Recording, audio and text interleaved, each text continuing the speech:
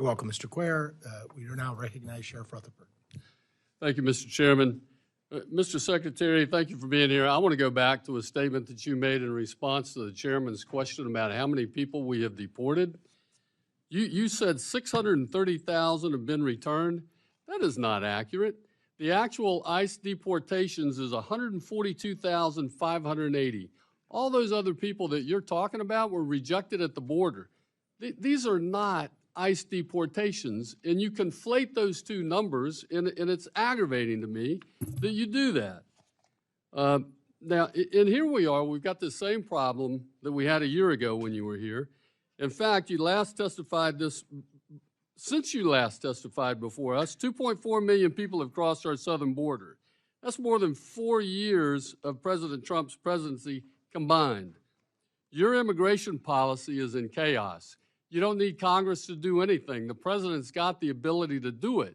You just need to talk to him to get it done. Now, in fiscal year 23, there were 294 illegal aliens on the terrorist watch list that were arrested between ports of entry. And those are just the ones we caught. How many more are there in the 1.7 million gotaways that we've had over the last 3 years? Last year, as I mentioned earlier, we deported 142,580 people.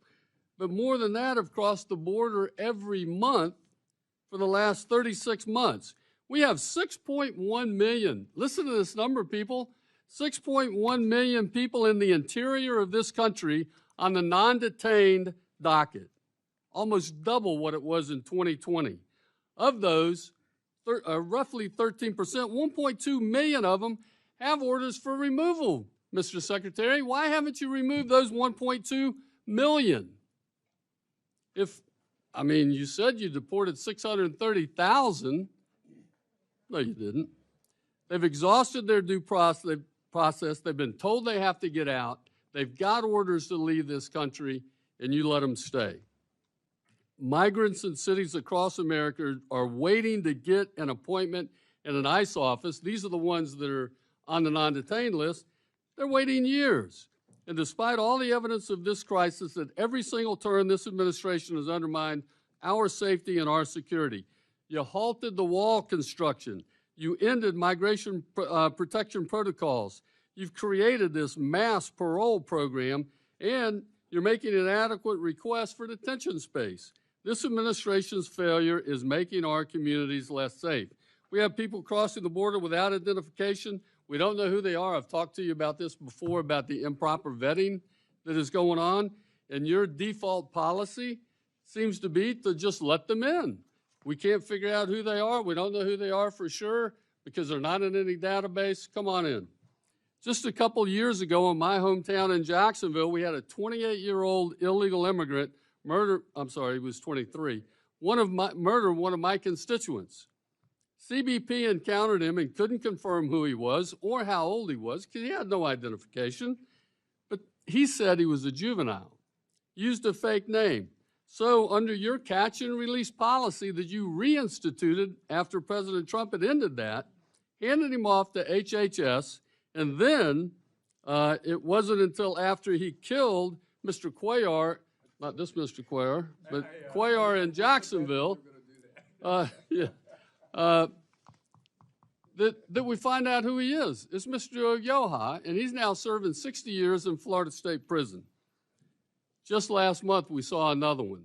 Horrible murder because we failed to properly vet an individual, and Laken Riley was murdered by him. Look, I want states to work with, I want state and local law enforcement to work with ICE. We did in my jurisdiction when I was sheriff in Jacksonville. We had a great 287G program, and that's a fantastic program. And in fact, I'm not the only one that thinks that. Last year, acting director of ICE, Ty Johnson, told this committee that the 287G program, and I'll quote, is the best thing since sliced bread because it acts as a force multiplier. So my question for you very quickly is, do you agree with the director's assessment of the 287G program? And if so, what are you doing to expand it? Congressman, the public safety and security of this country is our highest priority. I Doesn't believe, appear so. Congressman, if you'll allow me, I believe that when an individual poses a threat to public safety or national security, a local or state jurisdiction should cooperate with Immigration and Customs Enforcement for the swift detention and removal of that individual. So you didn't answer my question. Do you think 287G program is a good program, and will you work with us to expand it? Congressman, I continue to believe that 287G, when executed properly, is a force multiplier for our enforcement efforts. Is that a yes? As I said, when it is executed properly, it is a force multiplier for our enforcement efforts. You can't get a straight answer out of this guy. Look, I see my time is up. Mr. Chairman, I yield back. Thank you, Sheriff. I would now recognize Dr. Harris. Okay, thank you very much, and thank you, Mr. Secretary. First of all, just to follow up on the January 6th thing, you were the secretary while the investigation, congressional investigation, went on when the whole question of paid informants and embedded federal agents was brought up. Is that right? Are you referring to the special committee and the special quote bipartisan committee? That's what I thought. So you're well aware of the controversies involved with the idea of federal agents embedded or paid informants and the whole Ray Epps thing. All right, let me just clear up the 212F issue right now, because the president is the one who raised it now, because apparently he's going to issue some kind of executive order. And I'm assuming he had the same authority to issue that executive order 3 years ago before 9 million people entered the country. Is that right? I mean, he's going to issue it tomorrow, and the gentleman raised a perfectly valid question, like our laws didn't change in the past 3 years because Congress didn't do anything. God knows Congress didn't do anything on immigration. So I'm assuming we're operating under the same set of laws. So I just find it a little coincidental that, 7 months before an election where the president is down in the polls and immigration is the top issue, that the president gets religion on this.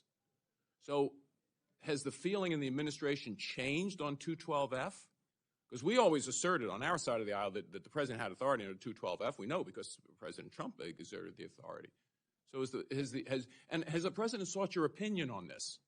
On his announcement last night, has the president sought the opinion of his secretary on this? Congressman, let me share with you one fact, and that Sir, I only have 1 minute, 10 seconds left. Did the president seek your opinion on his announcement last night that there is going to be executive order regarding his authorities under 212F? That was not the president's announcement last night. Number one. Okay. Number two, the prior. On to the next question, because I'm not going to let you filibuster that. That was his announcement last night. It's reported in Axios, widely reported today. My question was just, did he consult you? I think it's a simple question. I think you're being very evasive about it, and I'm going to leave it at that. Now, with regards to ICE detentions, in Montgomery County, Maryland, Montgomery County officials twice had a person who was issued detainers under ICE, twice released from prison, now charged with in the murder of a 2-year-old. Twice. What is this administration does to go to local jurisdictions and convince them to comply with detainers? Because as the gentleman from Texas indicated, the title of your department is Homeland Security. I would assume protecting Americans from illegal immigrants with detainer orders scheduled for deportation is something who will go on to kill someone, is something the administration might be interested in having. So what are you doing to convince local jurisdictions like Montgomery County to actually cooperate, not be a sanctuary jurisdiction, and cooperate with detainer orders to get these dangerous individuals off our streets? Congressman, we continue to work with local jurisdictions to persuade them that when an individual poses a threat to public safety and the individual has a detainer placed on him or her, that they honor the detainer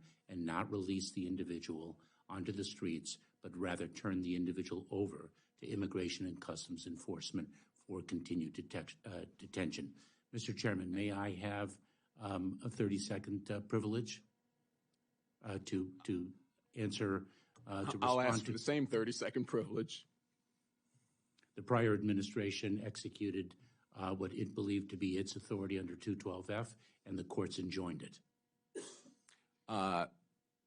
Claiming my 30 seconds, has the number of jurisdictions in the United States cooperating with the 287G program increased or decreased under this administration? I am not aware of any increase, Congressman. So you think it might have decreased, actually? No, I stand by my statement. I stand by my statement. Wow. If you can get me the details, I'd appreciate it, because for all the bluster about actually convincing local authorities to cooperate, the most obvious sign would be that the number of 287G local authorities increased. If the administration was doing anything about it, I yield back. Thank you, Dr. Harris. Mr. Newhouse. Thank you, Mr. Chairman. Mr. Secretary, by Thank you, Mr. Secretary. I now recognize myself for questions. Secretary Mayorkas, as I've already mentioned, the non-detained docket has grown at an unprecedented and unsustainable rate. Because this administration refuses to use its executive authority to deter illegal migration and mitigate this chaos, we know that the non-detained docket caseload will only continue to rise. Again, for reference, only 1.3 million of the more 7 million cases on the non-detained docket have been adjudicated and ordered removed. What's your plan to remove the more than 1.3 million migrants who no longer have a legal basis to remain in this country, and how long will it take you to effectuate every single removal order? Mr. Chairman, this administration in the last 11 months has removed or returned more than 630,000 people, more than in any fiscal year since 2013. We take our enforcement responsibilities very seriously, and we have only increased the enforcement efforts over past efforts. I will respectfully submit to you, Mr. Chairman, as I articulated in my opening statement, that the bipartisan bill that a group of senators worked on, I had the privilege of being seated with them, would have delivered a consequence regime like no other. It would have been the first time since 1996 that our broken system would have delivered the much-needed fixes that we need to fully enforce the law and to deliver a consequence regime that will indeed deter illegal migration. That's a great answer, but what are you going to do about the people who are still here? Do you have a plan in place to remove those people on an orderly basis? We certainly do, and we continue to execute on that plan. It is through that effort that we were able to remove or return 630,000 people over the past 11 months. We will continue to accelerate those efforts with the resources we have. Our proposed budget seeks additional resources, not as many as the bipartisan legislation would have provided to us. But you don't have that legislation, sir. So how can you justify using ICE detention space for border decompression efforts when the department has such a large volume of interior enforcement needs? Mr. Chairman, we use our detention capabilities to ensure that our enforcement priorities are realized. And our greatest enforcement priorities are to ensure that individuals who pose a public safety or national security risk to the American people are detained. That is our highest detention priority. Well, I can tell you that the two people who were recently murdered in Ohio by aliens, their families aren't going to accept that as an answer. I recognize. Thank you, Senator Murray, and I want to thank you for coming before the committee today, Secretary Mayorkas. Look, all you have to see is what's gone on the southern border, and you know that we're in a situation that needs immediate repair, immediate fixing, immediate overhaul, whatever you want to call it. When I visit with the folks in Montana, look, it's kind of like a Reagan philosophy for them. Legal immigration, they're okay with. Illegal immigration needs to end, and needs to end yesterday. I've made clear that both the President, you, and Congress needs to step up to address this problem in a very proactive way. Should have done it a long time ago. We are seeing a high number of encounters at the southern border. We all talk about fentanyl coming into this country. And quite honestly, all the way up to the northern border, by the way, it's affected Montana in a big, big way. This poison is killing a lot of people. As the chairman of this committee pointed out, a couple of months ago, Congress had its opportunity to do something about the southern border and the northern border, I might add, and Montana being a northern border state, that's important, and I think you know that they'll go to the weakest link in the fence. And Congress decided to play politics with it. And in the last 60 days, I can tell you, the week after we failed to pass that bill, there were at times where 6,500 people were coming across that border, and they could have been stopped if we would have passed this bill, and we chose not to play politics with it. And if you want to see how it's being played politics with, come to Montana and turn on the TV. The fact is the border needs to be fixed, and we need to step up as Congress. The administration needs to step up. You need to step up. And I think if we're able to do that, we can fix it. But it's going to take continual due diligence on the border to make it happen.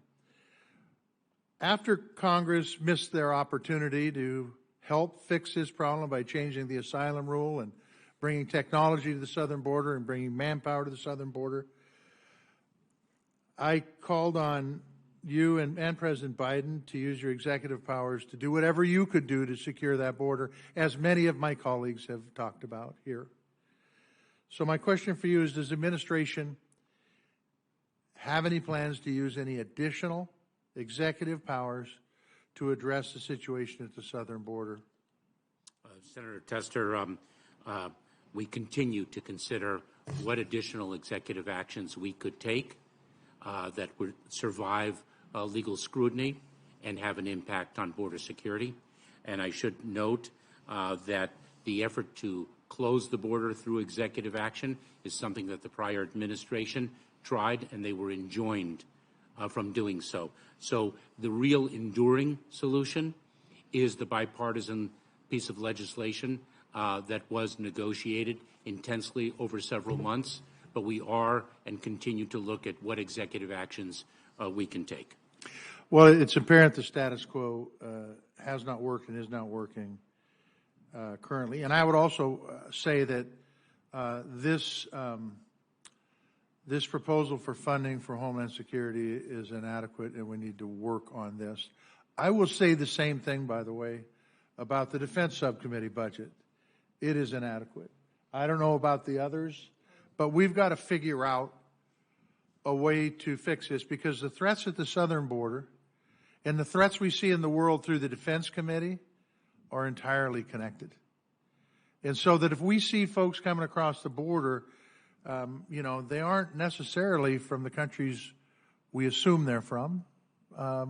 We've had folks that potentially could be terrorist threats, and if they get into the country, it's a problem. So I would call on all my colleagues on the Appropriations Committee to work together in a bipartisan way to try to get these budgets up to a point where they really will do the job that the American people expect in the southern border and the northern border, and the Department of Homeland Security, whether it's a hurricane in Louisiana or whether it's people coming across the border, need the resources to get this done.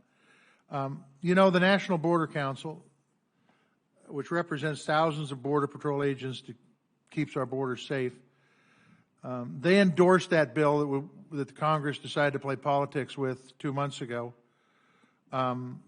It said it would drop illegal border crossings nationwide. It would allow our agents to get back to detecting and apprehending those who want to cross our border illegally and evade apprehension. You talked about the border bill and how important it was to get across. Let's just assume for a second, in an ideal world, that we, as Congresspeople, quit taking our instructions from people who want to play politics with policy and actually pass good policy. Is there anything else that needs to be done if we were to pass that border bill that the chairman of this committee and Langford and Sinema negotiated out? That bipartisan border bill would have been transformative in advancing the security of our border. Anything else need to be done other than that? In the immigration system writ large, the legal immigration system, there are many other fixes that need to be made. But from a border security perspective, this was an extraordinary legislative measure. Extraordinary. Thank you. And thank you, Mr. Chairman. I have a few more questions, but we'll present for the record. Thank you. And thanks, Senator Murray. Senator Murkowski. Mr. Chairman, thank you. Baldwin. Thank you, Mr. Chairman, and good afternoon, Mr. Secretary. The work that our Customs and Border Protection and Homeland Security do at our southern border is essential to keeping families across the country and in Wisconsin safe.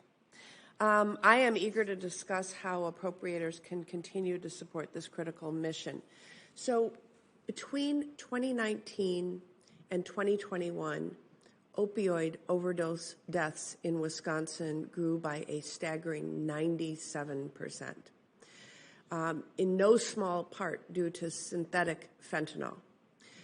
In February, the Senate passed the Fend Off Fentanyl Act, a bipartisan bill that I co-sponsored to help protect our communities from the damaging effects of fentanyl and illicit substances crossing our borders.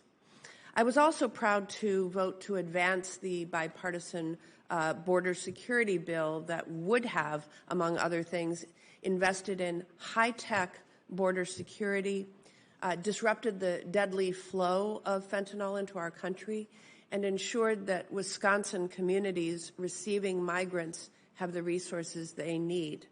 And I was sorely disappointed to see partisan politics take hold, and the Senate ultimately did not pass the bipartisan compromise that we so urgently need.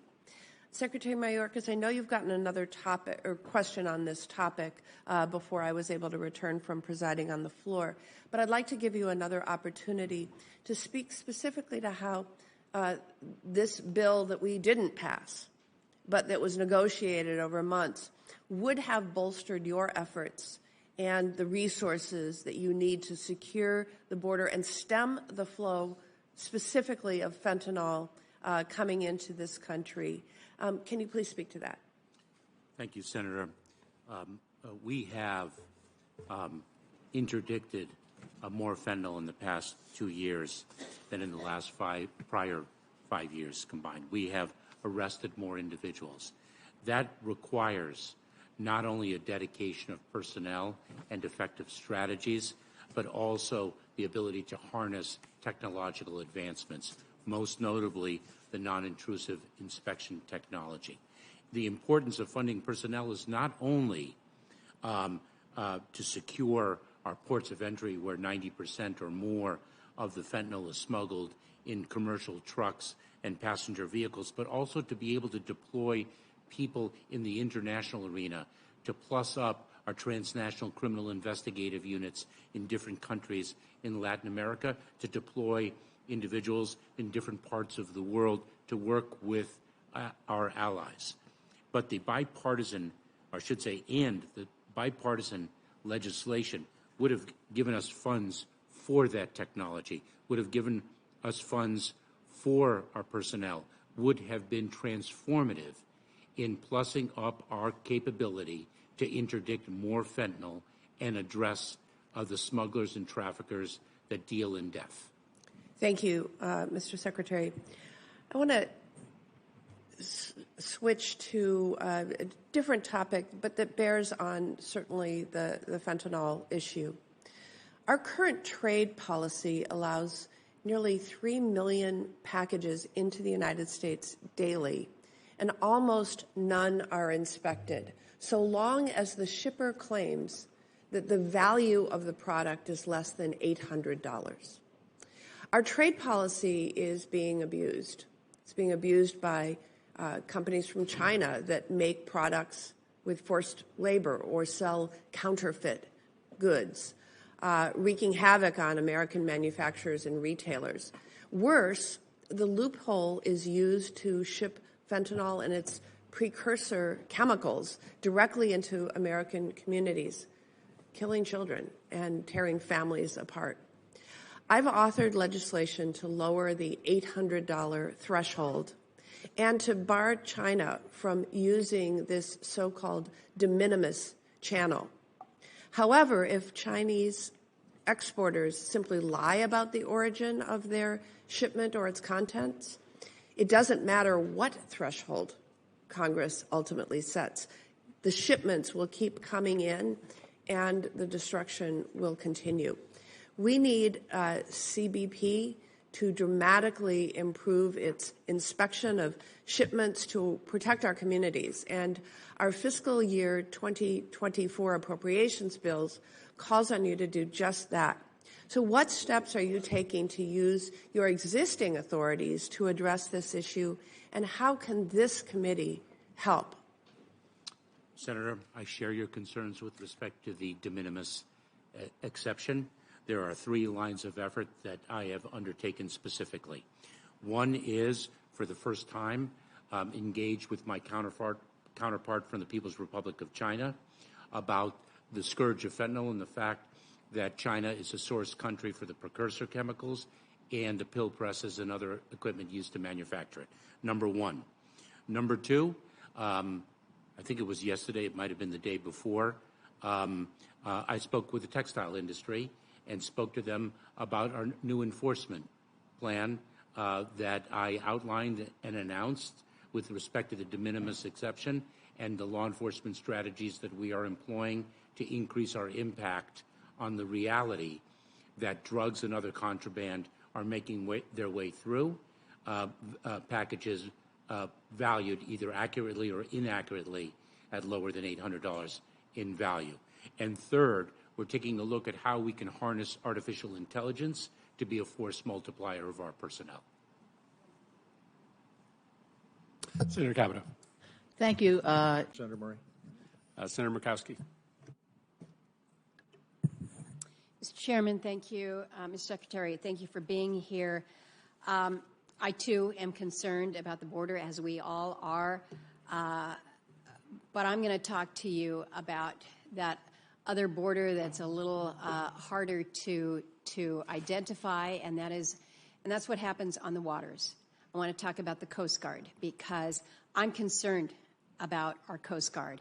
We are asking our Coast Guard men and women to do more, to take on more, whether it is trying to intercept across the southern in the southern waters there, not on land, but in the border areas on our waters.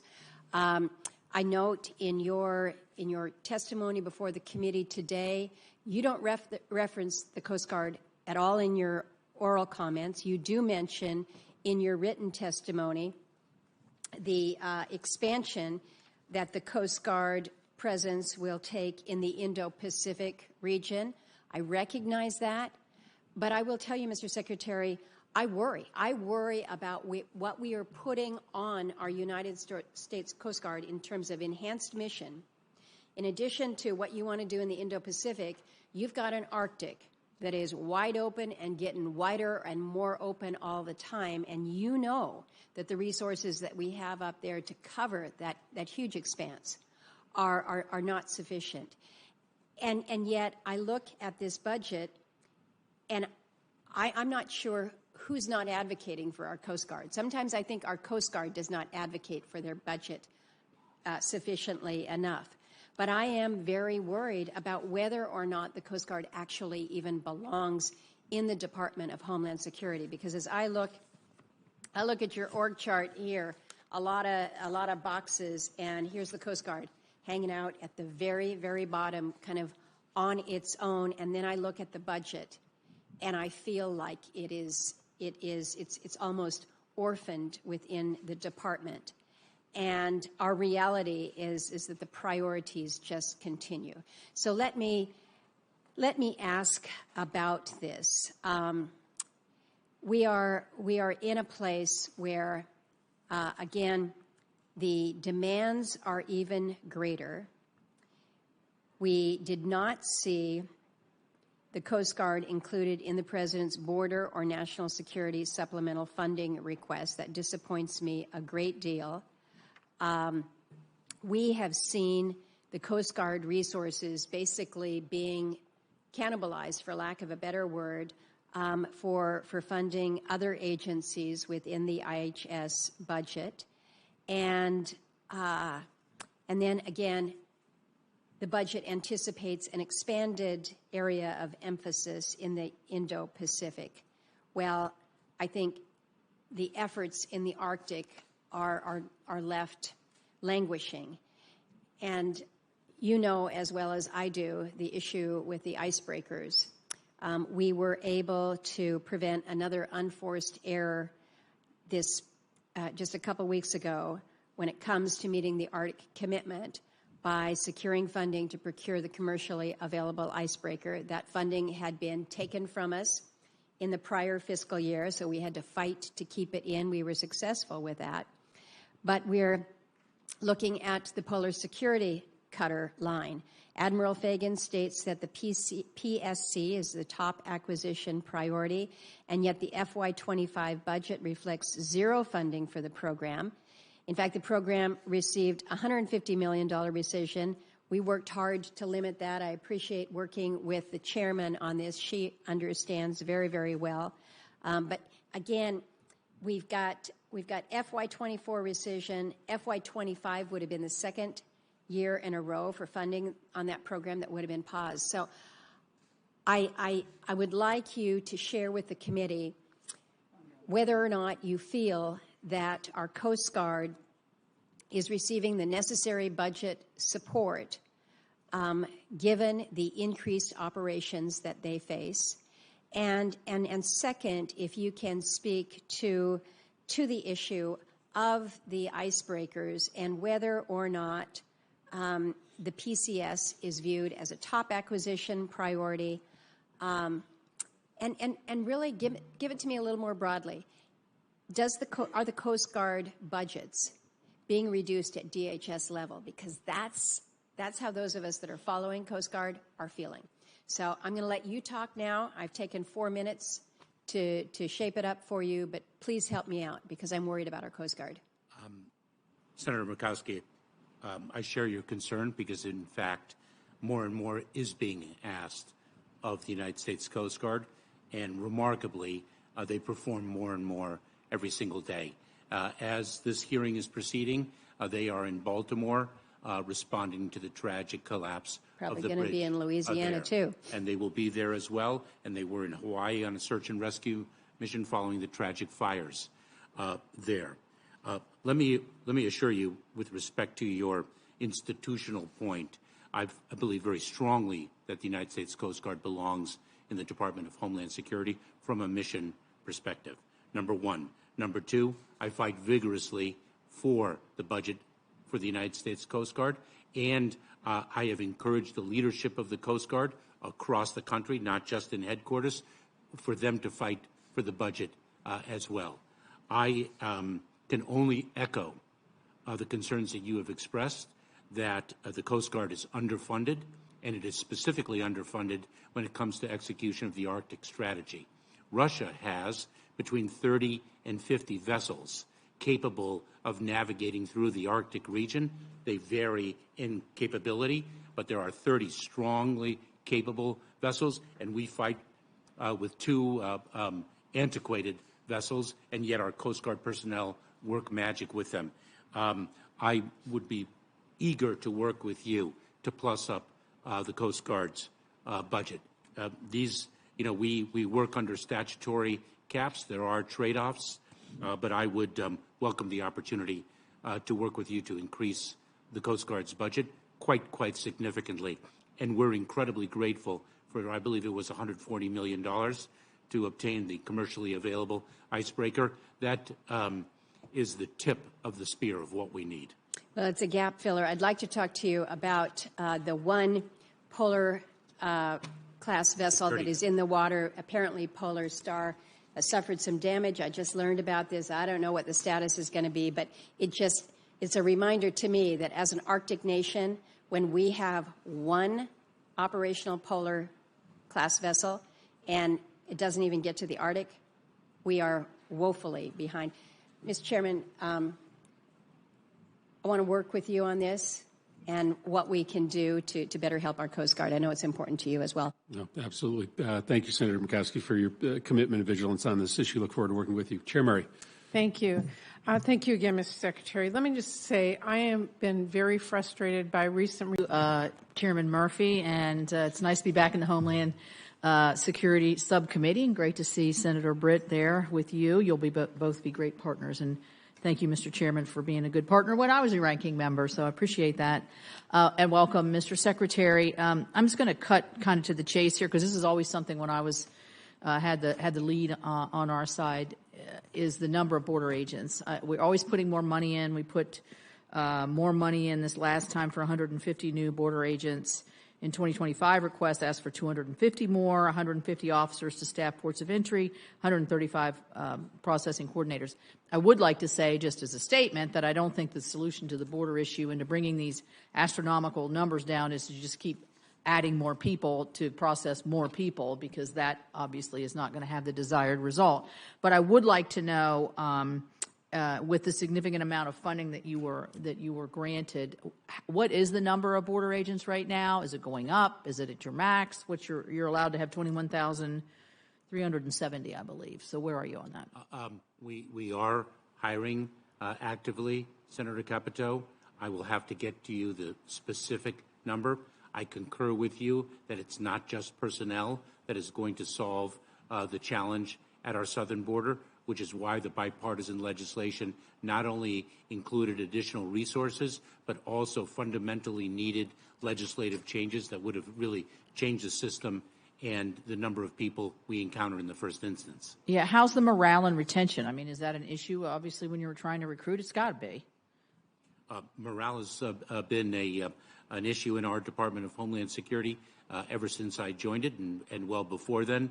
We are very focused on workforce well-being and are hoping that the well-being of our treasured employees is actually strengthening and improving despite the stresses and the strains they undergo in their very difficult work. Yeah, well, I would assume that you would know whether you were close to your peak to the allowable amount of agents. I mean, are you close to that number, or are you far away? Are you losing more people than you're gaining? We are. Give me a sense of that. We are close.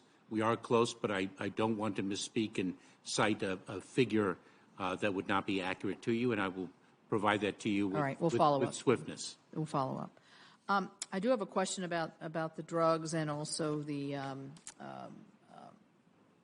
surveillance, automated surveillance. But I do want to get to this one for my 7 airports that lost your TSA law enforcement reimbursement program, where all of our 7 commercial airports relied on for various law enforcement services.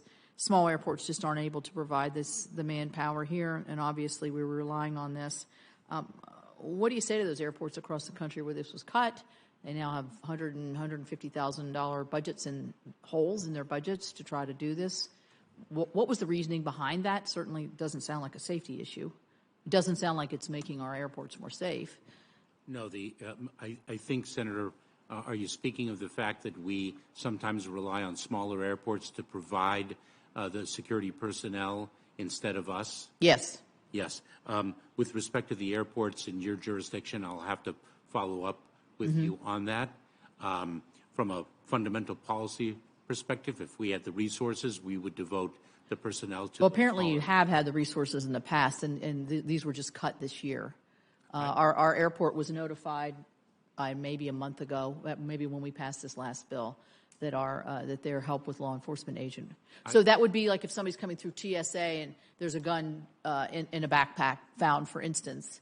That law enforcement agent then would come in and help the TSA do whatever the local law enforcement would be doing, and apparently we're missing that, and seems like a pretty critical aspect. Senator, I addressed this issue last year, I believe.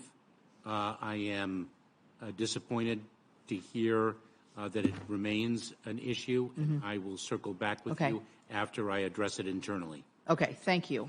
On the, I know Senator Baldwin asked about fentanyl, and really concerned about what we see going on there. But and so I don't want to act like that's a de minimis question. It's not. But this autonomous surveillance towers issue is something I think would be helpful if you've got manpower shortages, if people are coming between the ports. They obviously are. Apparently your budget is not reflected any kind of plus up in that area that would fortify and help us interdict in those areas. What's your position on the autonomous surveillance towers and how helpful they have been and would be as force multipliers? Senator, the automated surveillance towers, the ASTs, have been force multipliers. They have been effective. We are focusing right now our resources on the non-intrusive inspection technology, given the fact that the great majority of fentanyl that is smuggled into our country comes in through the ports of entry in commercial trucks and passenger vehicles. Mm-hmm. I think you told me last time that I did ask about how many trucks were being interdicted, or inspected, and you noted the 70%, but you didn't give me an exact figure at that time. But let's see, what percentage of cars are actually screened for drugs coming through the ports of entry? Do you have an update on that, or does that sound like the same figure as last year, or has it gone up?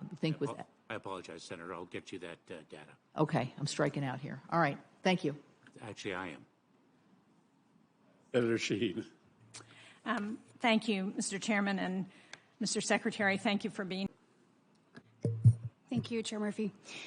Mr. Secretary, one of the criticisms we've heard from you repeatedly when it comes to Title 42 expulsions is that expulsion doesn't result in the delivery of a real consequence in the way that deportations or removals do. And removal is, of course, the ultimate consequence for violating our immigration laws.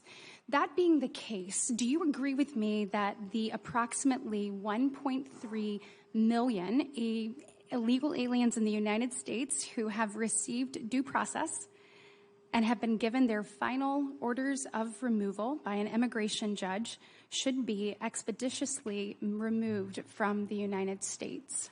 Ranking Member Britt, I'm not familiar with the numeric figure that you cite, but an individual who's been provided due process, who has a final order of removal, should be removed from the United States. When we adjudicate the fact that they do not have a lawful basis to remain in the United States, they should be removed. Absolutely. Thank you so much. I am so glad we agree on that. Over a 3-year period, the Biden administration has actually removed fewer people in total. So the first 3 years, so not the last 11 months, the first 3 years, removed fewer people in total than both Presidents Obama and Trump removed in each individual year of their administration. So I am hopeful that we can have the appropriate resources there, and we're able to remove the 1.3 million people who have been given due process. And on that note, if you had more ICE officers, more funding for officers there, would that be a helpful tool in being able to remove these individuals that have been given their due process? 2 points, if I may, Ranking Member Yes. Britt. In response to your discrete question, the answer is yes. More personnel would assist us, not just the officers and agents themselves, but of course the support personnel upon which they rely. But with respect to the data that you cite, I should note that we have removed on a monthly basis more aggravated felons resident in the United States unlawfully than in the prior administration on a monthly basis. Okay. And obviously we're not talking about felons. We're talking about those people who have been given due process and are set to remove. We need to go ahead and remove them because that serves as a deterrent in talking about what we were discussing before. So as you probably are aware, with respect to due process, the Syracuse University found in 2021 approximately 200,000 immigration court cases were dismissed because DHS failed to file a notice to appear with the court. Are you aware that that number is 12 times higher than the number of cases dismissed for the same reason during all the years before FY24 up till FY 2020 combined? Ranking Member Britt, my understanding is that that number may or may not be accurate, so we are looking into that, number one. Number two, it is not necessarily that the notice to appear was not filed, but the notice to appear might have had a deficiency. That has been an issue for years in the Department of Homeland Security, and in fact, we have used technology to improve the accuracy and correctness of notices to appear. Good. And I think we have data with respect to the success of those notices to appear that is more current. So does DHS intend to reissue the notice to appear in those cases? Yes, most certainly. Okay, It is our great. responsibility. Excellent. All right, there are more than 7 million migrants on that non-detained docket when we were talking about, so double the number at the start of this administration. When you look at that and you look at the record-shattering numbers of people who have entered this country illegally and released into our interior, do you believe that that represents an increased risk to public safety in this country? I think it is a powerful reflection of an absolutely broken immigration system. And let me share with you data to evidence the fact that this has been years long in the making. In 2010, the average... I only have a minute and 50 seconds left, so I'm going to have to continue moving on. But I do want to say that ICE has detained more than 32,000 migrants here with criminal convictions and another 11,000 with pending criminal charges. Some of these criminal records, those with criminal records have actually been released by ICE into the United States. And a couple of examples that I want to make sure we get out there. There have been 4,700 with convictions for assault, 450 of whom have been released. There have been 5,200 with convictions for drug crimes, 261 of which have been released. There have been 1,100 with convictions for weapons crimes, 92 of which have been released. There have been 1,200 with convictions for sexual assault, 46 of whom have been released. And there have been 490 with convictions for homicide, 50 of whom have been released. So I am hopeful that we can agree that when we have this type of chaos at our border, that it does increase the risk for our public safety here in the country. And so with my last 42 seconds, I do want to ask you a quick question. When it looks at the CHNV program and what we're seeing, we've got some data that says that DHS approved approximately 97.6% of applications that were received under the CHNV program. And so that approval rate to me is indicative of applicants not receiving that individualized case-by-case consideration that's required by the law. And your response to that, do you feel like there is just a blanket kind of a blanket gift of the CHNV program into the interior, or do you feel like those have been mindfully looked at individually? Ranking Member Britt, those cases are reviewed on an individualized basis. In response to your earlier point, I look forward to providing you with the data which reflects an increased focus on individuals in the interior of the United States who do not have a lawful basis to stay and who have suffered a criminal conviction, because our success rate is far greater than in the prior administration. Thank you. At this point, Mr. Guest, do you have any further questions? Thank you, Mr. Chairman. Mr. Mayorkas, it was reported, Secretary Mayorkas, I apologize. It was reported in January of this year that at a meeting with Border Patrol agents that you said that the current rate of release for illegal immigrants apprehended at the southwest border is above 85%. One, did that conversation take place? And two, is that number accurate? Congressman, I'm not familiar with that number, and I'm not certain to which conversation you refer. I have visited the border so very many times. Perhaps some additional details would guide me in responding to your question accurately. Yes, sir. And I'll read from the article. It was a Fox News article. Headlines: Mayorkas tells Border Patrol agents that above 85% of illegal immigrants released in the United States. And it says that was published on January the 8th, 2024. Homeland Security Secretary Alejandro Mayorkas on Monday admitted to Border Patrol agents that the current rate of release for illegal immigrants apprehended at the southwest border is above 85%. Sources told Fox News. Mayorkas made the remarks when meeting privately with agents in Eagle Pass, Texas, according to 3 Border Patrol sources who were in the room and heard the remarks themselves. Congressman, I'll be pleased to provide you with the data point, and certainly I don't view that article as a transcript. Yeah, I guess my question is that figure of 85%, is it accurate? I'll have to follow up with you, Congressman, and provide you with the data you request. Well, I don't have at my fingertips that data point. So you're not disputing this article. You're not saying that number is artificially high. You're just saying at this point that you don't have that number here to either admit or deny the 85% that it was alleged there in the article. I cannot confirm, and I will do so. Mr. Secretary, we've in previous conversations discussed Title 42, Title 8. As we know, Title 42 expired in May of last year. We saw a brief dip in apprehensions late May, early June, and we saw the numbers rise significantly after that. We saw in December the number of apprehensions on both the northern and southern border were, if my numbers are correct, were roughly 370,000 immigrants who would have entered the country just in the month of December alone. And so if this number is accurate, if 85% of those individuals who are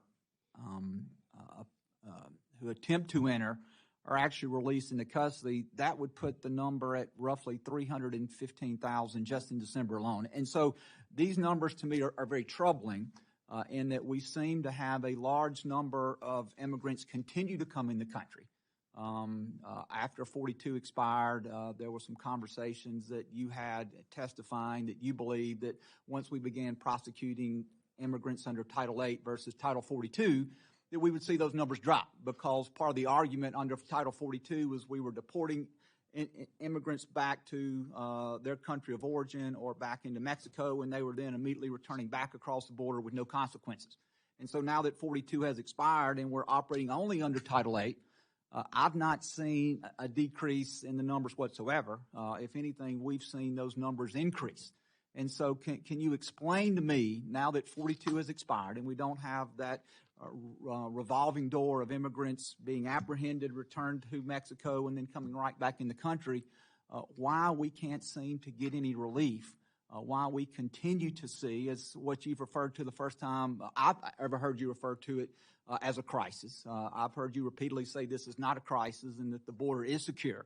I think this is the first time that you said that. I know that the president said that, I believe, in January, that not only did he say the border wasn't secure, he said that it hadn't been secure in a decade, which would have been the entire time in which he has been president, and including time in which he was vice president in the Obama administration.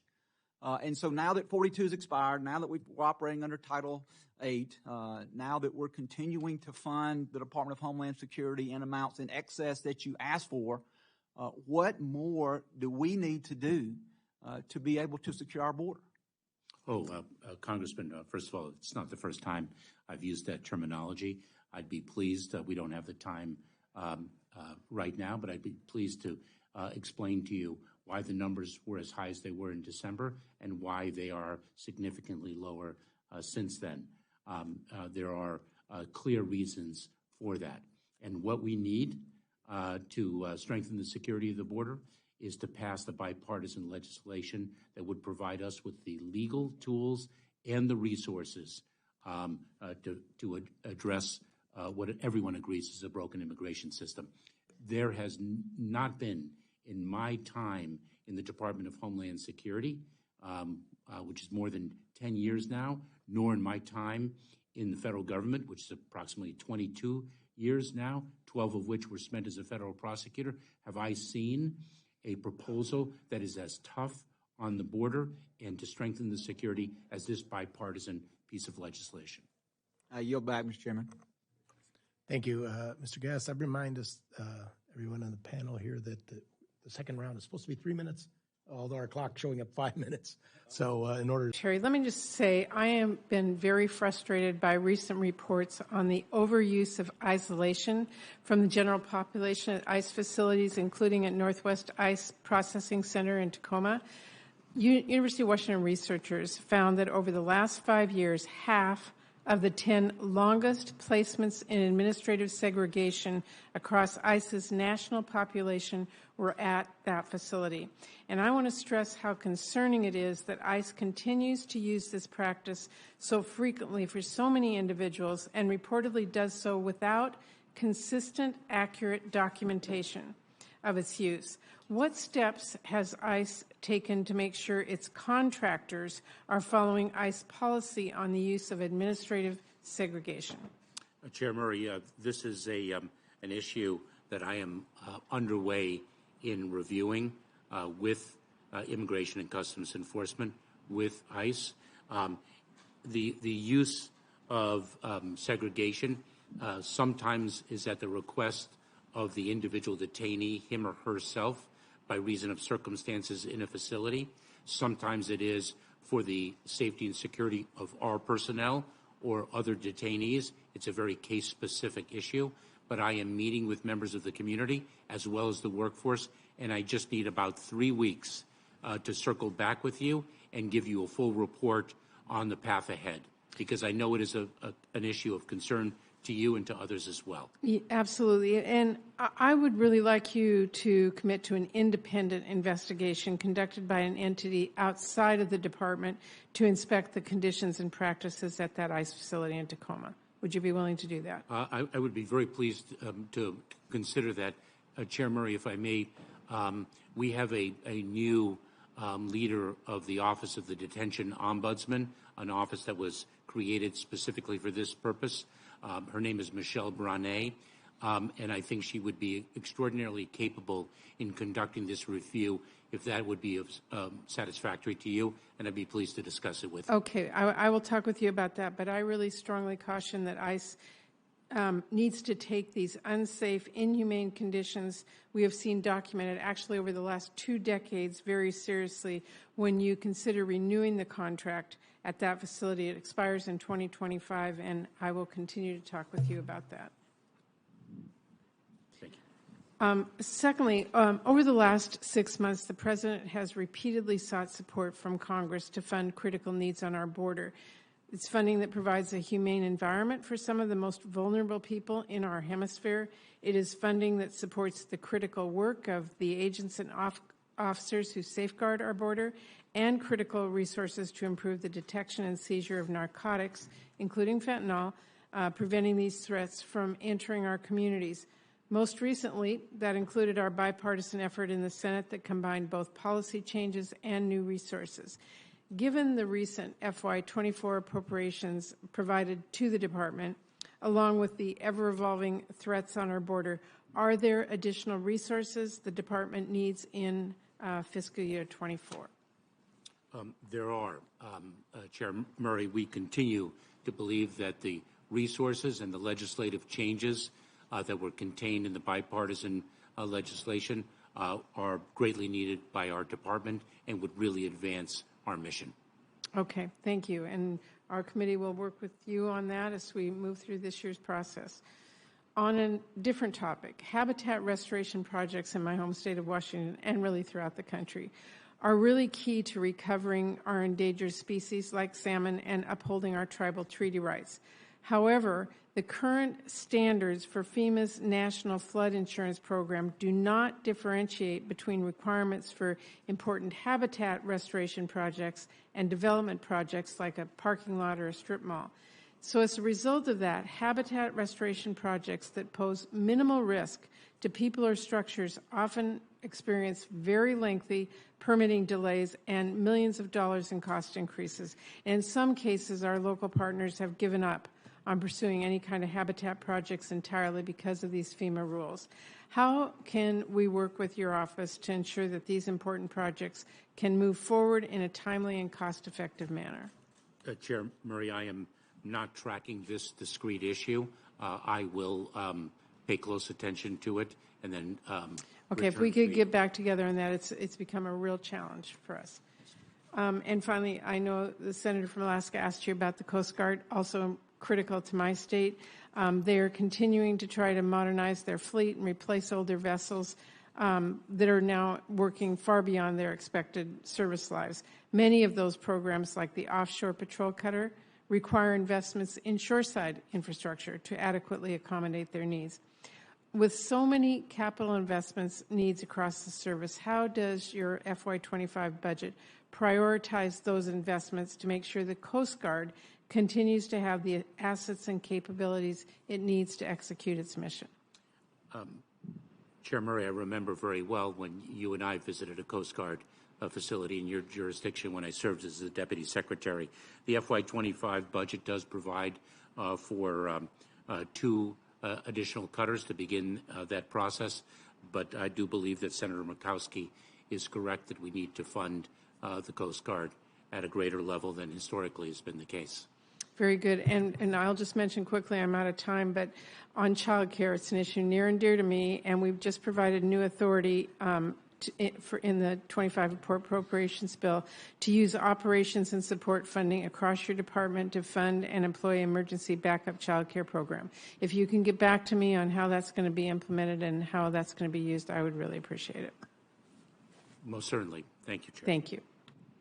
Thank you, Chair. Now recognize Ms. Stinson. Thank you, Mr. Chairman, and thank you, Ranking Member Cuellar, for holding this hearing today. Mr. Secretary, thank you for appearing before us. You state in your testimony that the President's budget request prioritizes staying ahead of diverse and complex threats facing the homeland and highlights your, quote, unwavering dedication to protecting the security of the American people. And the President's budget also states that strengthening border security and providing safe and lawful pathways for migration remain top priorities for the administration. I want to build on something one of my colleagues asked. Mr. Secretary, how many gotaways have there been since President Biden took office? Congresswoman, I will provide that data to you. I don't have the number. He said it, 1.7 million gotaways. So you and the Biden administration over the past few years have reversed the secure policies that were working. You stopped the border wall construction, expanded parole, allowed for millions of individuals, as we've heard, including known and suspected terrorists, cartel members, unforgivable levels of fentanyl and illicit drugs and substances into our country. These 1.7 million individuals came into our country in neither a safe nor lawful way. Yet again, you sit before this committee and ask for out-of-touch priorities again and refuse to take accountability for the total failure that you have allowed for at the southern border. So again, I want to build on something one of my colleagues said. Why would you raise, when we raise the detention bed capacity for ICE to 41,500, would you request bringing that number down to 34,000? Congresswoman, my answer is twofold.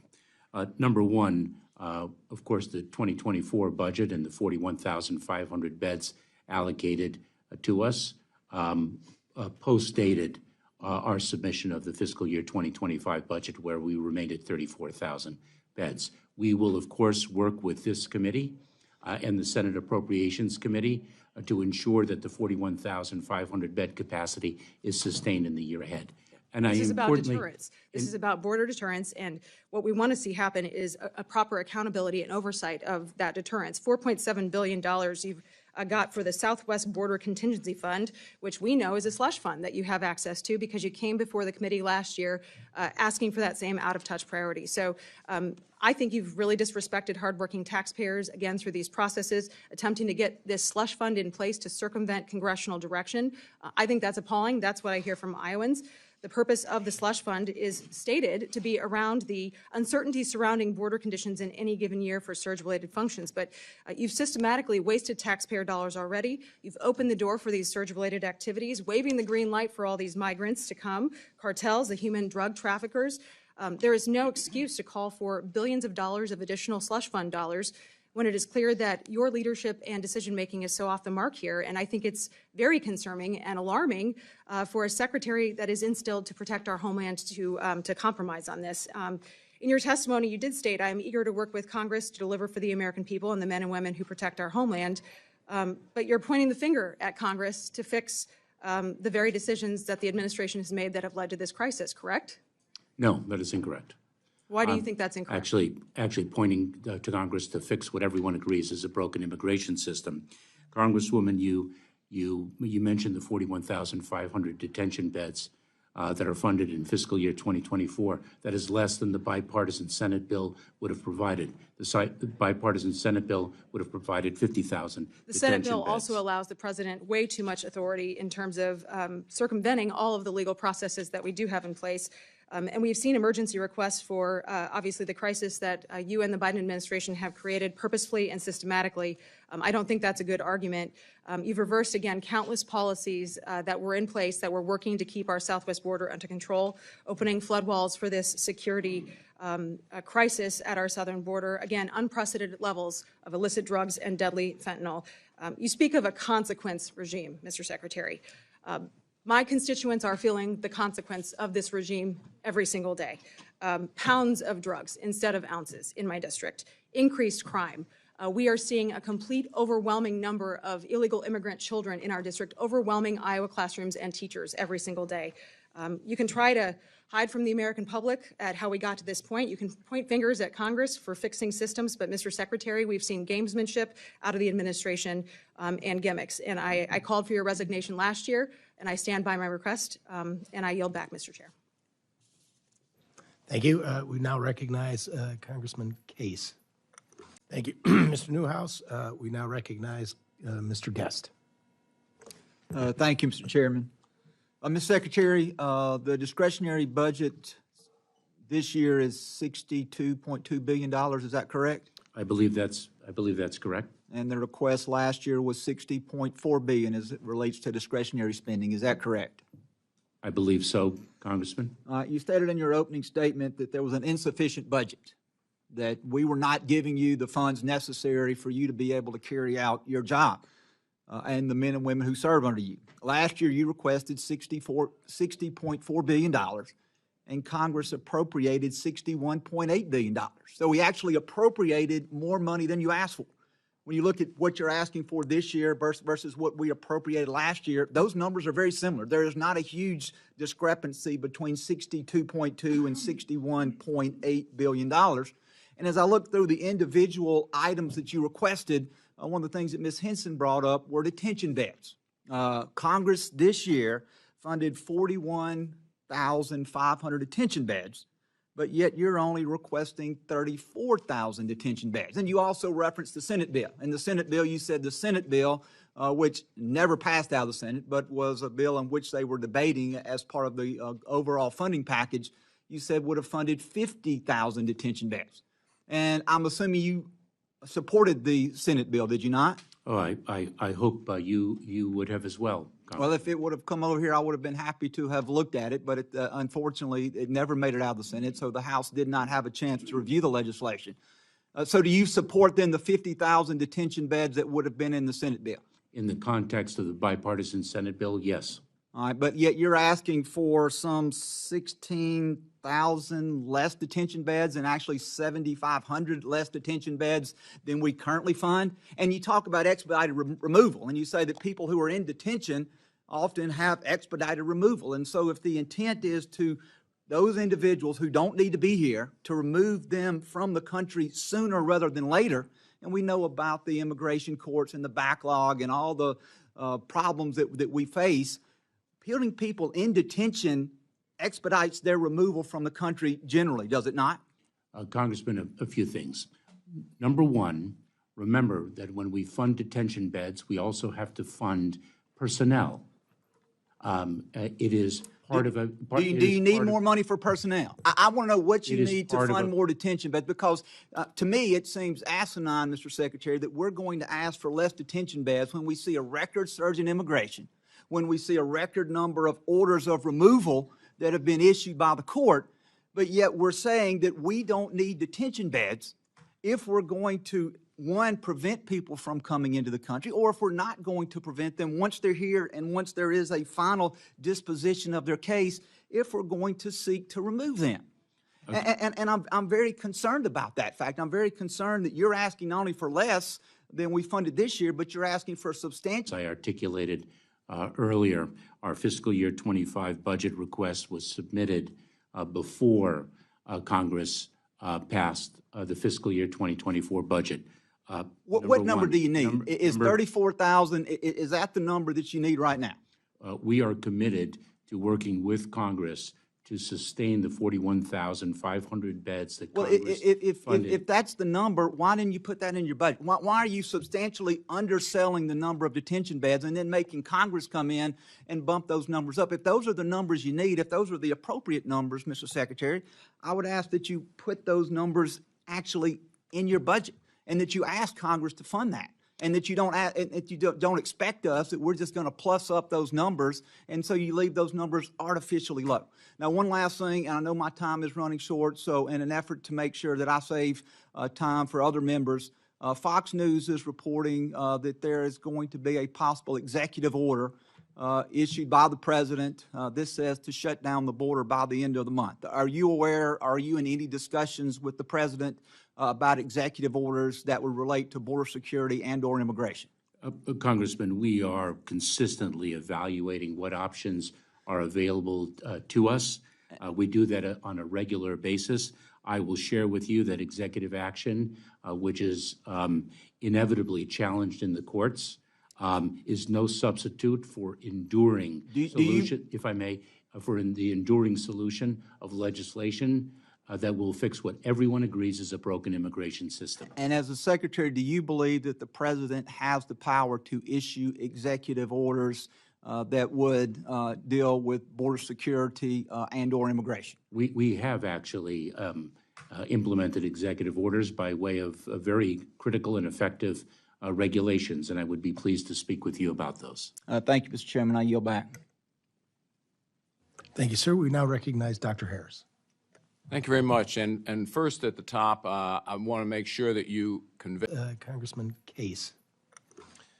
Thank you, Mr. Chair, Mr. Secretary. It's been a little over 8 months since the incredibly tragic Maui wildfires, some of the worst in our country's history. And I want to start by thanking the Department of Homeland Security, the Federal Emergency Management Agency, FEMA, you personally, as well as Administrator Criswell, Mr. Fenton, and your entire team for the response on Maui, which has been a tremendous response. We have certainly felt that you have been full partners in this recovery. I have Mayor Bisson actually from Maui in the room here, and he wanted me to express his personal appreciation to you as well. You've been in touch with him personally, you've met with him, you've stayed in touch, and so thank you for your response. Also to this subcommittee, including Mr. Joyce here, who visited personally himself to find out what was going on. And this committee and subcommittee responded in part by plussing up our disaster relief fund, which needed to be done in our last supplemental, as well as the actions in the FY 2024 bill. Aside from, I think, many positive areas of progress, the one that is the missing piece is housing, as you well know. The history here is that the fires displaced about 12,000 people. 4,000 of them went into some other form of housing, very unsatisfactory right away, and 8,000 went into hotel rooms themselves. Of that 8,000, we have still today about 2,800 individuals, about 1,100 families. They clearly don't want to be in those hotels anymore, and neither does FEMA. You want to move them out of those hotels.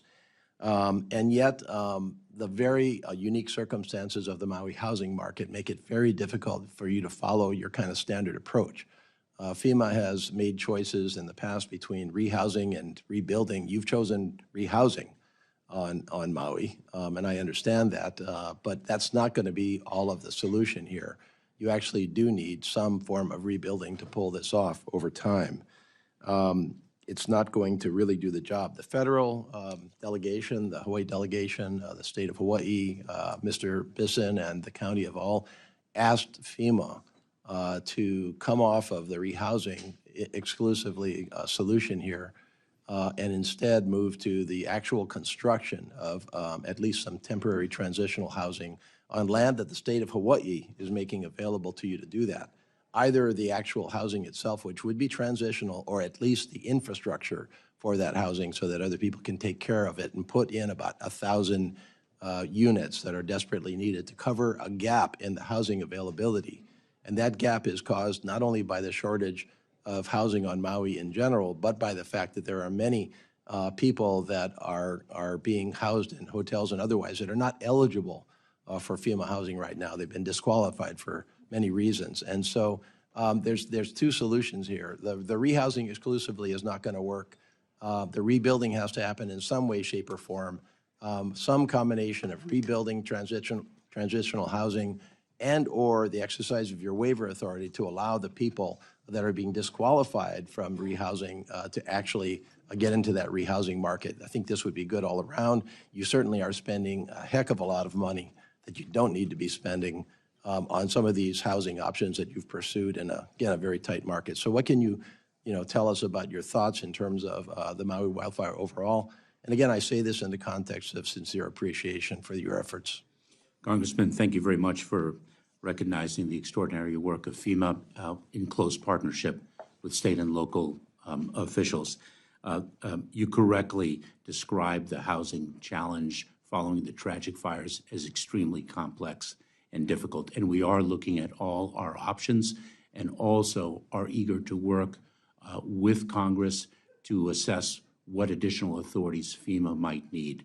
We're working across the administration, not just the Department of Homeland Security through FEMA, but also with Housing and Urban Development, with economic experts to understand what is the right solution for the people of Maui, whether rehousing is inadequate and therefore we have to rebuild. The challenges of rebuilding are difficult because of its island status, its unique situation as an extraordinary tourist destination. The pricing of housing is different than many other. Yeah, I appreciate that, Mr. Secretary. I'm sorry, my time's almost up, so apologies for interrupting you. I commend you on all of those efforts, but we don't have time. The answers are pretty straightforward. You're never going to be able to satisfy this on a strict rehousing approach. There's not enough housing in the overall market. You can't leave people in hotel rooms for another 6 months to a year while you figure this out with the economic experts. Some decision needs to be made on some form of rebuilding and or the waiver authority that will relieve the pressure on that rebuilding. So I commend that to you. We'll follow up with you personally. But again, thank you very much for your efforts, and we'll stay in touch. Thank you. I look forward to it. Thank you.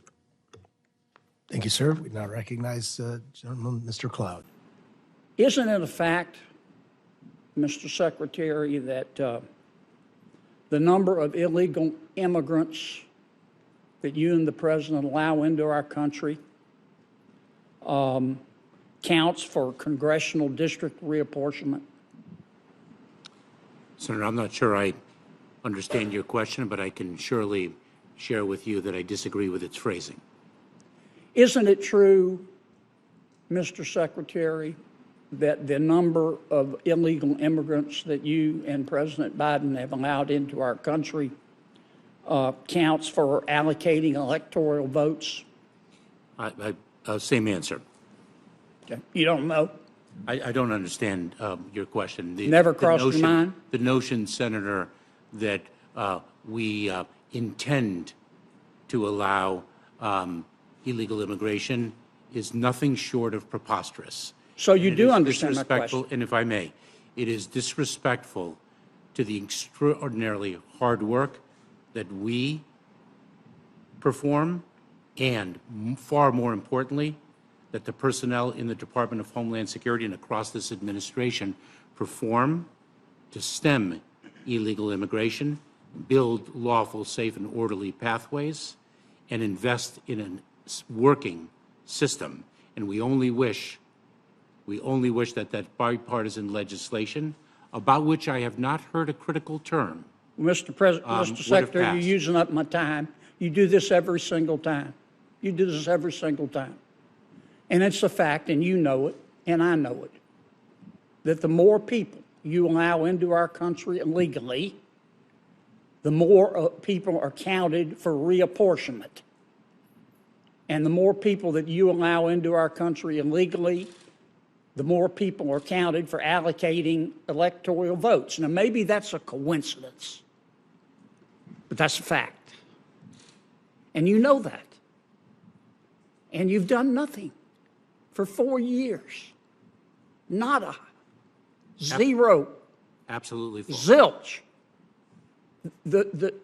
And in fact, the only people I know in this country who are better off today than they were 4 years ago are illegal immigrants. And that's as a result of your policy. I don't hate you for it. I don't hate anyone, but that's why you've been impeached. And my colleagues may try to cover it up. They're going to try to cover it up. But they can't cover up the facts. I've gone over my time. I'm sorry, Mr. Chairman. Senator Peters. In which we currently live has only been exacerbated by the October 7th terrorist attacks against the state of Israel. We have seen a dramatic increase in the rise in anti-Semitism as well as Islamophobia.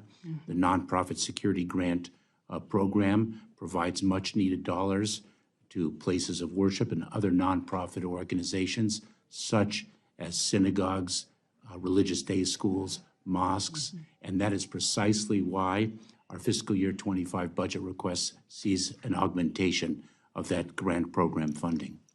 Mm-hmm. And but would that allow additional grants to these facilities in order for security and protection? It would, and tragically, what we see is increasingly target-rich and resource-poor institutions, and the increase in funding would allow us to ensure enfranchisement in our grant programs, a better inclusivity to build capacity where it does not currently exist. But we are working very closely with different communities, different faith communities, different nonprofit organizations to share best practices and do what we can with the limited funds available to us. It's critically important in my community. I hear from these organizations all of the time, many small organizations, but nevertheless under serious threat continuously. Let me move on to another FEMA question, if I can, and I'll try to be quick, Mr. Chairman. And FEMA, by the way, is the single largest part of the Homeland budget, as I understand it. It plays an expansive role in keeping our communities safe. It's firefighters, next generation warning system, preventing violence and terrorism, talking about protecting our homeland, homeland security, responding to disasters, helping communities recover, build back stronger. We've got extreme weather events, wildfires, hurricanes, winter storms threaten the infrastructure that we rely on every day. Let me talk about Connecticut, across New England, historic flooding. These events put people's livelihoods and their lives really at risk and create public health and public safety crises. I'd like to focus on prevention and pre-disaster mitigation. The sad reality is disasters are going to happen. So can we speak to the 2025 request for FEMA, how you envision it should be focused on preparedness, protection, and mitigation? Where are increased investments needed in order for you to support this work? What kind of policy changes should the Congress be considering? Because yes, indeed, it's about Homeland Security. These are Homeland Security issues. Congresswoman, I look forward to working with you on assessing what legislative changes are needed to better address the increasing impacts of climate change, the increasing frequency and gravity of extreme weather events. I have spoken with mayors around the country about the need to update building codes, something as basic as that, because the building codes are addressing the weather of yesterday and not the weather of today or tomorrow. I believe it is Colorado State University that just issued a report about its prediction for hurricane season, and it is really looking very, very troubling. An ounce of prevention today is absolutely vital to preventing calamities in local communities across this country. The situation is getting worse from an extreme weather perspective, and we have to work with every community to ensure it understands what it needs to do with the funds that we distribute to it and the funds that they themselves have, in terms of understanding how houses and residences of all types need to be prepared, need to be safeguarded, and what people need to do should an extreme weather event actually occur. I thank you, and I thank the chair. I just make this final comment. I would very, very much like to work with you on this, because I think the whole issue of FEMA and its role in national and homeland security gets lost. It gets lost in a whole lot of yes, serious issues, but a whole lot of political rhetoric as well. But this is, I think, an area where Congress may have the opportunity to do something, and to do something in a bipartisan basis, because these kinds of conditions affect all of our communities. And I thank you. I thank you for your indulgence, Mr. Chairman. Thank you. Let me talk a little bit about the OIG. The OIG has complained that they attempt to get things from the Department of Homeland Security. I'm going to ask this letter to Chairman Green from January 17th from the OIG to be entered into the record, where she points out that the department over the past few years has used the excuse of the Privacy Act and the Presidential Records Act to withhold information from the OIG. Now, the purpose of the OIG, as you know, is Congress. We think the OIGs are important to keep an eye on the individual departments, and we would hope that the departments would always cooperate with their OIGs, because otherwise Looks a little suspicious. So do you agree that the Privacy Act and the Presidential Records Act, in fact, do not affect the ability of the department to transfer information to the OIG? Congressman, let me assure you that we cooperate fully with the Office of Inspector General, and we also appreciate the importance of the Inspector Generals in making sure our department is as efficient and effective as it can be. Is your Inspector General Joseph Kafari? Yes, he is. But in this letter, he says you're not cooperating. And I'll enter in, Mr. Chairman, without objection, I'd like that entered into the record. Congressman, I respectfully disagree with the Inspector General. Well, that's why we have Inspector Generals, to actually keep an eye on the departments. And we expect when the department is doing something that they want to cover up, that they're not going to cooperate with the Inspector General. And then they're going to claim that they cooperate with the Inspector General. That's our cop on the beat. That's our cop on the beat, watching the cops on the beat. Okay? Congressman, assuredly, you are speaking of a department different than ours when you characterize that type of behavior. That's not what the letter kind of indicates. Anyway, the last thing I want to talk about in the last remaining minute is the... Mr. Chairman, Secretary Mayorkas, it's wonderful to see you here today, and I'm going to see you again next week when you come before my committee, the Homeland and Governmental Affairs Committee, and it's good to have an opportunity to ask your questions. I've always appreciated your candor, your professionalism, and your dedication to the mission. So thank you for the work that you do each and every day. In this year's appropriations bill, I was able to secure initial funding with the help of my colleagues here, including great help from Chair Murphy, for the Northern Border Coordination Center. This center is going to play a critical role in coordinating our efforts to better secure our nation's northern border. So my question for you, sir, is how does the department plan to use this funding to address the threats that exist on our northern border? Chairman Peters, we're very grateful for the funding and for the concept of the Coordination Center, because what it does is it allows us to take a step back and take a look at the northern border writ large and decide where we need to allocate our resources, how we need to allocate it, and make sure that we're being as strategic as well as tactical as possible. I have asked to meet with our CBP team to get the Coordination Center moving, and I've already spoken with the team about how we can use it to recalibrate staffing, because I know you and other senators actually on this committee have expressed concerns with respect to staffing of the northern border. Thank you. Yeah, we definitely have to make sure that we have the people there and the coordination, so I appreciate your efforts in setting up that center as quickly as possible. Mr. Secretary, I was pleased to see the notice of proposed rulemaking published by CISA, as was required by my Cyber Incident Reporting for Critical Infrastructure Act. This legislation, as you know very well, and the implementing rule will ensure cyber incidents affecting critical infrastructure are reported to CISA so that they can help companies prevent similar attacks. However, FY24 appropriations for this program were set at $24 million below the requested level. So my question for you, sir, is how will this funding shortfall impact the department's ability to implement this critical program, and are there other resources necessary in order to execute this rule as was intended by Congress? Chairman Peters, this is a transformative piece of legislation that is really going to, when implemented, enhance the cybersecurity of our country. I just met with cybersecurity professionals from companies all over the country yesterday to talk about the notice of proposed rulemaking that we issued and to solicit their feedback on the CIRCIA implementation.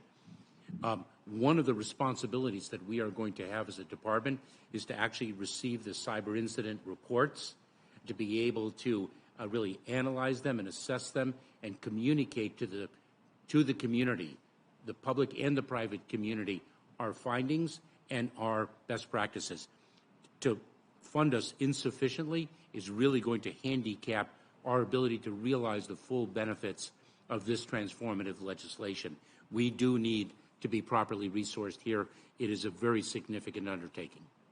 Right. Well, we're going to work to make sure that that happens. I totally concur with you. I know that Senator Murkowski, as well as Chair Murray, shared their concerns about Coast Guard funding, particularly with infrastructure, icebreakers and cutters, et cetera. But as you well know, Coast Guard plays a vital role in the Great Lakes as well. And unfortunately, the Coast Guard is facing personnel shortages that are impacting their activities in the lakes. For example, personnel shortages recently hindered essential operations at 7 small boat stations along the coast in Michigan. So my question for you, Mr. Secretary, does the President's budget include necessary resources to address the Coast Guard's workforce challenges and ensure that it has personnel that are absolutely needed to effectively serve Michigan as well as the entire Great Lakes region?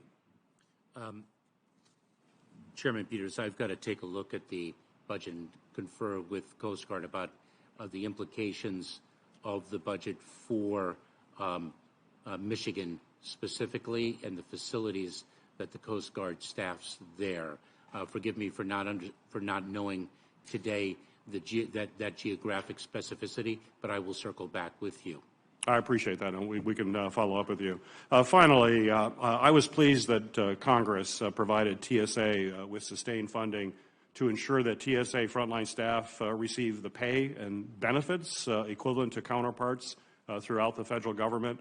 The Department's FY25 budget request, if granted, would ensure that TSA personnel continue to receive equivalent pay and benefits, and I look forward to working with my colleagues to deliver to TSA the pay and those benefits that they deserve as they keep us safe every single day at airports across our country. My question for you, sir, is as TSA continues to screen record numbers of passengers, how does this pay increase improve TSA's operations, workforce morale and retention, as well as your recruitment efforts? I have spoken with the Administrator, David Pekoski, on a number of occasions. The pay increase has had a monumental impact, positively, of course, on both recruiting and retention, as well as, of course, morale. Thank you, Mr. Secretary. Thank you, Mr. Chairman. Thank you, Dr. Harris. Mr. Newhouse. Thank you, Mr. Chairman. Mr. Secretary, by statute, your agency, as well as the Department of Labor, administer the H-2A Agricultural Guest Worker Program. Based on recent DOL rulemakings that farmers across the country are burdened with, DOL appears to at least not understand or not fully appreciate the importance of the agricultural industry. I, for one, however, would like to believe that you do, that you understand the importance of growing healthy foods in the United States, which aligns with your agency's guiding principles and responsibility to preserve and uphold the nation's prosperity and economic security. So just real simply, do you believe that the ability of a nation to feed itself is inherently more secure than a nation that relies on imports to feed its citizens? I do. Good, thank you. I am not an expert in that area, but I believe in the H-2A visa process, and in fact, we are expanding it throughout the hemisphere as a critical lawful pathway. Let me ask you a little bit about that. Earlier this year, the USCIS finalized a new rule that would increase the cost to employers utilizing H-2A, among other programs. While I understand the purpose and the utility of a fee-based program, the need to update based on increased cost, the rule as finalized is overly burdensome and costly to our nation's producers. Not only did the general filing fee increase, but a $600 asylum program fee was added, requiring ag employers to pay for a program that they really don't receive any benefit from. Additionally, instead of just filling one form for all their workers, the final rule caps the number of employees that can be listed on each form at 25. There's no added benefit that I can see for this policy, and it only increases paperwork burdens and costs to ag employers. So now that the rule has gone into effect as of last week, we have some actual costs associated with this rule, and they far exceed the predicted, indicated 26% increase that was anticipated. So a couple questions here. Do you expect producers to absorb this cost, or are they to pass them on to consumers?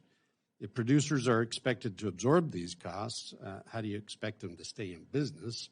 And if they're no longer in business, how do you and the administration plan to protect our food security when, at the time that the majority of our foods served on our tables becomes imported from other countries? Congressman, 2 points. Number one, I will allow experts to speak to the downstream economic implications of the fee rule that we were compelled to issue. I am very sensitive to the fact that additional costs were imposed on applicants, and I understand the burden that poses. But U.S. Citizenship and Immigration Services was really with its back against the wall, having been driven almost to bankruptcy by the prior administration. The legislation provides that the fees that the agency charges are to be recalibrated according to costs. I believe it is every 2 years, and a fee rule hadn't been promulgated successfully for over 7. I believe my timeframes are correct. And so we had to make some very difficult decisions with respect to how to bring the agency to a point of financial stability, which it had been suffering financial instability for too long, which created backlogs in the administration of our legal immigration system. I will follow up with experts to address your more economic-centered questions. I appreciate that. Thank you. Thank you, Mr. Chairman. That you convey my thanks to the Coast Guard for what they're doing in the Port of Baltimore. Their response was tremendous. I mean, getting that port reopened is important. Obviously, it's a multi-agency effort. Coast Guard is playing a very important role, as well as the Army Corps of Engineers. So I want to convey my thanks. Thank you, Congressman. Now, I will do so. I'm going to ask you a question that has come up because the FBI director has testified before Congress that he wasn't certain whether or not there were undercover operatives, FBI operatives, working on January 6th in the crowd. But an undercover journalist with Sound Investigations released a video you may be aware of in the last 2 days of a CIA official, former FBI member, actually saying, yes, there were. So I'm going to ask you a simple question. Were there undercover officers or agents from the Department of Homeland Security or paid informants in the crowd on January 6th? Congressman, I don't know the answer to that question. I will follow up with you. Wow is all I can say. Was Ray Epps a paid informant? Congressman, I'm not familiar with those facts. I'd be very pleased to get them to you. Thank you very much. And is it the policy of the Department of Homeland Security, because I understand it is the policy of the FBI, to actually have undercover individuals at these events to kind of keep them in control, to allow people to peacefully exert their First Amendment rights while kind of, calling attention to people who might interfere with that? So is it the policy of the Department of Homeland Security to have undercover agents or officers or paid informants at events like that? Events like? Like a large protest somewhere. Where people attempt to exert their First Amendment rights. Congressman, that is not where we focus our Okay, but if you get the answers to me on the other one, I'd appreciate that about January 6th, whether or not you had agents there. Okay, let me talk. I recognize Mr. Garbarino, the gentleman from New York, for the chairman of the Subcommittee on Cybersecurity, for 5 minutes of questioning. Thank you, Mr. Chairman. I'll remind my colleague that the only bill that's actually passed one of the houses that addressed the border crisis was the one we passed here, H.R. 2. Nothing actually passed the Senate. So, I mean, we have acted. The Senate has not. If they want to send us a bill, let them. They haven't been able to. Secretary, I want to ask a question about the nonprofit security grant program. Anti-Semitism is on the rise here, and this has been exacerbated by the horrendous acts of the terror in Israel on October 7th and the war that has followed. This program protects a lot of Americans. It has been essential for securing places of worship and providing safe places for Jewish Americans to practice their religion, as is their constitutional right. The current request is for fiscal year 2025, $385 million. Seeing what we've seen and knowing what you know, the risk on the ground, especially to these Jewish Americans, is $385 million enough? Congressman, we make trade-offs under the Fiscal Responsibility Act, but we certainly believe that the Nonprofit Security Grant Program is in dire need of additional funding for precisely the reason you express. We are indeed in a heightened threat environment.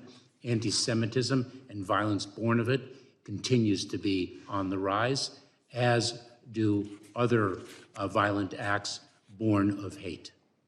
So we think 385 is enough to protect the Americans at these facilities? We believe it is a significant advance in the protection of our communities across the country. Thank you. I want to move now to cyber workforce. GAO came out with a report which was kind of startling. CISA has, for the entire defense and action on OT, operational technology, for all of our critical infrastructure that CISA oversees, they have a response team, I think, of 11 people, 4 employees and 7 contractors. That is grossly under, that is definitely below the need of what we actually need. What is the current cyber workforce gap at the Department of Homeland Security right now? Congressman, I'll have to get back to you on the specific number, but let me express my deep gratitude on the part of CISA and our department for your support of our cybersecurity mission and all that we are seeking to do. I appreciate that, and I do think CISA does a great job, but when you see that they only have 11 employees that cover OT, you know, they have a great use of the cyber talent management system, but we are repeatedly seeing cyber attack after cyber attack after cyber attack. And Americans are starting to ask me, what are we doing? And there is a workforce problem. There is a workforce shortage. 11 employees for just to oversee OT, that is not good. That is not good enough. I understand the request this year for CISA is just a little over $3 billion to fully fund the entire agency. There needs to be more focus, and I've spoken directly recently about this, but you oversee the agency. There needs to be more of a focus on cybersecurity. And I also have to say, I see that CISA just released its notice of proposed rulemaking for the CERCIA rule. The budget requests almost 116 million for its implementation, including staffing and technology. I have been a supporter of the CERCIA rule. I think it could do great things for our defense, cyber defense. But now when you have competing rules like the SEC legislation, which you yourself has said is duplicative, I don't know if there's a need for CERCIA anymore because nobody is stopping the SEC from doing what they're doing, and it's causing a huge problem. CISA should oversee this. It's under the Department of Homeland Security. I think I would like to see more from the agency, yourself included, by pushing back on these duplicative rules, the SEC rule, and others that are proposed. The current cyber reporting bill that the SEC put out is just one of, I think, 5 that the Chairman Gensler has proposed. There's actually a report out there that the bad actors are using the SEC rule as a way to hack more people. This is something that the administration is doing under the SEC. You have said it before, this rule is duplicative. I think you need to, we've been saying it's bad. I think you need to go back and tell the president that this rule has to stop. My time has expired. The gentleman's time has expired, and I understand, Mr. Menendez, you want to go next. Gentleman yields. I now recognize Mr. Swazi, the gentleman from New York, for 5 minutes of questioning. Thank you, Mr. Chairman. Mr. Secretary, I just want to remind my colleagues that you've lived a great American success story. You were a political refugee born in Havana, Cuba, came to the United States of America, graduated from law school, became a prosecutor for 9 years as an assistant United States attorney. You were appointed as the youngest U.S. attorney in the nation. You were the director of the U.S. Citizenship Program and Deputy Secretary of the U.S. Department of Homeland Security. And now you've achieved this position as Secretary. And I want to thank you for your public service to our country. I'm new to Congress. I just got elected in February, and I was watching what was going on down here. And it's like, you know, you kind of tune it out a little bit, all the back and forth. And one of the things that I've talked about in my campaign and certainly want to highlight here is that every problem we face in our country is complicated. Nothing is simple. And you cannot solve complicated problems in an environment of fear and anger, where everybody's just yelling and screaming at each other. It's impossible. You can never get to the meat and bones of doing the work that's necessary. And that's why I was excited by the Senate bill, the bipartisan compromise that you worked on along with Senators Langford and Murphy and Sinema, which didn't have everything I wanted in it, but it was a compromise. And my colleagues, you know, let's say they get everything they want. Let's say Trump is elected. Let's say they get the majority of the Congress. Let's say they get the majority of the Senate. I hope those things don't happen, but let's say it all happens. Under no circumstances will they get enough votes in the Senate to actually pass a bill. We'll have to do something bipartisan under any circumstances. And you can't get a bipartisan bill under any circumstances unless people work together. So it's great that we got more money for the Customs Border Patrol agents to bring it up to 22,000 in this most 2024 appropriation. And we got more detention beds. But under the Senate bill, we would have gotten more Customs Border Patrol officers as well. And we would have gotten more detention beds.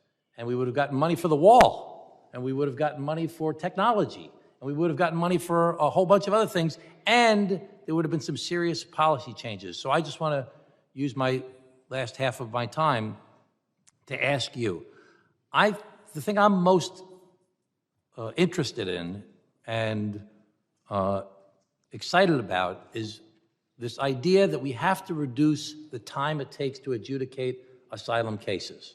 It seems like that's the most important thing we have to do, because right now we've got all these people, you know, the crisis, everybody's freaking out, so many people coming over the border. It seems like it's calmer now, but there'll be a surge again, I'm sure, between now and the summer.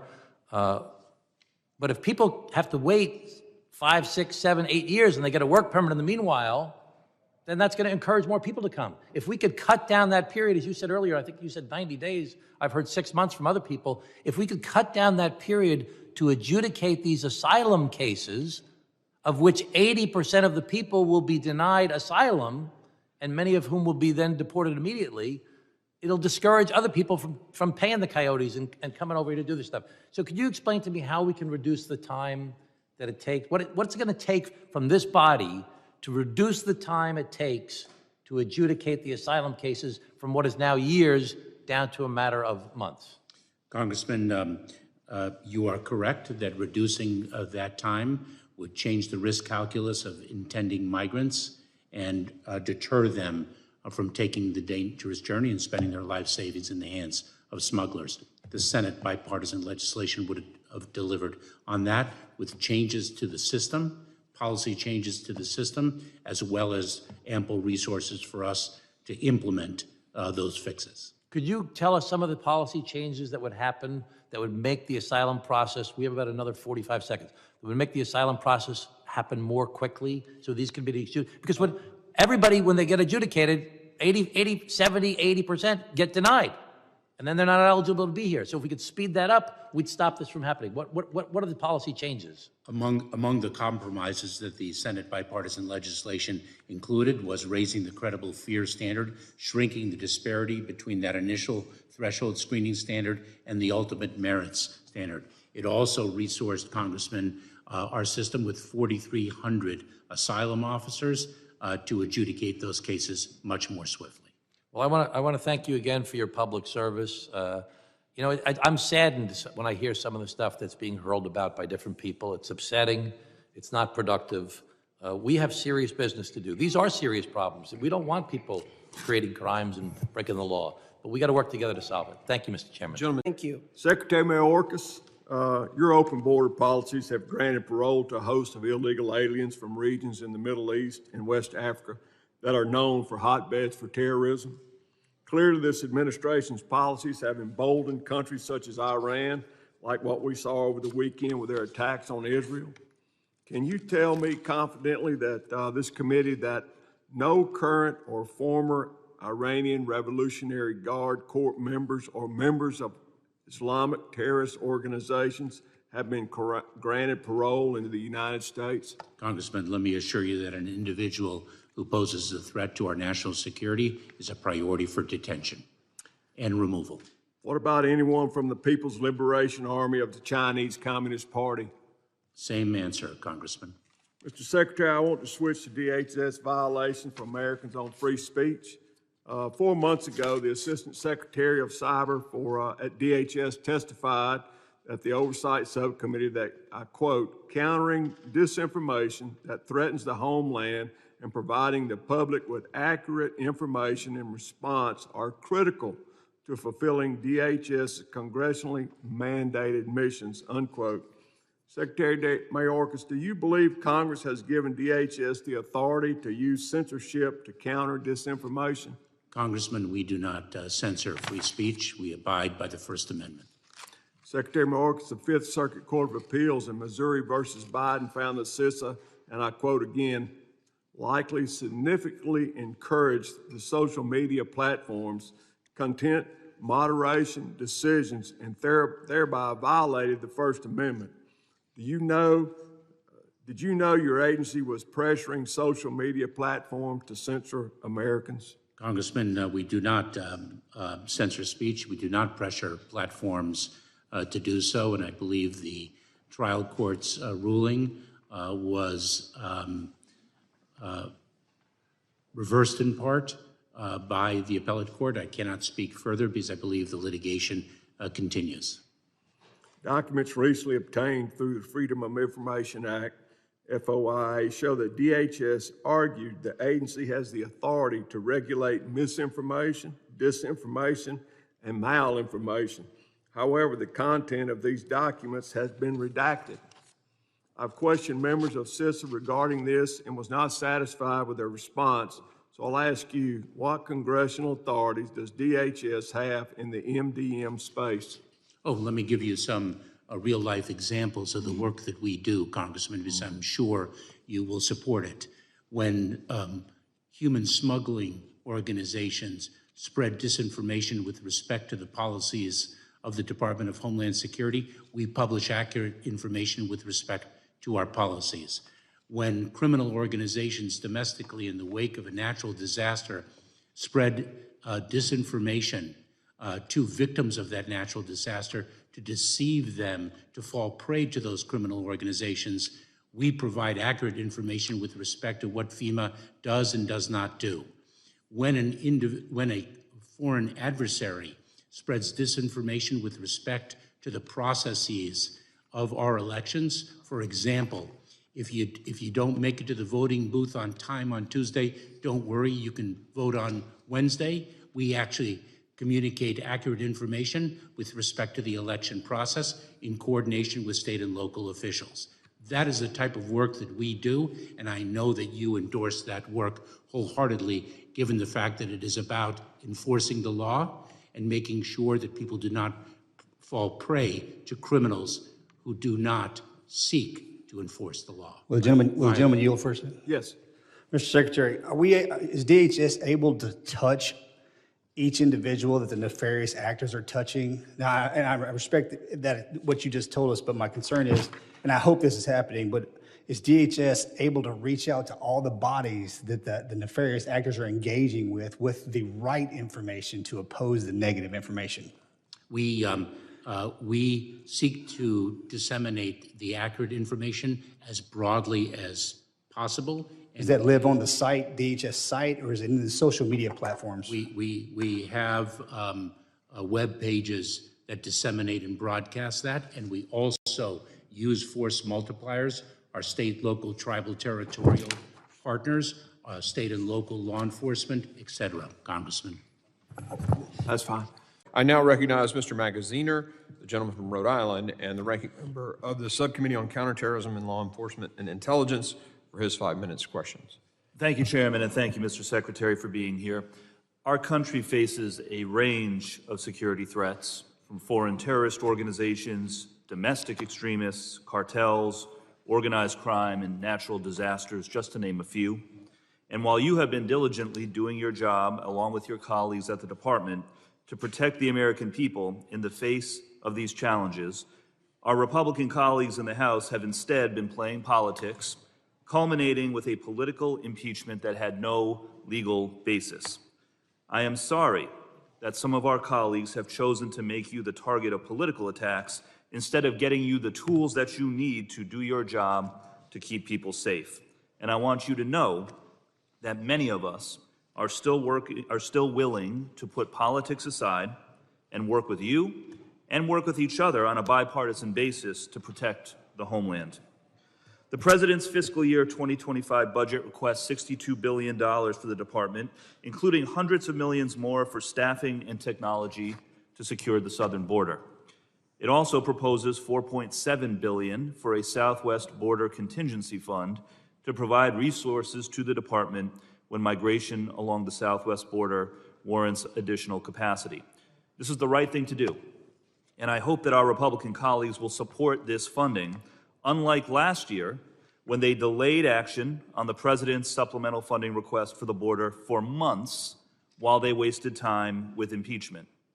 It is inexcusable that our Republican colleagues did not pass the final fiscal 24 funding for the department for nearly 6 months, forcing the department to work under multiple CRs, reducing operations and overstraining the workforce of the department, and I hope that fiscal 25 will be different.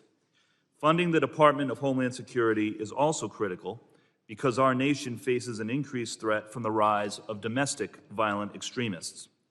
Now, we heard from you, Mr. Secretary, and from FBI Director Wray last November during the Worldwide Threats hearing that the top domestic terrorism threat we face continues to be from racially and ethnically motivated and anti-government motivated violent extremists.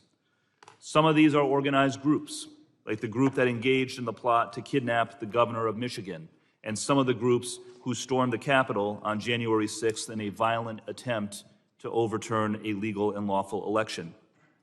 Others are lone actors, like the individual who attacked Paul Pelosi. And many of these individuals are shamefully inspired by and scapegoated by members of this Congress and by former President Trump. But the Government Accountability Office has shown that domestic terrorism-related cases has increased dramatically in recent years. So with this alarming fact in mind, I would like to turn to you, Mr. Secretary. Can you tell us, what is the Department of Homeland Security seeing with respect to the threat from domestic violent extremists, particularly as we grow closer to the election? And what steps are the department taking to address any potential threats to government bodies, officials, and the public at large? Congressman, we are, as Director Wray and I have expressed previously, in a heightened threat environment. Indeed, individuals drawn to violence because of ideologies of hate, false narratives, anti-government sentiments are a significant concern of ours. We do a number of things. We disseminate information and analysis to a state, local, tribal, territorial law enforcement and other officials. We distribute grant funds. We are grateful for Congress's support of those grant funds. We need those funds to increase to enable local communities to protect and guard themselves. As I mentioned in my opening statement, we have a very important targeted violence and terrorism prevention grant program that enables communities to employ best practices in the identification of an individual who may be drawing to violence and intervene before a tragedy occurs. Those are some examples. Well, I thank you, Mr. Secretary, for that, and particularly the support of state and local law enforcement agencies. As we saw on January 6th, it is often law enforcement in uniform who are on the receiving end of these assaults and this violence, and we need to do everything we can to support them against this threat. So I thank you very much, and I'm out of time, so I'll yield back.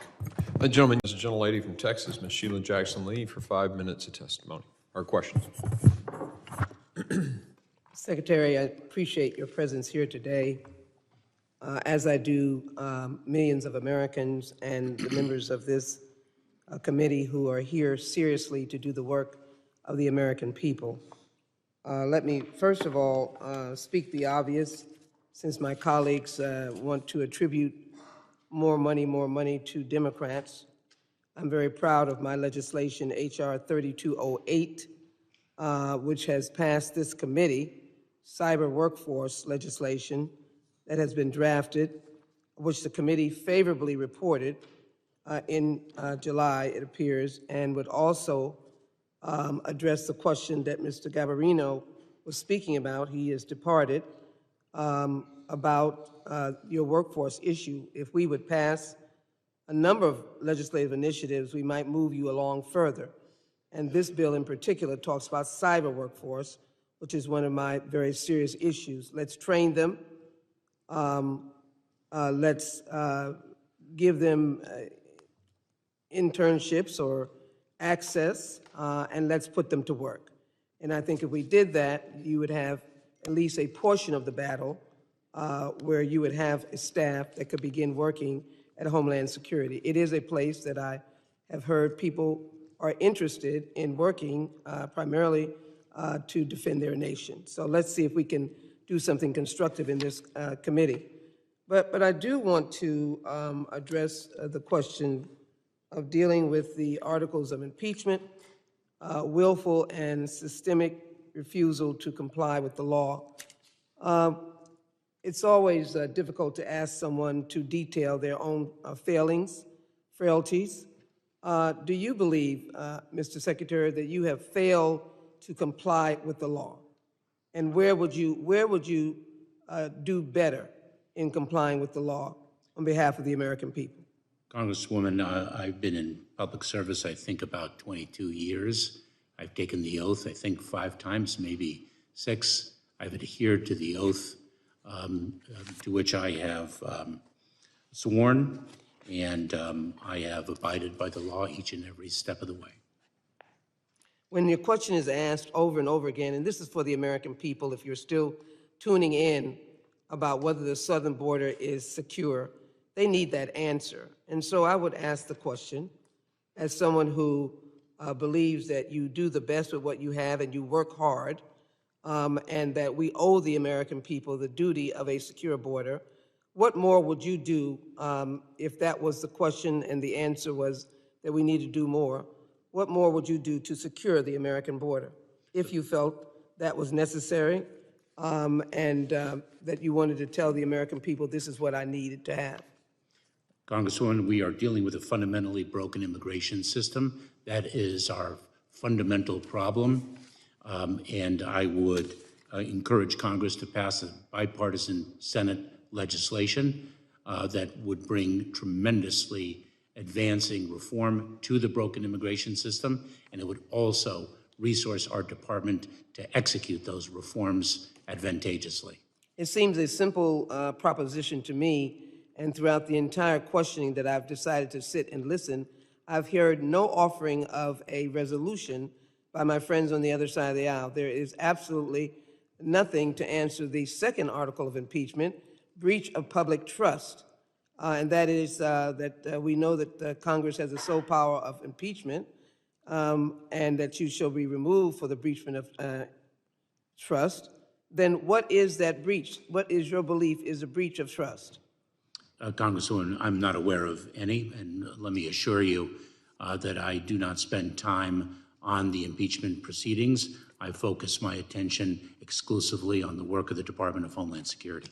We do know that, and that is an answer that I wish some of our colleagues who decide to not be here for that to be able to listen. We do know that Iran, for example, is a major proponent of terrorism, and they decided to exercise that definition by bombarding Israel with 300 of the missiles that they decide to use, the drones that they decide to use against an ally for this horrible attack. What then would you give as an answer? Did we, the United States, generate an attack on Israel? Was that our doing? No, it was not, Congresswoman. And are we prepared to be supportive in helping to defend our homeland? We most certainly are, Congresswoman. We do that every single day through the extraordinary work of 268,000 men and women in our department. And you haven't seen anybody stand up and resign and say, I'm frightened, I don't want to do this work, I don't want to protect the homeland. Have you seen that occur today?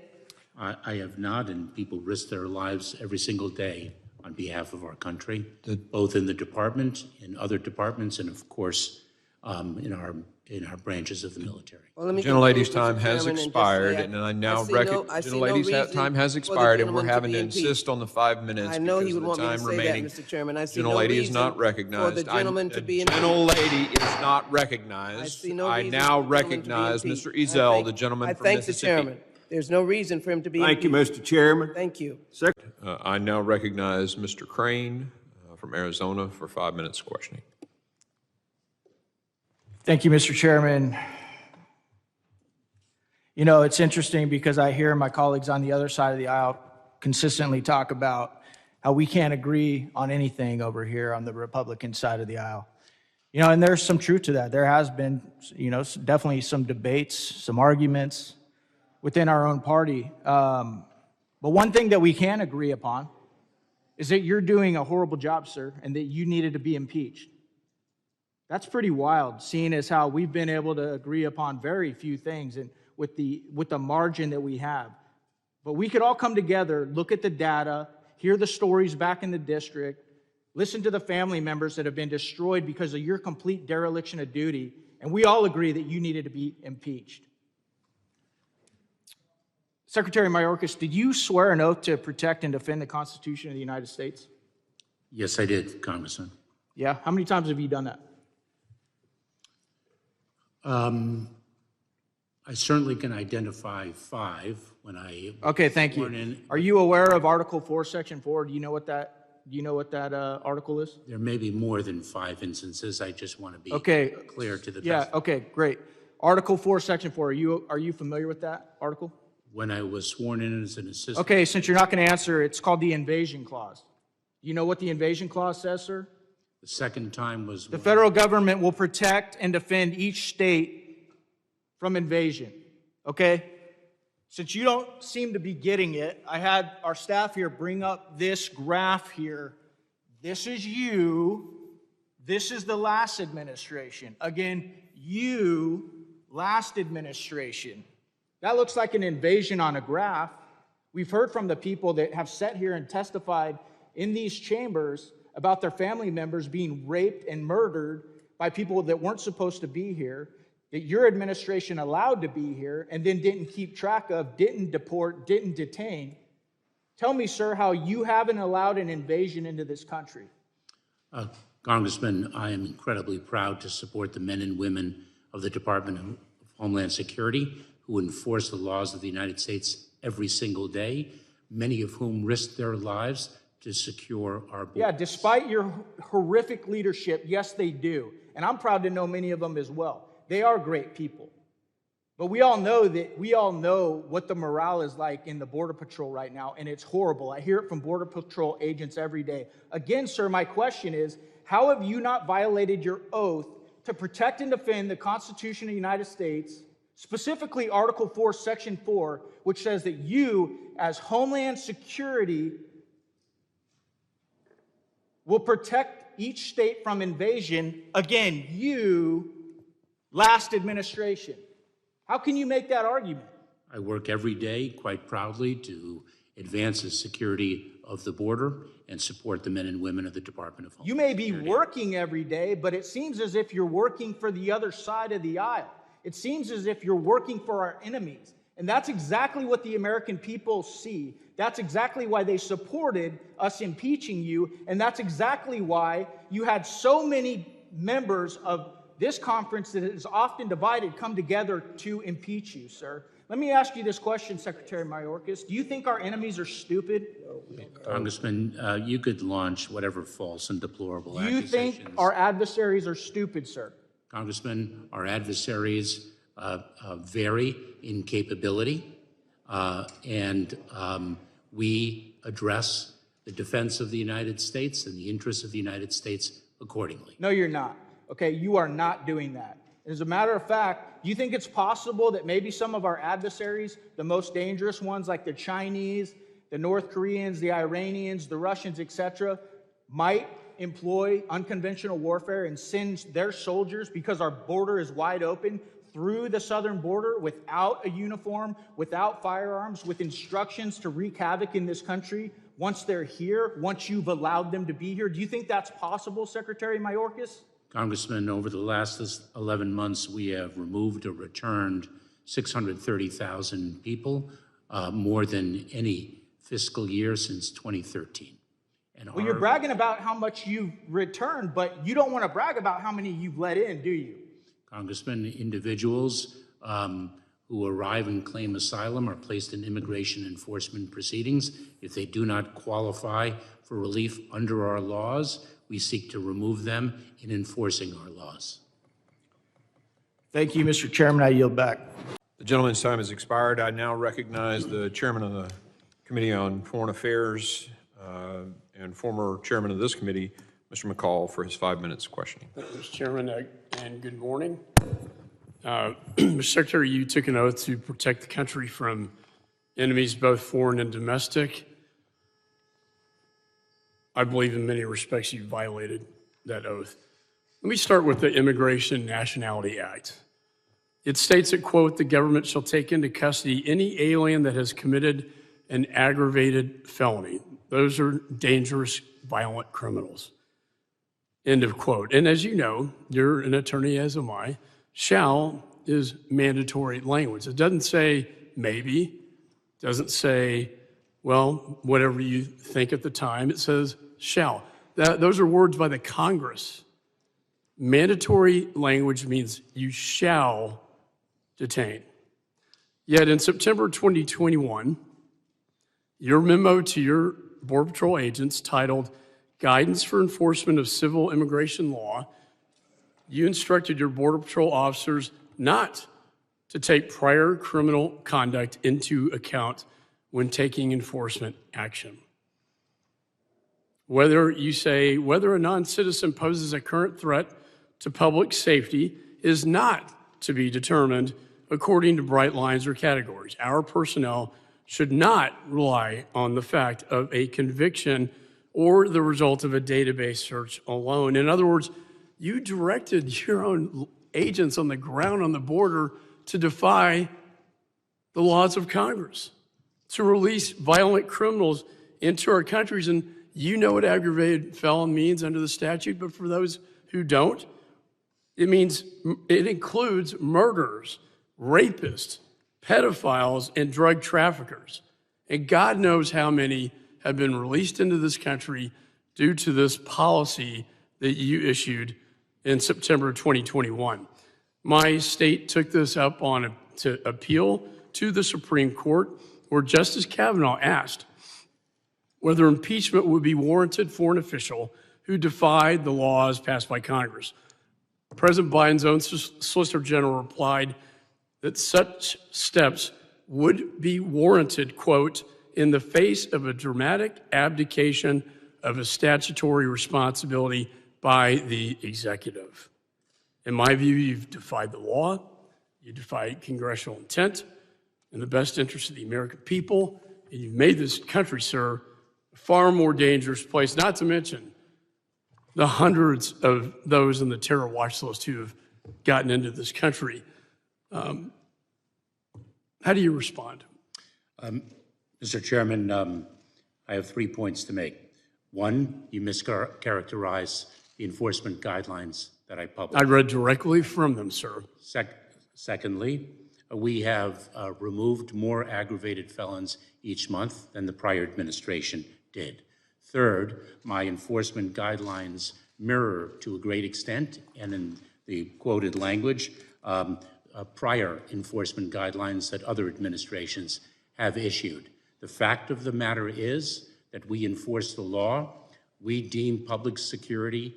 All right, I'm going to reclaim my time on that. You're saying you enforce the law when you told your agents, don't take into account prior criminal conduct. Aggravated felons do not take into account the fact they maybe have a murder conviction or a rapist conviction, or, well, that's what's under the statute, sir. And you told them, don't take that into account. And you can say you've had the best record ever as a Secretary of Homeland. You can say that, but nobody believes it. And I got to tell you, back home in my state of Texas, very, very upset. I want to close with 1833 Supreme Court Justice story said, where a, quote, where a Lord Admiral has neglected to safeguard the seas, that shall be deemed an impeachable offense. I believe that's exactly the case here. You have neglected not just the seas, but the air, land, and the seas, and you've destroyed the fabric of this nation. And my last question to you is, how many persons on the terror watch list have gotten into this country? Mr. Chairman, I'd be pleased to provide you with data subsequent to this hearing. And will you provide the names and backgrounds? Let me assure you that the security of the American people is our highest priority. Will you provide the names and the backgrounds of the I would persons? be pleased to provide you with whatever information you need in the appropriate setting. All right, a bit of a non-answer, but I'll take that. Thank you. I now recognize myself for 5 minutes of questioning. Mr. Secretary, you've issued guidance that directed DHS personnel to essentially disregard the INA shall detain language, meaning, disregard the laws passed by Congress. You've created pathways for tens of thousands of migrants from very specific countries to enter the United States directly without any law passed by Congress and in violation of the INA. The Solicitor General, in arguments before the Supreme Court, arguing on your and your boss's behalf, as well as yourself in testimony to Congress, have said you've had prosecutorial discretion, I think is the term that keeps getting used, to disregard those laws when the resources are overwhelmed. So that's essentially been the argument that, shall detain language could not be adhered to because the resources were overwhelmed. Is that generally correct? No, it is not. Mr. Chairman, let me assure you that we enforce the laws that Congress has passed. And that is the direction that I have given to the workforce throughout my tenure. Well, during the hearing or the court trial, Texas versus the United States, the Solicitor General made it very clear that the reason the policies that you've written have been written the way they've been written is because there's some form of discretion allowed to make the choice that we're not going to, follow the shall detain, and we can get thousands and thousands of examples of where that didn't happen. We have a memorandum from you that basically says, just because it says this doesn't mean you have to, that's a reason to not, or to detain someone. I want to ask this question. Do you know how many ICE detention beds were empty on average during your tenure?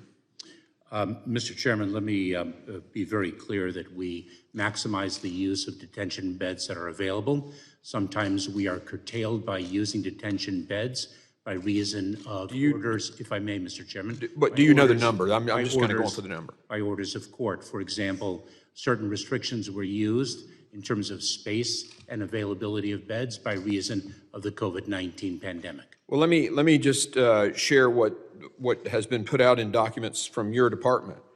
In each year of your tenure, there have been, I would submit, thousands of beds available per day, roughly 9,000 on average in FY22, 3,000 a day in FY23, meaning while you assert that shall detain is what you want to do, what you agree the law says, we're leaving thousands of beds empty every day. And this is not counting the various, I think it's in California, starts with an A, I can't think of the name of the facility, where the courts have ordered you not to use those beds. We're not including those in these counts.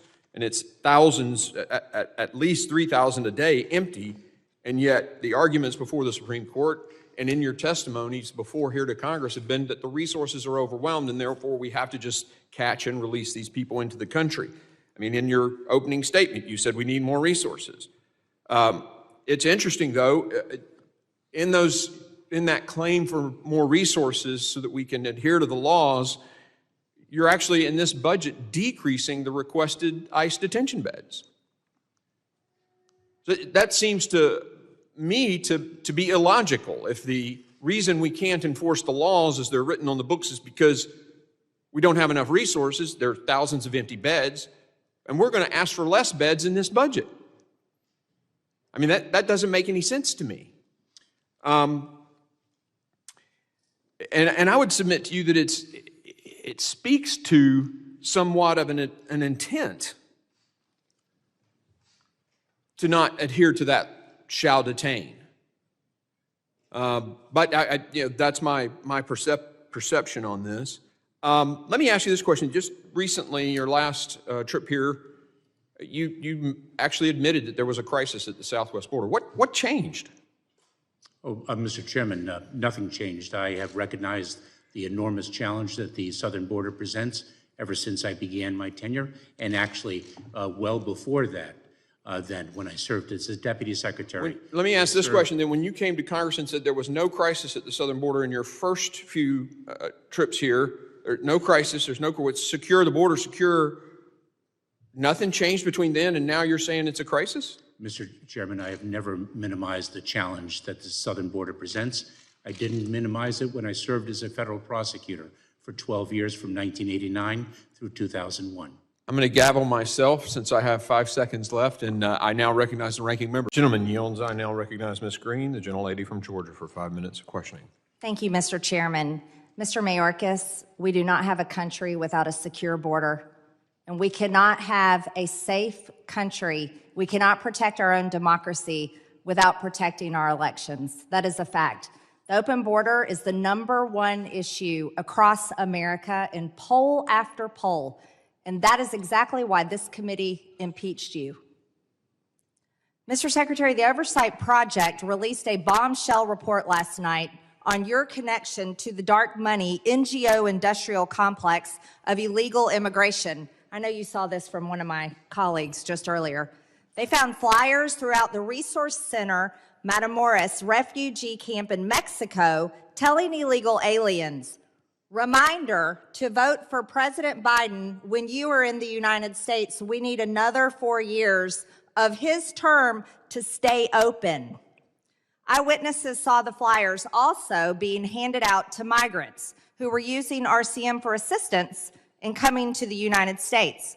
In an audio recording, the founder of RCM, Gabby Zavala, by the way, we maybe should subpoena her to the committee, agreed that they need to help as many people as possible before President Trump gets reelected. RCM is an operation that houses functions for the Hebrew Immigrant Aid Society, which helps migrants enter the United States, and you're familiar with their work. We know that you served as a former board member of this group that funds illegal immigration. And they're very proud of you, Mr. Secretary. They congratulated you on your nomination. You worked as a board member of an NGO that is working in conjunction with other NGOs, which are not only financing the invasion of the country, but also telling illegal aliens to vote in the United States elections. They are telling illegal aliens, non-citizens, to come vote for Joe Biden. That's your boss. This is corruption at the deepest level. As a matter of fact, I would call it treason. It's treason because these people have declared war on our citizens by raping our women, our children, and murdering people. Like Laken Riley, you're familiar with her, right? Congressman, our heart breaks. Are you familiar with Laken Riley? I am familiar with the case. You should have deported her so that she could be alive today. Her parents would have appreciated that. And also Kayla Hamilton, who was brutally raped and murdered by a cartel member. Her mother came and spoke to us. She didn't deport him either. You let him in the country. You, Mr. Secretary, have allowed over 10 million illegals, probably higher than that, could be closer to 15 million, we don't know, to invade our country. You've allowed the cartels to make billions and billions. As a matter of fact, you're probably the best business partner they could ever have. They make all this money in human trafficking and drug trafficking at our border. You've allowed approximately 300 Americans to be murdered every single day from fentanyl that comes across our border. And now you're aiding NGOs to steal our elections through your budget. I demand proof of citizenships in our elections, and that is something every single member of Congress should care about. We don't need illegal aliens voting in our elections. We're supposed to be here talking about your budget, but we're talking about how money is being used to make sure people come into our country are able to get a social security number in which they can register to vote. And on that note, Mr. Mayorkas, I demand that Chuck Schumer holds your impeachment trial in the Senate, because that's exactly what we should be focused on right now. Mr. Chairman, I yield the remainder of my time.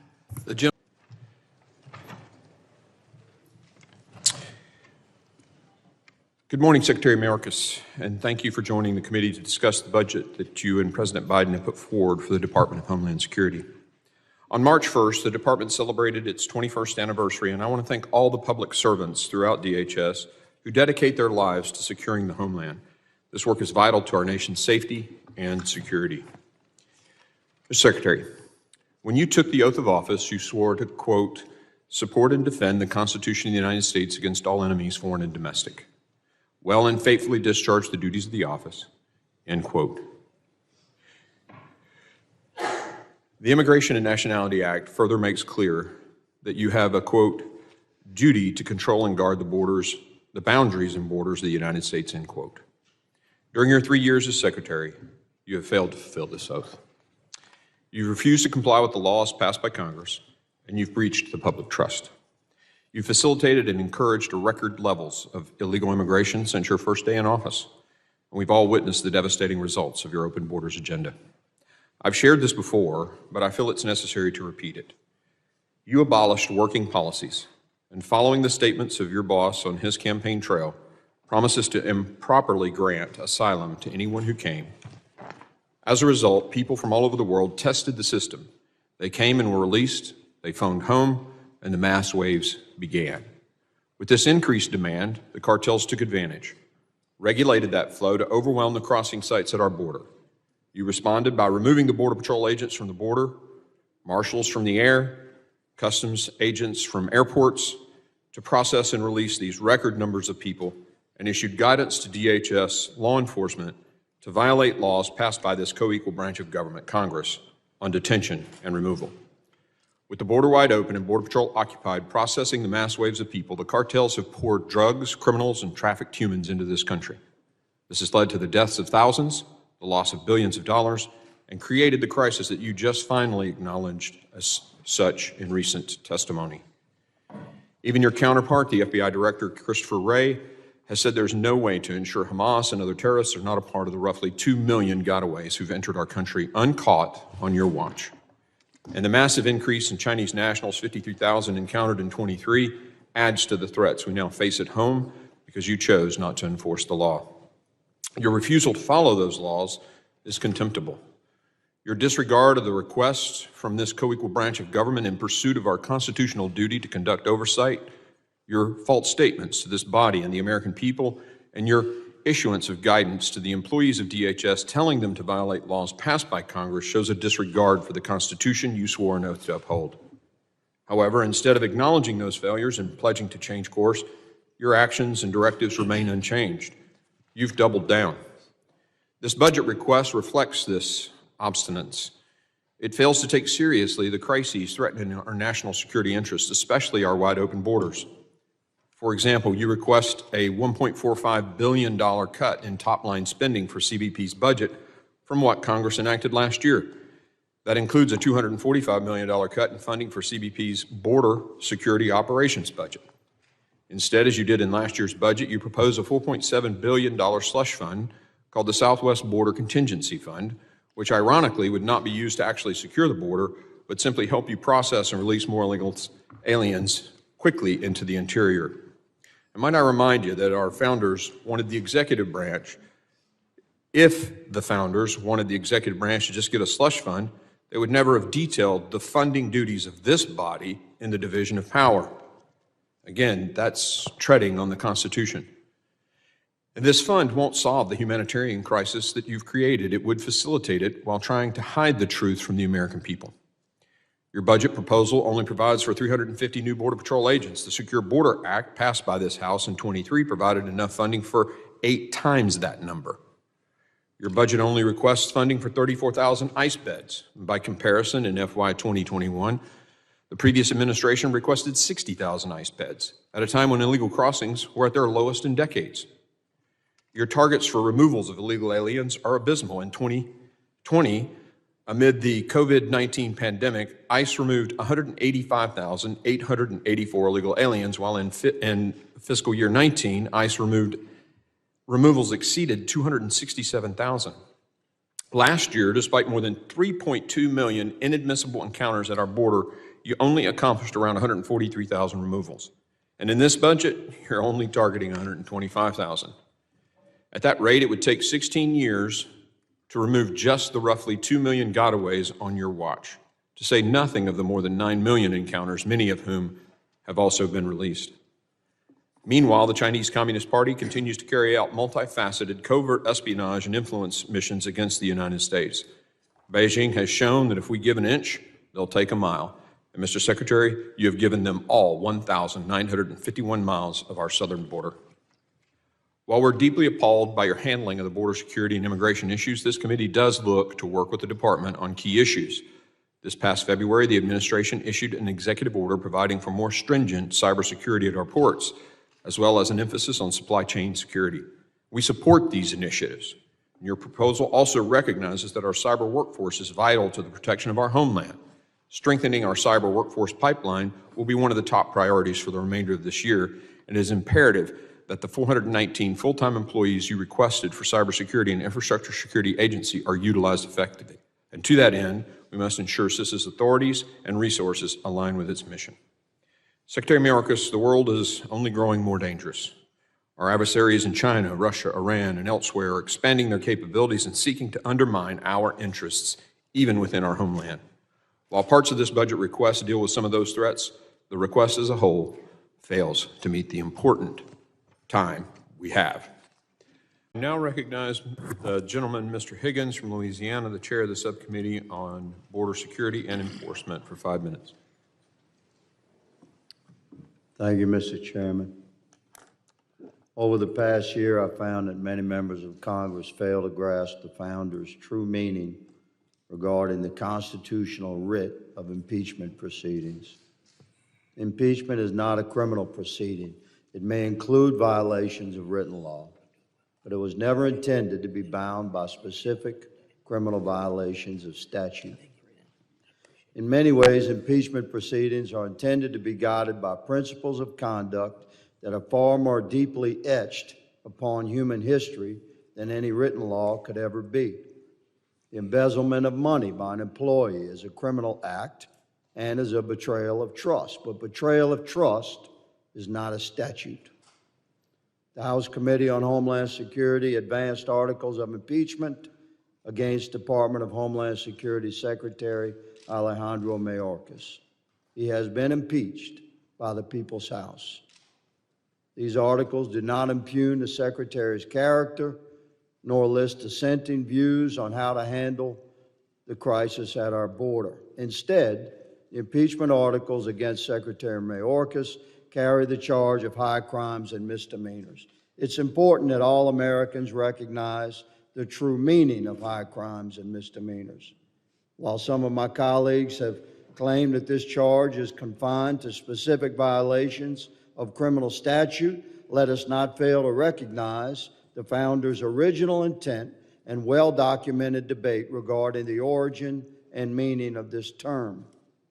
Article 2, Section 4 of our Constitution reads, "The President, Vice President, and all civil officers of the United States shall be removed from office on impeachment for and conviction of treason, bribery, or other high crimes and misdemeanors."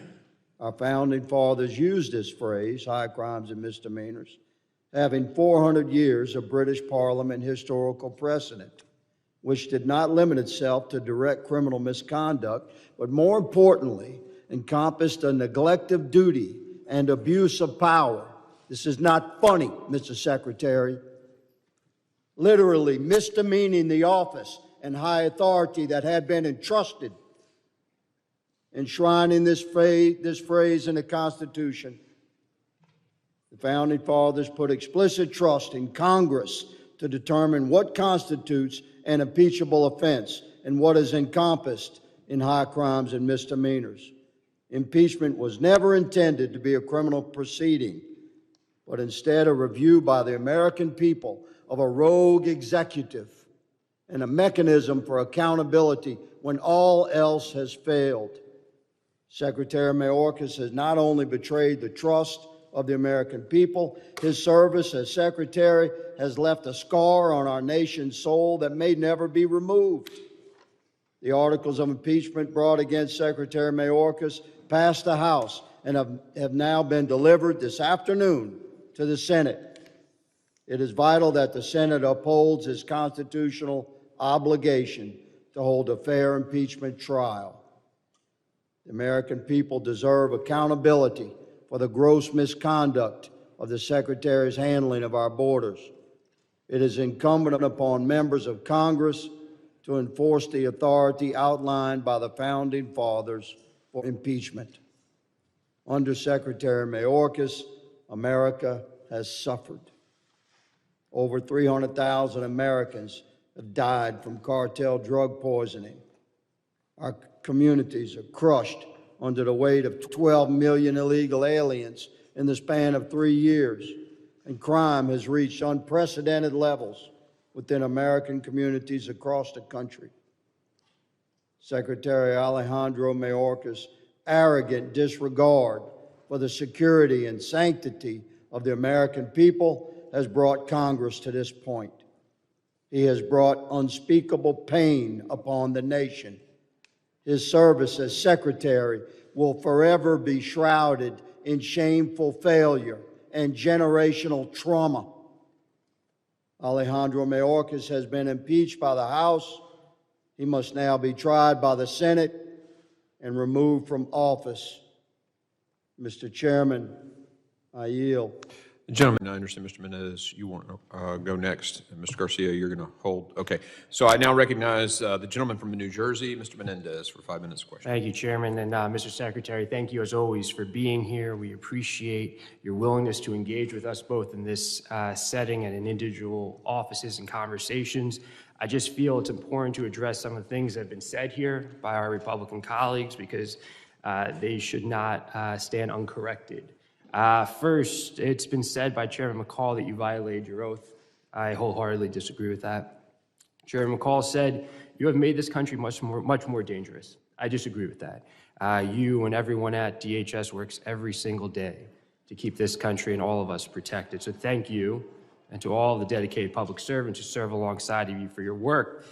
Chairman McCall had also said that you destroyed the fabric of this country. I wholeheartedly disagree with that. And thank you again for your service to this country. Mr. Bishop said and questioned the success of your administration. I want to refer back to what former Homeland Security Secretary Chertoff said about the sham impeachment hearings that we've had here, that House Republicans are ducking difficult policy work and hard-fought compromise. Impeachment is a diversion from fixing our broken immigration laws and giving DHS the resources needed to secure the border. That's the conversation that we should be having today. So if we're going to judge success, I would commend the work that you and your colleagues have done, but I would question the success of this committee and our oversight jurisdiction and our failure to live up to our mandate. I have two quick questions. We had discussed the Remain in Mexico policy. You had said that that requires the cooperation of Mexico. We've also heard about building a wall. Former President Trump said that Mexico would pay for that wall. Has Mexico agreed to pay for the building of a wall? No, it is not, Congressman. Thank you for clarifying that point.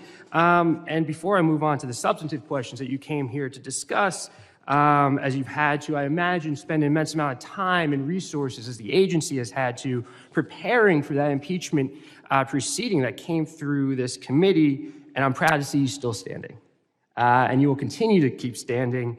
And just a reminder that Republicans have been more successful at removing their own members from positions like former Speaker McCarthy, and now the process that seems to be underway for removing Speaker Johnson. So you keep hanging in there while they keep removing their own members from positions of leadership. I want to go into fentanyl, which is an issue that's of grave concern to many of us. I want to talk about your work combating fentanyl in our country. The Department of Homeland Security is on the front lines executing President Biden's plan. And I want to commend you and the dedicated public servants at DHS who stopped more fentanyl and arrested more drug traffickers in the last 2 fiscal years than the previous 5 combined. The President requested emergency supplemental funds for DHS in October of last year. It's now April, and my Republican colleagues have refused to even consider providing these funds that will help combat drug trafficking. Mr. Secretary, how will the supplemental funding requested by the administration support your ongoing efforts to combat fentanyl? Congressman, the supplemental request would provide 2 very important streams of funding, at least. One is for personnel. More investigators, more support staff for those investigators. Their ability to not only investigate and apprehend traffickers and work both domestically and internationally, but also to resource much needed technology, specifically the non-intrusive inspection technology, which is so remarkably effective at our ports of entry, which are the primary avenues through which smugglers seek to move fentanyl into our country. Absolutely, and Democrats look forward to getting you those resources so you can continue that important work. The department has done a commendable job stopping fentanyl from entering our country. It's worth emphasizing again that DHS has stopped more fentanyl and arrested more drug traffickers in the last 2 fiscal years than the previous 5 combined, as I previously mentioned. Mr. Secretary, how does the administration's budget request for fiscal year 25 build on the successes of the last 2 years?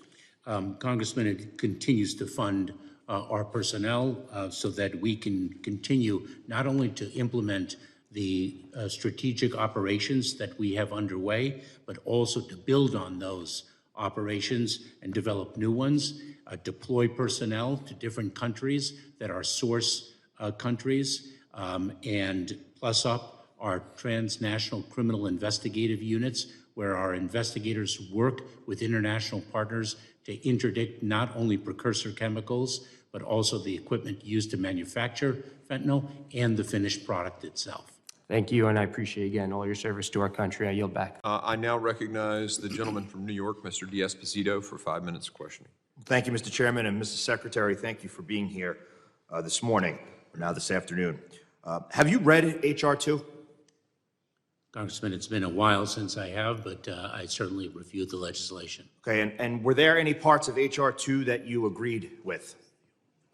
Congressman, I'd have to review it again. It was the most comprehensive border security bill that has been passed out of the House of Representatives in decades. You're the Secretary of Homeland Security. You're not certain or sure of any of the items in that legislation that you would agree with? Congressman, let me assure you that I support the Senate's bipartisan legislation. I'm not asking about the Senate's bipartisan legislation. I'm asking about H.R. 2, the only piece of border security legislation that has been passed through the House of Representatives. We continue to talk about this bipartisan legislation, this magical legislation that has yet to make it out of the Senate, that doesn't have the support to make it out of that. But we still have the administration, the Secretary of Homeland Security telling us that we should support legislation that can't get passed. You don't remember any parts of H.R. 2 that you support? That is, Congressman, I can share with you some of the grave infirmities of H.R. 2. I'm asking for the parts that you support, because my point is that back in May, House Republicans out of this committee passed H.R. 2, the Secure the Border Act. We sent it over to the Senate. That should have begun the negotiation. That should have been the starting point to secure our border. I've heard colleagues on the other side of the aisle say that people in America are, quote, freaking out, that there's chaos.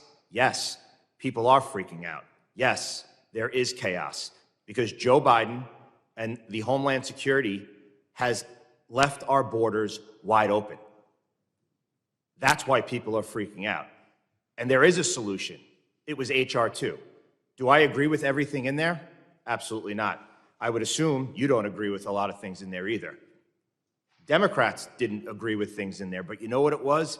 It's the only piece of legislation that we actually have. It's the perfect starting point. So to my colleagues on the other side who are talking about this magical piece of legislation, we have it.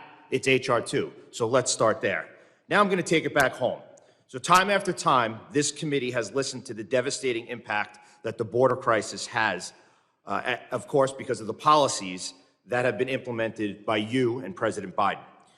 You have helped make every state a border state, every county a border county, and every city a border city, including my home in New York.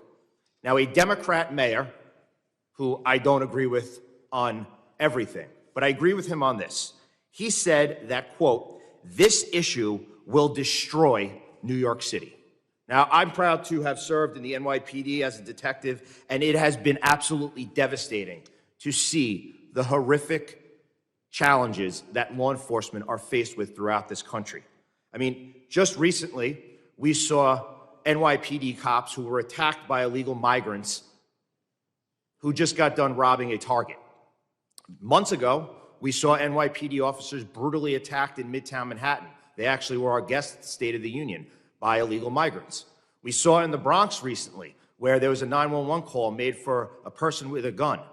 When cops made their way into this home into the Bronx, it was illegal migrants who had squatted there illegally and had illegal guns and illegal narcotics. Then just days after, in my district, in Roosevelt Field Mall, there were 2 migrants who committed larceny in a store, were arrested by the Nassau County Police Department, and guess what the address was that they gave? That home in the Bronx where the guns and the narcotics were found. So I'm going to ask you, can you tell me at what part of this budget request would better support law enforcement? Oh, Congressman, quite a number of parts. The additional personnel request, the funding for additional law enforcement personnel in the Department of Homeland Security. Do you know that in H.R. 2 that there was money in there for additional law enforcement?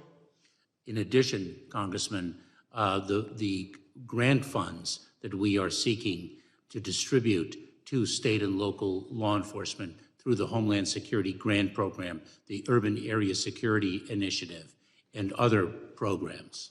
So everything that you just mentioned was part of H.R. 2. So it seems like you do know what you agree with in that legislation. And to my point, that is exactly where we should start. So I urge my colleagues on the other side of the aisle, let's work on this as Americans. H.R. 2 is our starting point. Mr. Chairman, I yield back. Yields. I now recognize Mr. LaLota, the gentleman from New York, for 5 minutes of questions. Thank you, Mr. Chairman. Mr. Secretary, do we have a problem at the southern border? We certainly have a very significant challenge. Yes, we do. Previously, you've characterized that as not a crisis. Are you willing to say today that there is a crisis at the southern border? Congressman, I have said now repeatedly it's a crisis, and I have never minimized the severity of the challenge at the border, regardless of the words that are used. Appreciate the evolution on that. With 200,000 fentanyl deaths, 1.7 million non-citizens being paroled into the country, and migrant crises in multiple cities, including New York City. How grave is the crisis at the southern border? Congressman, the situation is grave. It requires solutions, and I strongly support and urge Congress to pass the Senate's bipartisan legislation. We're going to get into that in a moment, Mr. Secretary. My colleague from the other side of the aisle, from the county to my west, mentioned how some solutions are complicated. I would offer on this, there are some simple solutions which ought to be implemented. And I find it disingenuous that many folks from the other side of the aisle often point to budgetary reasons as why we can't have a secure border. So I want to talk about some non-budgetary reasons, including President Biden's policy choices, specifically his executive orders that he's either issued or rescinded. I think the clerk may have a copy of 64 different, we'll get you on, Mr. Secretary, 64 different executive orders that President Biden has issued that have either rolled back Trump-era border policies that many agree have been successful or implemented some that have made your job more difficult. In the entirety of the 4 years in the Trump administration, there were 2.4 million encounters in this, on the southwest border. In the first 40 months of the Biden administration, there were 7.6 million encounters at the southwest border. So comparatively speaking, 200% more in 20% less of a time. Should the Department of Homeland Security endeavor to have less alien encounters at the southwest border? In between the ports of entry, we are driving to reduce the number of encounters. Yes, indeed, we are. So it's a goal of yours to have less encounters? Yes. Great. Do less encounters lead to less non-citizens being paroled into the country? Yes, Congressman. Great. If there are less non-citizens paroled into the country, will there be less migrant crises like the ones in New York? Congressman, the source of the challenge in New York City is varied. One source of that is a public official's decision to deliberately not communicate. I'm going to reclaim my time, coordinate- Mr. Secretary. The question was, does less encounters at the border lead to less migrant crises? I'm going to offer that the answer to the question is yes. You may have a different opinion. The focus I'd like to have is on the Remain in Mexico policy, which was when President Biden announced that he was rescinding the Remain in Mexico policy. What do you think went through the mind of a migrant from Central or South America, many of whom come here for economic reasons?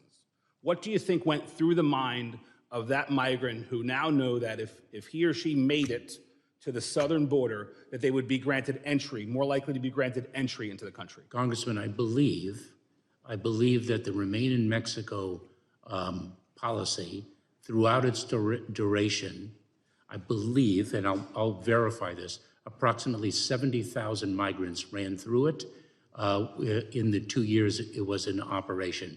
And so I do not, I think that you are overemphasizing. Let me ask you a different question about Remain in Mexico. Why do it? Why repeal Remain in Mexico? What is the value to border security by repealing the policy? Congressman, it was not an effective policy. It was causing a tremendous amount of human tragedy south of our border. And because it was bad policy, it was rescinded. So your testimony is the increase, the 200% increase of migrant encounters at the southwest border in 20% less time is because of COVID? No, Congressman, I have not testified to that. The situation and the reasons for it are quite varied. The fact of the matter is that the world is experiencing the greatest displacement of people since World War II, and our hemisphere is not spared that reality. I'm going to reclaim my time. Mr. Chairman, President Biden should go back to the successful Trump-era border policies. The Senate should take up H.R. 2, the only bill that has passed either chamber in this town. Mr. Chairman, I yield back. The gentleman yields. I now recognize from Alabama, Mr. Strong, for 5 minutes of testimony, or questioning. Thank you. Secretary Mayorkas, thank you for being here to speak on the FY25 presidential budget request. The president's budget request reflects the administration's priorities, correct? It does, Congressman. I'd like to talk about the threats to Homeland and DHS that we see according to your budget request.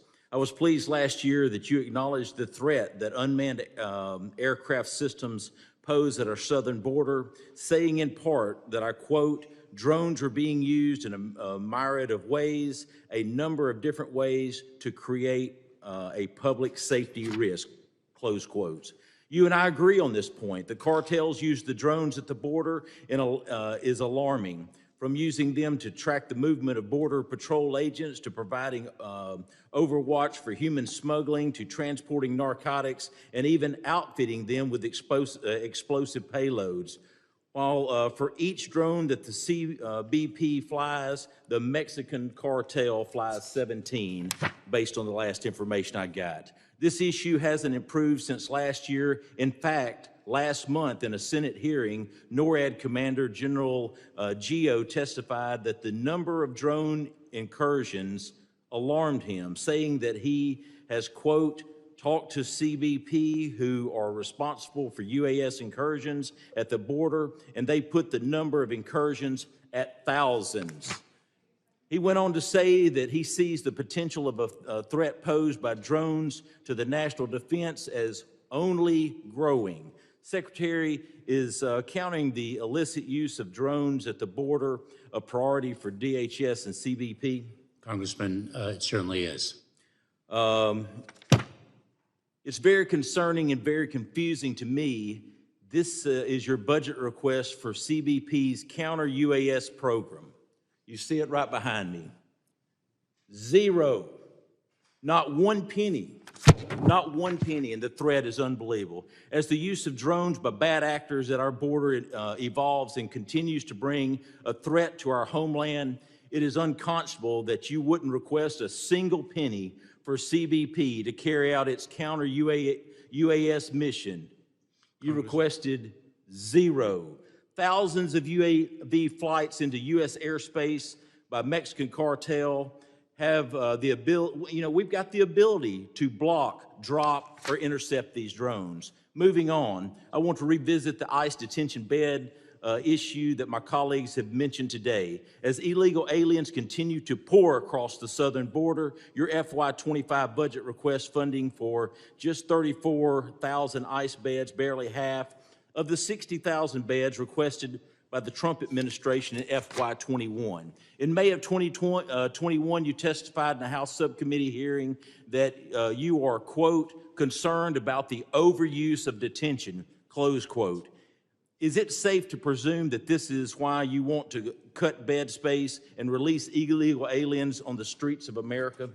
Congressman, it is not my desire to cut detention beds, and I should say returning the counter-UAS authorities. We are seeking to harness artificial intelligence to amplify the strength of our counter-UAS capabilities. Well, I'll tell you this right here on the UAS, we have the technology. Matter of fact, in my community where I live in Huntsville, Alabama, where we could block them, drop them, or intercept them. It's being used in Ukraine. It's being used in Israel. The only thing is that capability, you've got to request it to make sure that it happens. So I'll promise you, I hope that we can come to a reason, because when those UAVs are coming into America, setting down, dropping fentanyl, being stuffed full of cash, and flying back to the Mexican cartel, it's totally unacceptable, and I take you for your word that you're going to do something about it.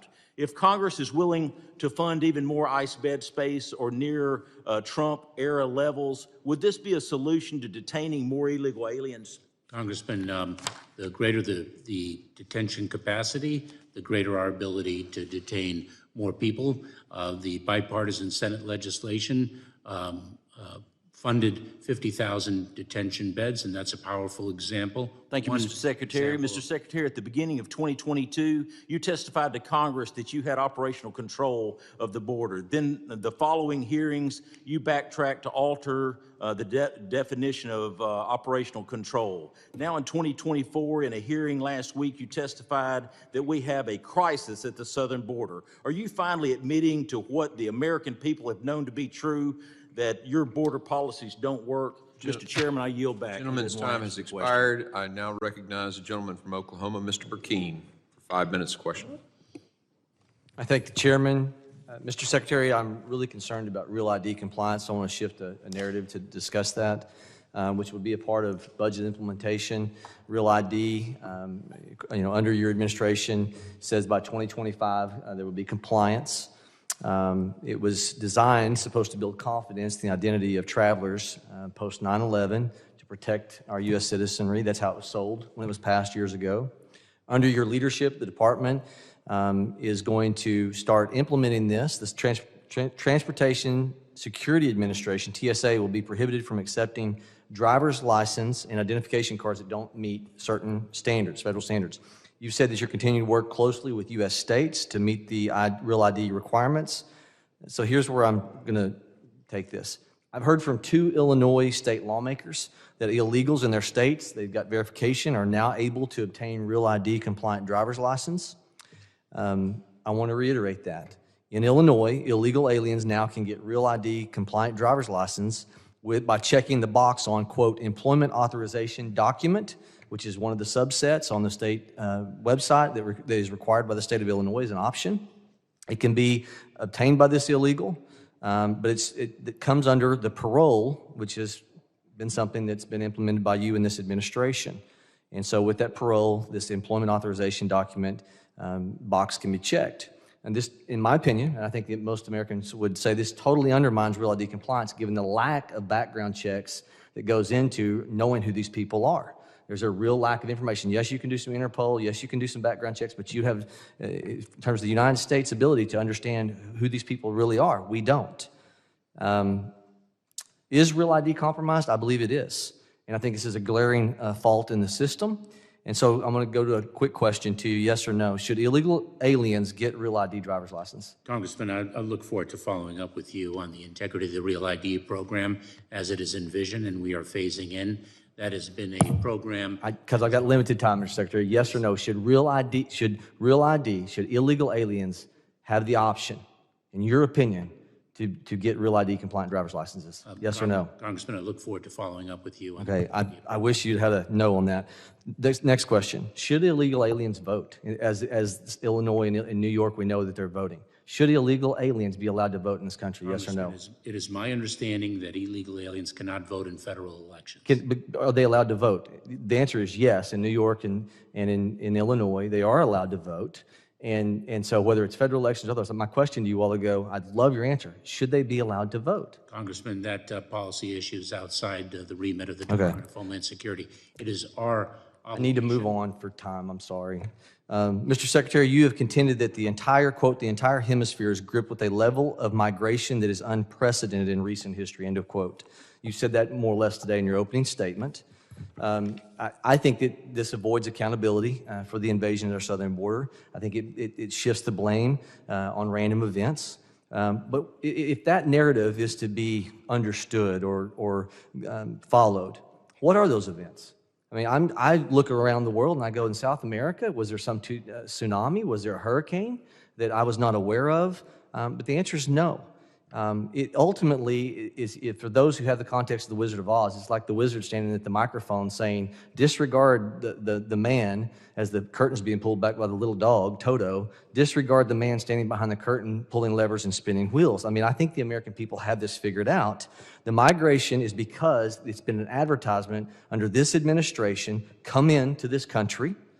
You know, I come from the Sooner State in Oklahoma, Sooner State. History designates legal land run occurred in the 1880s. This was not for illegals. This was for legal citizens. History will remember this time, I believe, in the past 3 years as Biden's land run for illegals, paid for by U.S. taxpayers. Taxpayers are being asked to give their treasure and their children's treasure of the future for this. FAIR organization says it cost us $4,000 for every illegal immigrant. A gold rush to transport illegals to the city of their choice, free emergency health care, and then once these people have a child, there's cash payments in the form of earned income tax credits, thousands of dollars, food stamps once they have a child, food stamps once they have a child, or once they have a child again, Medicaid on top of the food stamps.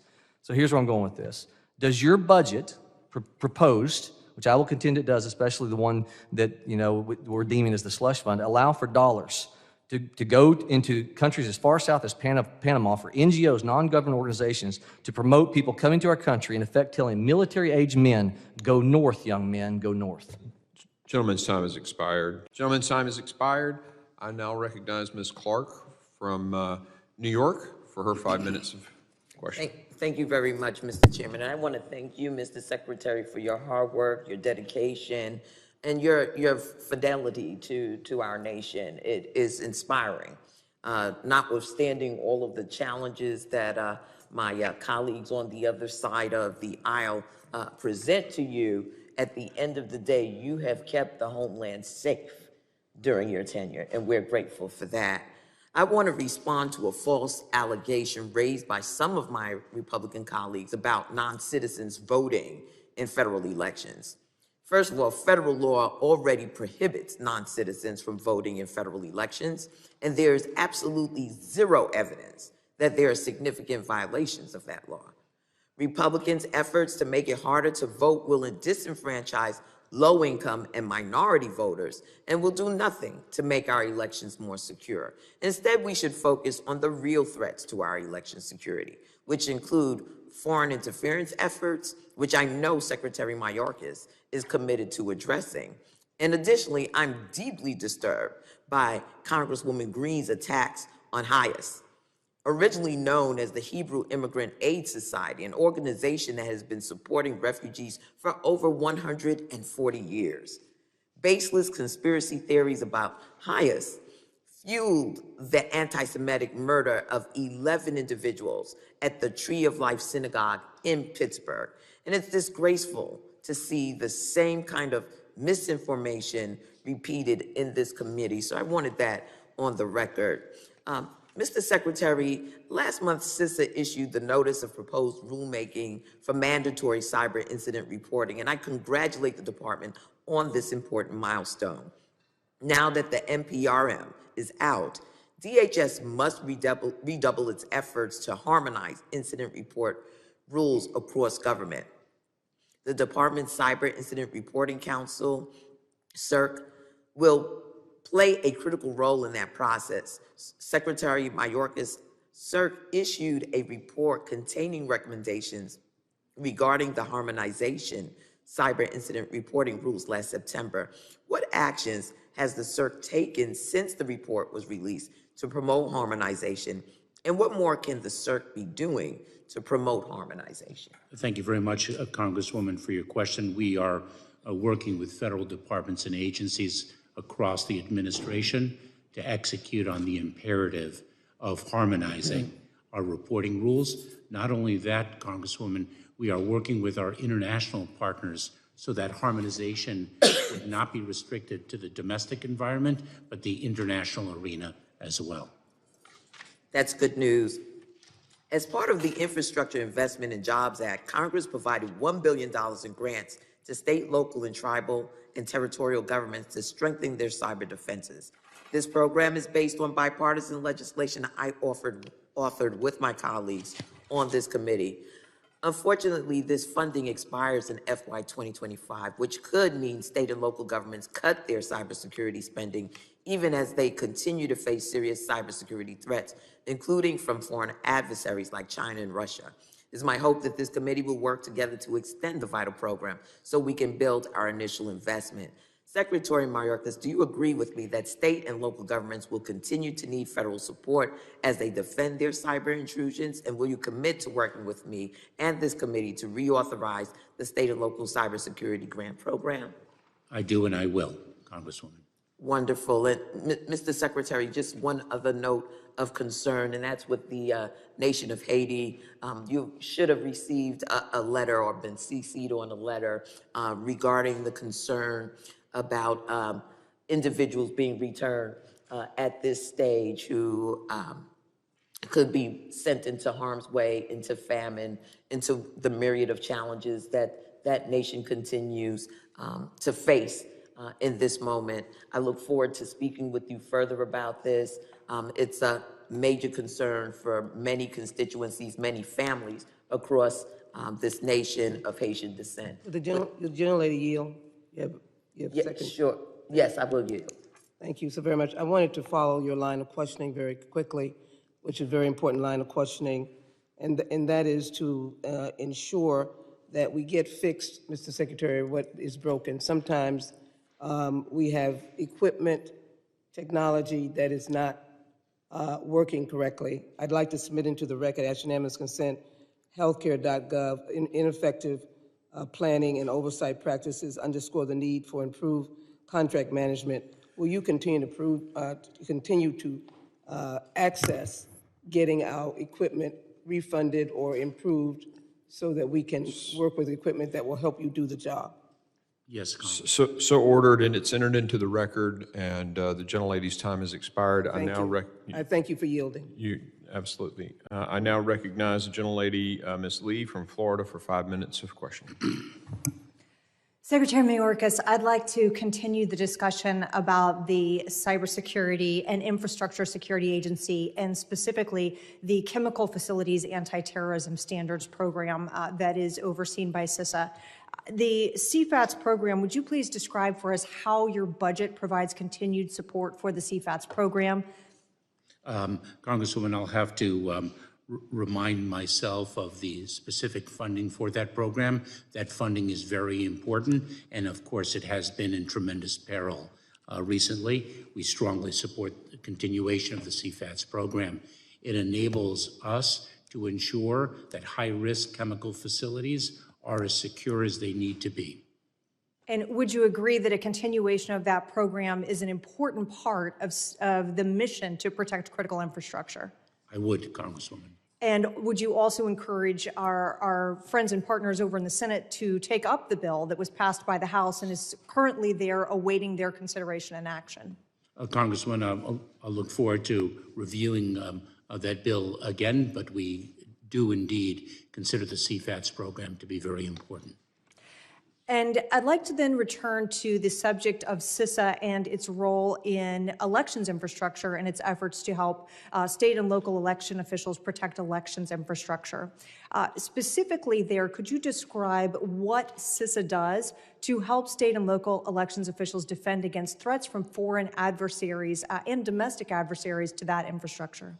Congresswoman, one of the things we do is provide training with respect to the threat, to be able to identify the threat. We share best practices. We have marked election security as one of the 6 priority areas in some of our Homeland Security grant programs to ensure that state and local jurisdictions devote needed resources to a fundamental need of our country, and that is to safeguard the integrity of our election processes. And moving to the question of breaches and cyber attacks, what efforts is CISA making to bolster its own internal cybersecurity? I know they were victim to a recent cyber attack. Can you describe for us the efforts internal to CISA on cybersecurity? Congresswoman, so that is a priority for the department as a whole. Our Chief Information Officer and that team is consistently working day in and day out to enhance our security.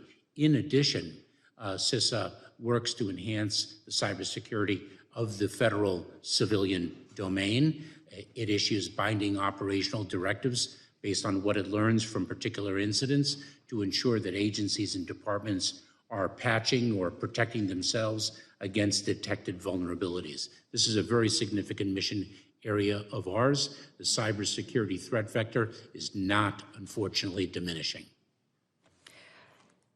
Related to HSI, I'd like to go back to that subject, which you addressed earlier as it related to some transnational gang activities. But specifically within your budget, I'd like to discuss HSI and its operations related to child exploitation and human trafficking. Your budget calls for additional funding there to help HSI investigators combat human trafficking, does it not? Yes, it does. And would you explain for us the types of activities and role that HSI takes specifically as it relates to the exploitation and trafficking of children? Congresswoman, I named crimes of exploitation one of our 6 mission priorities for the first time in the department's history. Tomorrow I will be with HSI, Homeland Security Investigations, in New York City, launching a new campaign against online child sexual exploitation and abuse. This is a scourge that is not only nationwide, but is global in nature. More than 36 million tips were presented to enforcement authorities across the world. Domestically, more than 63,000 of them reflected an imminent or grave threat. The extent of this crime cannot be overstated. The work of HSI in combating it is heroic, both in disseminating education and awareness, in investigating the crimes, in rescuing victims, and holding perpetrators accountable. Thank you, Mr. Chairman. I yield back. The gentlelady yields. Thank you very much, Mr. Chairman. Mr. Secretary, let's just come back to Jose Ibarra, if we can. You know who that is? That's a question. You know what he did? I know what he's accused of doing. Which is? Murdering a young woman. And that wasn't the first crime that he committed in this country, was it? Senator, as I've articulated previously, I'm not going to speak about the facts of the case because there is an ongoing criminal investigation. Have you read his parole file? Senator, same answer. So you're not going to say whether or not you've read the parole file? I've got it right here. Have you read this? Senator, I do not want to speak to the particulars of the case given the pending criminal prosecution. Now, I find this interesting because this is a new answer today. You've changed your answers all over the map on this, and it looks like to me You just don't want to answer the question. 2 days ago, you were asked about this in the House Homeland Security Committee. I've got the transcript right here in front of me. You were asked the same question. Jose Ibarra, why was he paroled? You said, I don't know. You said, I don't know. I don't have the case details with me today. Congressman Bishop says, you don't know? And you said, I don't know. I don't have the details with respect to that individual's case, but I would be pleased to provide them to you, Congressman. You didn't know 2 days ago. Now, interestingly, on April the 10th, 6 days before that, you gave Senator Katie Britt a different answer. She asked you the same question. She said, why was Jose Ibarra paroled into the United States? You said, and I quote, Ranking Member Britt, there was no derogatory information of which we were aware. So you were happy to comment on the case then, on April the 10th. By April the 16th, you had developed amnesia, and today you say you just won't comment. So which is it, Mr. Secretary? Now that we have the file, I'll tell you what the difference is. Congressman Bishop didn't have the parole file, and Senator Britt didn't have the parole file, and now we do have the parole file. And now we all know that the reason he was paroled into this country was because lack of detention capacity, which, as you and I both know, is not a valid reason under the statute. And now that we know that for sure, this is right out of the parole file. Here it is. Subject was paroled due to detention capacity at the Central Processing Center in El Paso, Texas. Now suddenly you don't want to talk about it. This is extraordinary. It's also a pattern with you. So let me just try one more time. Have you read the parole file? Senator, I'm going to give the same answer, and let me say well, which one? Are you going to give me the answer you gave to Senator Britt? Are you going to give the answer you gave to Congressman Bishop, or the answer you gave to Senator Paul, or do you want to try a fourth one? Senator, I will not speak to the particulars of the case, given the pending criminal prosecution. Yeah, well, I'm sure. Well, you certainly, of course you don't want to, because it is an absolutely damning indictment of your policies. Let's just review Jose Ibarra, and how he came to be here. On September the 8th, 2022, he was encountered by United States Border Patrol in El Paso, Texas, and was paroled into the United States due to lack of detention capacity. A provision, a proviso, a rule that is not permitted under the statute. You and I both know you know this. You knew it when you were talking to Congressman Bishop. You knew it when you were testifying to Senator Britt, and you know it today. You just never wanted to cop to it, because the statute doesn't permit it. And so you lied to Congressman Bishop and you lied to Senator Britt. And now you are hiding behind the ongoing prosecution excuse because it's the last one left to you, because you testified falsely under oath. Then on July 19th, 2023, Ibarra reports for a biometric appointment and was fingerprinted. This is now in New York. The results come back and indicate he has a criminal history. So he's in this country, he has a criminal history. September 14th, he is arrested in New York by NYPD for what? Injuring a child. September 14th, 2023, he is arrested for injuring a child. What happens? The offense was never prosecuted and the arrest was expunged. I'm reading right out of the parole file. Expunged. Nothing is done to this guy. He had a criminal record to start with. He's in the country on illegal grounds. You have falsely and illegally allowed him in. He commits a crime against a child. He's not prosecuted. It's expunged. In November, get this, in November, Ibarra files an application for employment authorization. And unbelievably, on December the 9th, 2023, it's approved. So this is your policies in action, Mr. Secretary. A criminal is permitted into this country on grounds flatly not permitted, flatly contradictory to the statute. He commits a crime against a child, and then he gets a work permit. He gets a work permit. You want to know why all of the jobs in the last 2 or 3 years have gone to illegal migrants? Working people in this country can't get a job. Their unemployment rate's high. Why? Because of things like this. And then what's he do? Well, we all know. Then in February, he commits the heinous crime against Laken Riley. Is this a record that you are proud of? Senator, you've misstated some facts. I have read from the parole file, which you have said you don't recall, don't have, you miscited. I'm reading from it. It is right here. And I've just, pursuant to the speech and debate clause, I have just read it into the record. And the reason is, you have lied repeatedly to Congress and to the American people about this. They deserve to know. And the only way they're going to know is if I tell them. I've just told them. It's in the record now. I've read it verbatim from the parole file. Verbatim. I just want to know, why did you change your story so often? Why didn't you just answer honestly to Congressman Bishop and Senator Britt?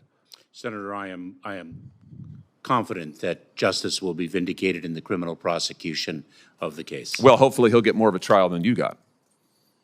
Otherwise, there'll be no justice for anyone at all. Let me ask you something else. Travis Wolf, do you know that name?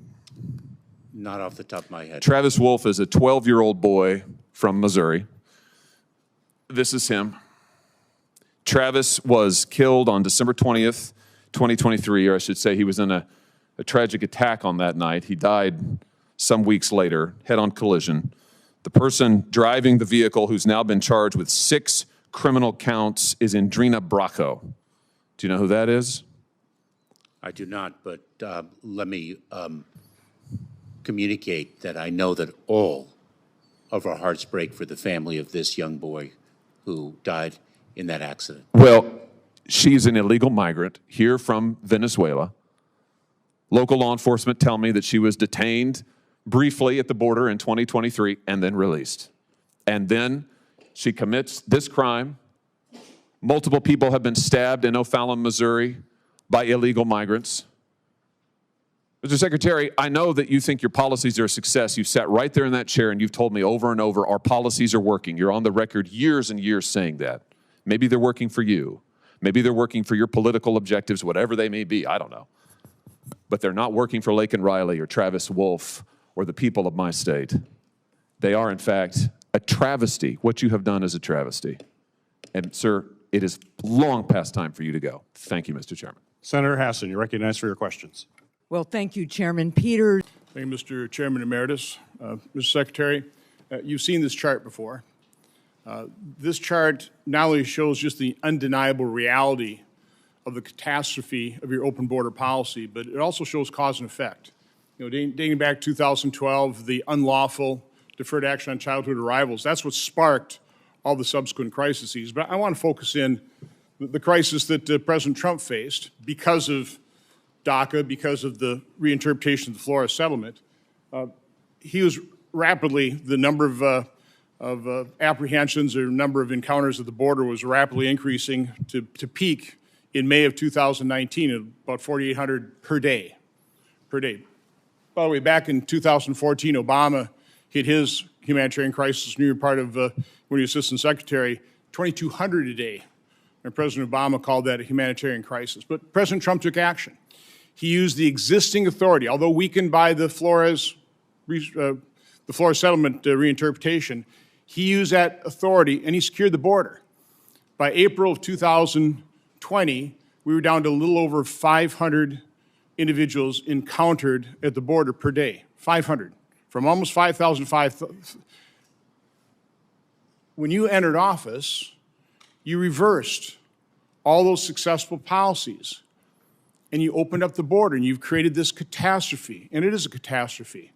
You know, 6 million people, more than 6 million people, the 31 states have a population less than the number of people you've let in, you know, flooding these sanctuary cities. So I've got a very simple question. Why did you do it? Senator, why did you reverse those policies? Why did you open up the border? Why did you create this catastrophe? Senator, I respectfully disagree with the premise of your question. We did not open up the border. Senator, we enforce the law. We are facing... Do you deny you reversed the Trump policies that had secured the border? No, Senator. You deny that? No, Senator. That is not what I said. We enforce the law. We are dealing... You reversed the Trump policies that had secured the border. Senator, if we can look at your chart, I cannot see the bar graphs. Forgive me, the chair is blocking them. But the former president's Remain in Mexico policy was implemented in January of 2019, and 2019 saw an almost 100% increase in the number of encounters over 2018. It went down to 500, and then with COVID, he started expelling people under Title 42, which, by the way, you canceled and you didn't have to do that. Let me ask you another question. Senator Paul was talking about Laken Riley. I mean, I on the floor of the Senate, read a list of a dozen people in the last 4 months publicized murders, rapes, a 2-year-old caught in the crossfire, crimes committed by people in this country illegally. That had it not been for your reversing of the Trump policies, for your open border policy, those crimes would have been committed. I've got another simple question. Do you ever, when you go to bed at night, do you have any regrets? Do you have any remorse for your complicity Senator, in these crimes? I mean, your open border policy has aided and abetted the murder of Americans, the rape of Americans. There are people have lost their loved ones because of this catastrophe, this open border policy. Do you have any remorse? Do you have any regrets? Senator, 2 points. One, very importantly, all of our hearts break for the victims of these heinous crimes and their loved ones. Secondly, the criminals who committed those crimes are responsible for their criminal conduct. They wouldn't have been into this country had you not allowed them in through your open border. Do you ever call up the families of the crime victims? Do you ever talk to Laken Riley's family? Senator, as I stated previously, all of our hearts break for the loved ones of those who have been lost at the hands of criminal conduct. Good. Okay, so your heart is broken. Do you have regrets? Do you admit your culpability here? Do you admit that your actions have resulted in the deaths and the murders and the assaults of thousands of Americans? I've got the CBP statistics here. Assault and battery up 5.7 times over the last few years what it was in 2020. Homicide up 17 times. Again, these are from keep people in this country illegally. Sexual offenses up 2.5 times. Again, that's the direct result of your actions, of President Biden's actions. Quite honestly, of actions of Democrats in the Senate who refused to vote to complete the wall, which would have helped. It's not the full solution. The full solution is actually having a president and Secretary of Homeland Security that wants a secure border. Our problem is we have a president, a Secretary of Homeland Security, Democrats in Congress, who want an open border that caused this problem, and they won't admit it. They won't admit it. President Trump had the authority, used that exact same presidential authority to open up the border. Now you refuse to secure the border. And by the way, this bipartisan bill, let me paraphrase, pretty accurate quote of Senator Schumer to Politico. He said, we were playing chess, they were playing checkers, and we got our Ukraine funding. And we're in a lot better shape than we were 3 months ago on the border. You weren't negotiating to secure the border. You were negotiating for political cover for yourself, for President Biden, or for the Democrats in the Senate and Congress. That's what you were doing. You were not serious. If you were serious about securing the border, you could have done it. By the way, if you were serious about having a closed border, a secure border, you would have let it remain secure. You would have left those policies that worked, that secured the border, that would have allowed us to establish a functioning legal immigration system. But you blew it all up, and that's the result. That's the result. That's the catastrophe. And you've been denying before this committee repeatedly that this isn't even it's not even a problem, Senator. It's a challenge. This is a catastrophe, and I cannot believe you have no remorse. Expired. Senator Langford. Secretary Mayorkas, you and I have spent a lot of time together. You're welcome, Mr. DeLauro. We now recognize Congressman Newhouse. Thank you, Mr. Chairman, Mr. Ranking Member, Mr. Secretary. Thanks for being with us this morning. Appreciate that very much. I want to discuss the fentanyl crisis that we all know is raging throughout our country. You know, fentanyl floods across the southwest border. Doesn't stay in border communities, however. It spreads throughout the country, and it's destroying lives, it's destroying families, it's destroying communities throughout the United States. In your testimony, you note that the department has stopped more illicit fentanyl and arrested more individuals for fentanyl-related crimes in the last 2 fiscal years than in the previous 5 years combined. And while this is admirable, it's equally disturbing. The men and women of CBP and ICE do extraordinary work on the front line, and to execute their mission of protecting the homeland, and we all appreciate that. However, as Border Patrol agents are pulled off the front line to process and then release the majority of illegal migrants into the United States, the cartels, being very clever, they've shifted their tactics to exploit the vulnerabilities that those personnel shifts and shortfalls have created. In your testimony, you also note that in fiscal year 25, the budget request includes critical investments in the fight against fentanyl, specifically the non-intrusive inspection technology, and you mentioned that in your verbal testimony. Yet when I reviewed the budget justifications for that program, it says that the FY25 budget does not provide procurement funding for this investment, although it does request level funding for operations and support. I didn't see the roughly $300 million that purportedly is necessary to install the scanners used to detect drugs and other contraband that have been purchased and are sitting in a warehouse that are literally collecting dust as you and I are sitting here in this hearing room.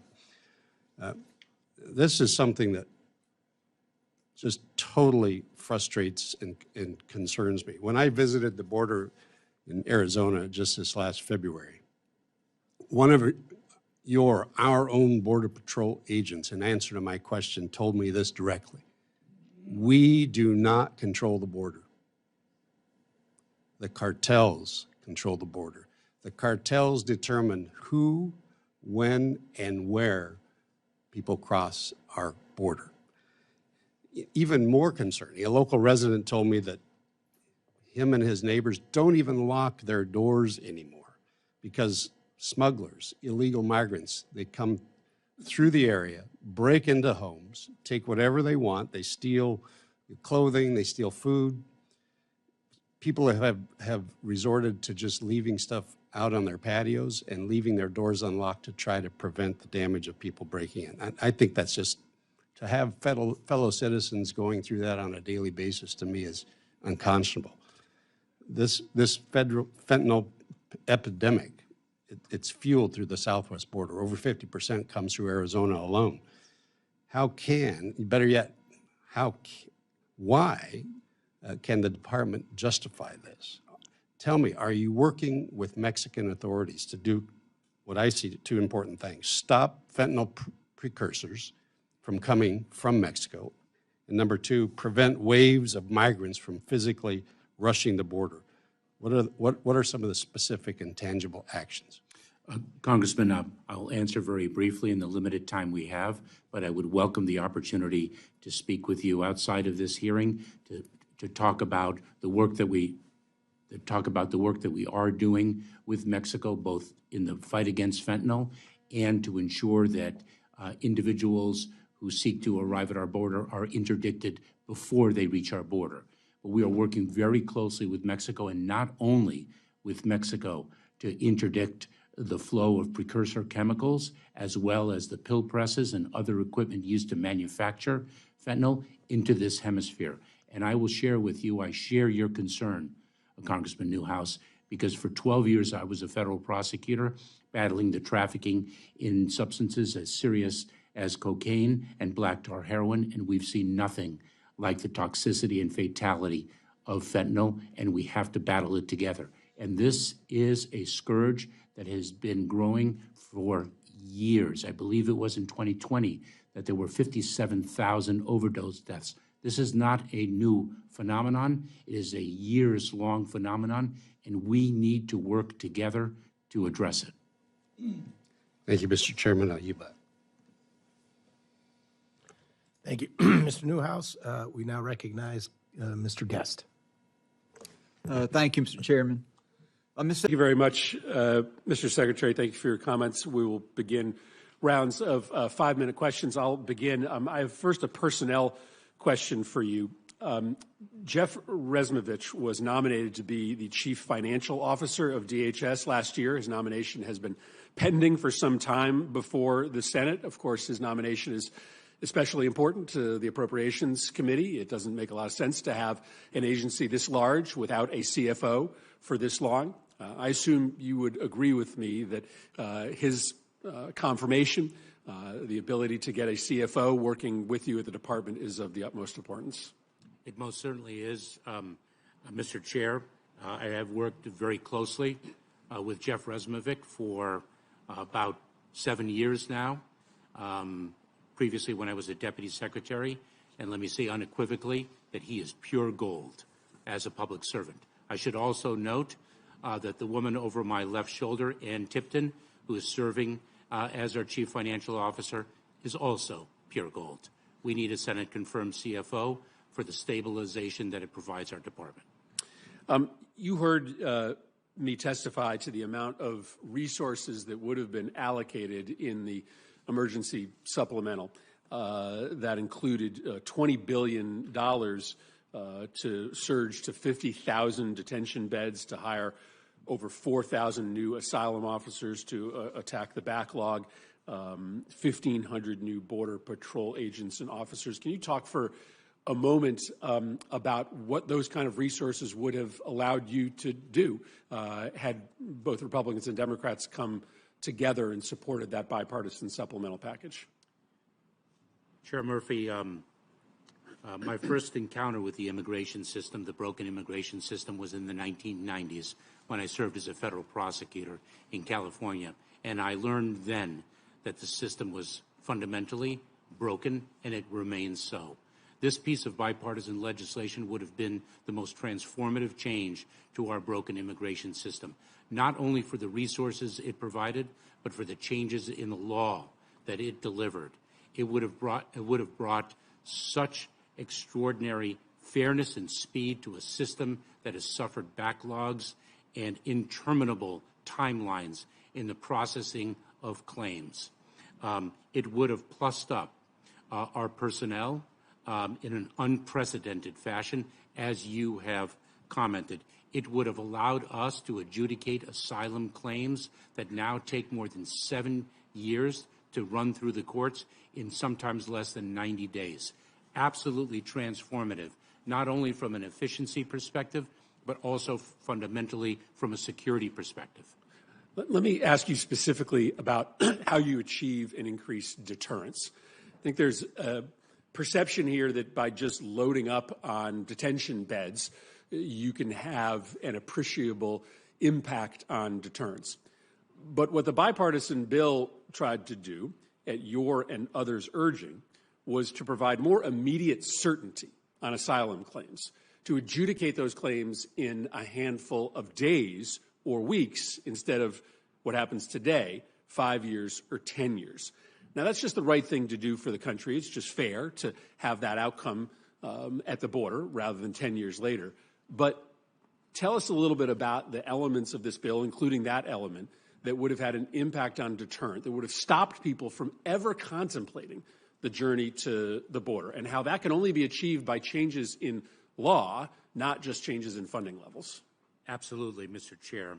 So fundamentally, the risk calculus of intending migrants would have changed dramatically, because right now what they see is a broken asylum system, and they understand that when they are encountered at the border and make a claim for asylum, their claim is ultimately adjudicated, sometimes in more than 7 years. Our backlog is immense, and it's been growing year over year for well more than a decade.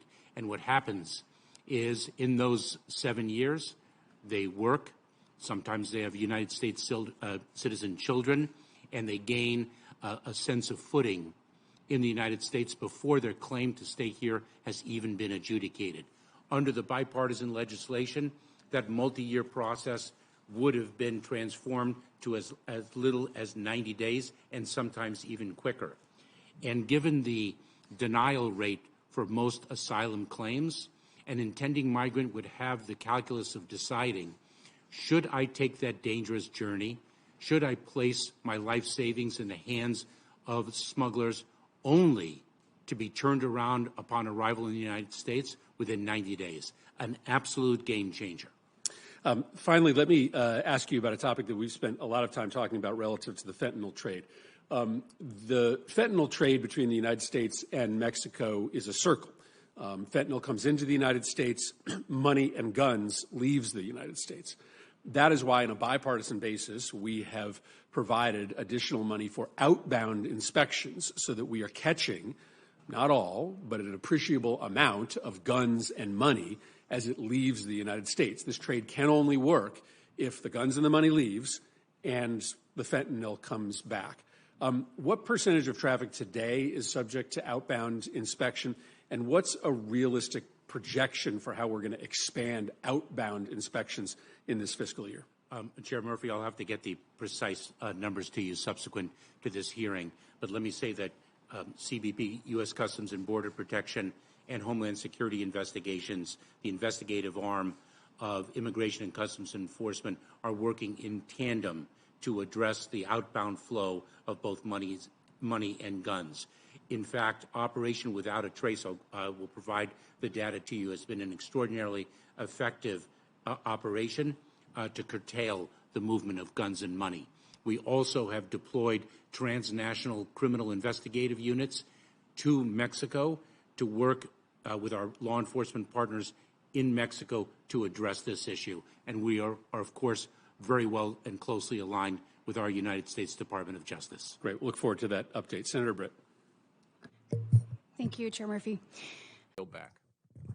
The objection and all exhibits are admitted without objection.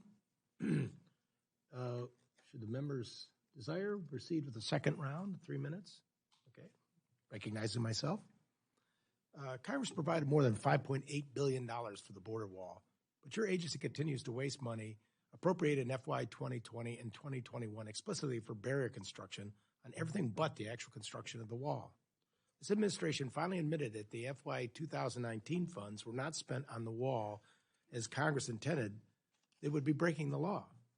As a result of the lawsuit, you can no longer waste additional money on make safe projects and other non-wall constructions. Why won't this administration follow the clear and unambiguous intent of Congress and build additional miles of wall with the roughly $600 million left in the wall account? Mr. Chairman, I won't speak to the Texas court decision because that is a matter of ongoing litigation, but let me assure you that we do comply with the law. As a matter of fact, because of our understanding of the legal imperative, we approved the construction of 17 miles of wall. We did that last year. In addition, I have approved, I believe it is 129. I may have the exact number inaccurately, but I believe I am right. 129 gates and gap closures and reforms. And so we are complying with the law, but we continue to believe that technology is a far more advanced capability that we need to invest in to ensure the security of our border. On my trips to the border, sir, I've seen wall parts stacked, not being constructed. So I'm wondering just how much money it costs the department to cancel those contracts midstream when taking into account additional work that needs to be done, such as stabilizing roads, drainage, and other mitigation efforts. Congressman, Mr. Chairman, forgive me, Mr. Chairman. Fair enough. Pleased to provide you with the figures you've requested. Thank you. Now recognize the distinguished ranking member, Mr. Quay. And I would be remiss, since we're talking about finances here, since I thought this question would come up, but without addressing it directly with you, Mr. Secretary. After the horrific terrorist attack on Israel on October 7th, the deadliest day for the Jewish people since the Holocaust, one of your employees was exposed celebrating the attack online. It was later revealed that she previously worked for the Palestine Liberation Organization, or what's commonly known as the PLO, which is a very troublesome reputation, you'll agree. According to a public comment she made on LinkedIn as of 2 months ago, she was still getting paid by the department. Could you please set the record straight? Is this person still being paid by the Department of Homeland Security? And is the status of the investigation, what is the status of the investigation into her behavior? Mr. Chairman, the individual is on administrative leave, not performing the duties or responsibilities for which she was hired. The investigation is ongoing, and I cannot speak any further about it because it is an ongoing personnel matter. Can you give us a specific date on when this verdict is going to be reached as to her employment? I am not in control of the investigation, but certainly I'll provide you with whatever details I'm permitted to do. So as I understand you correctly, she's still on administrative leave and still being paid. What, you got to tell me, how many total employees at the department are under investigation for similar purposes after the terrorist attack on Israel after October 7th? I personally am not aware of any other investigations, but to provide you with accurate information, I will follow up. And have any changes been made to make sure that people of such character are not to be employed in your agency from here on out? Individuals who are hired go through a clearance process in the Department of Homeland Security, Mr. Chairman. I take it you'll be tightening up those clearance processes? We review our hiring and retention processes on an ongoing basis. As a matter of fact, I'm meeting with leadership this Friday to address one aspect of them. Well, first off, thank you to the members who are here today. I'd like to get back to the members who have submitted questions, of which you said you would go back and scrutinize your records and report back to them. And if you could do so within the next 15 business days, we'd be most appreciative. There may be some additional questions that members may come up with or provide in writing. We ask you to, again, provide those answers on a timely basis. I'd like to thank you for being here today, sir, and the subcommittee stands adjourned. Thank you. Now, Ranking Member Paul for his comments. Secretary Mayorkas, under your administration, the Biden administration, over 1 million people have been paroled. What is the criteria you use for paroling individuals? Ranking Member Paul, the parole process is one that we execute according to the law. We make individualized determinations with respect to significant public benefit or an urgent humanitarian reason. So for what reason was the alleged killer of Laken Riley, Jose Ibarra, paroled and allowed to come into this country? Ranking Member Paul, first and foremost, all our hearts break for the family of Ms. Riley. Secondly, the perpetrator of this heinous criminal act needs to meet justice to the fullest extent of the law, and I will not comment on the particulars of the case because the matter is being prosecuted by authorities now. This isn't on the case of whether or not he murdered her. This is on the case of why you paroled him. Why was he paroled? My same answer, Ranking Member Paul. You're refusing to answer the question? I have provided my answer, Ranking Member Paul. You're refusing to give any specifics about Jose Ibarra. Well, I have the documentation, and the document says that the subject, the person accused of killing Laken Riley, was paroled due to detention capacity. It was full. So is detention capacity statutorily allowed to be used as a reasoning for parole?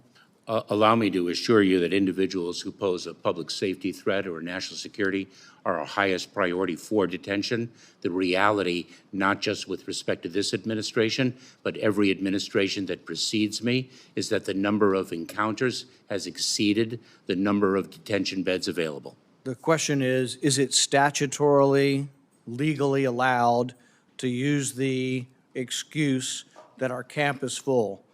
He was paroled due to detention capacity. Is that allowed under the law? Ranking Member Paul, my prior answer stands. Which means you're not going to answer the question. Are you pleading the Fifth Amendment? No, Ranking Member Paul, I've answered the question. Well, no, you haven't. The question is very specific. You have testified previously, and you have testified today that there are 2 reasons you can be paroled: urgent humanitarian need or significant public benefit. That's not the reason listed. The reason listed is paroled due to detention capacity. Is parole due to detention capacity a lawful reason for paroling someone? Ranking Member Paul, there are different bases for parole. I am not a legal expert in this regard, but let me assure you that when an individual is encountered at the border and they are deemed to be, at the time of encounter, a threat to public safety or national security, they are a priority for detention. If not, they receive a notice to appear and are placed in immigration enforcement proceedings. The number of individuals encountered at the border exceed the number of beds available in our detention facilities. That is not something specific to this administration. That is something that has You might have more beds if they remained in Mexico. Did the administration, when you came into office, reverse 92 executive orders of the Trump administration, which allowed them to apparently have people remain in Mexico, allowed them to have, probably 90% less parolees than you have?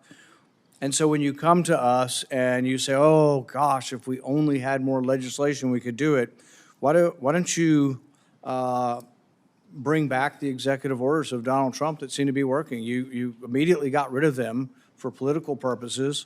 The border's a disaster. Why don't you bring back the 92 executive orders that you reversed? I respectfully, Ranking Member Paul, disagree with the premise of your question.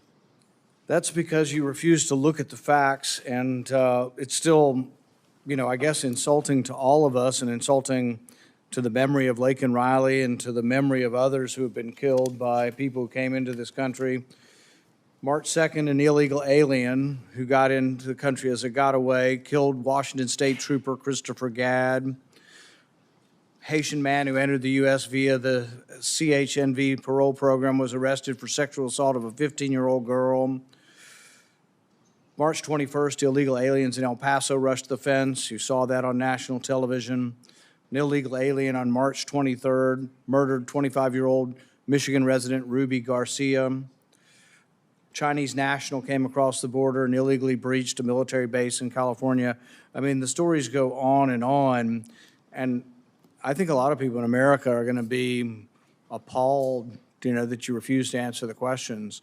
Jose Ibarra, was it lawful to parole him? Was it lawful to let him in the country because you say the camp's full? Ranking Member Paul is a former federal prosecutor for 12 years. I can say with tremendous conviction that individuals who commit criminal acts need to be held accountable for their crimes. Well, that's not much consolation if you wait until after he's murdered somebody. See, part of the problem is, and I think people would be aghast to know this, that when you come in, you just give people your name, right? It's the honor system. There may be some databases you check, but certainly most of the domestic crimes in Venezuela probably are not in any kind of international database. So if you waltz into the country through your generous parole programs and say, I'm John Smith from Venezuela, you have no way of ascertaining that, and you still let them go. So you say, well, we're going to make sure that they're not a violent criminal. You have no way. You look in some databases, maybe they're not in the database, but you have no way of even knowing that that's their name. Then you give them biometric, you give them, you give them fingerprints.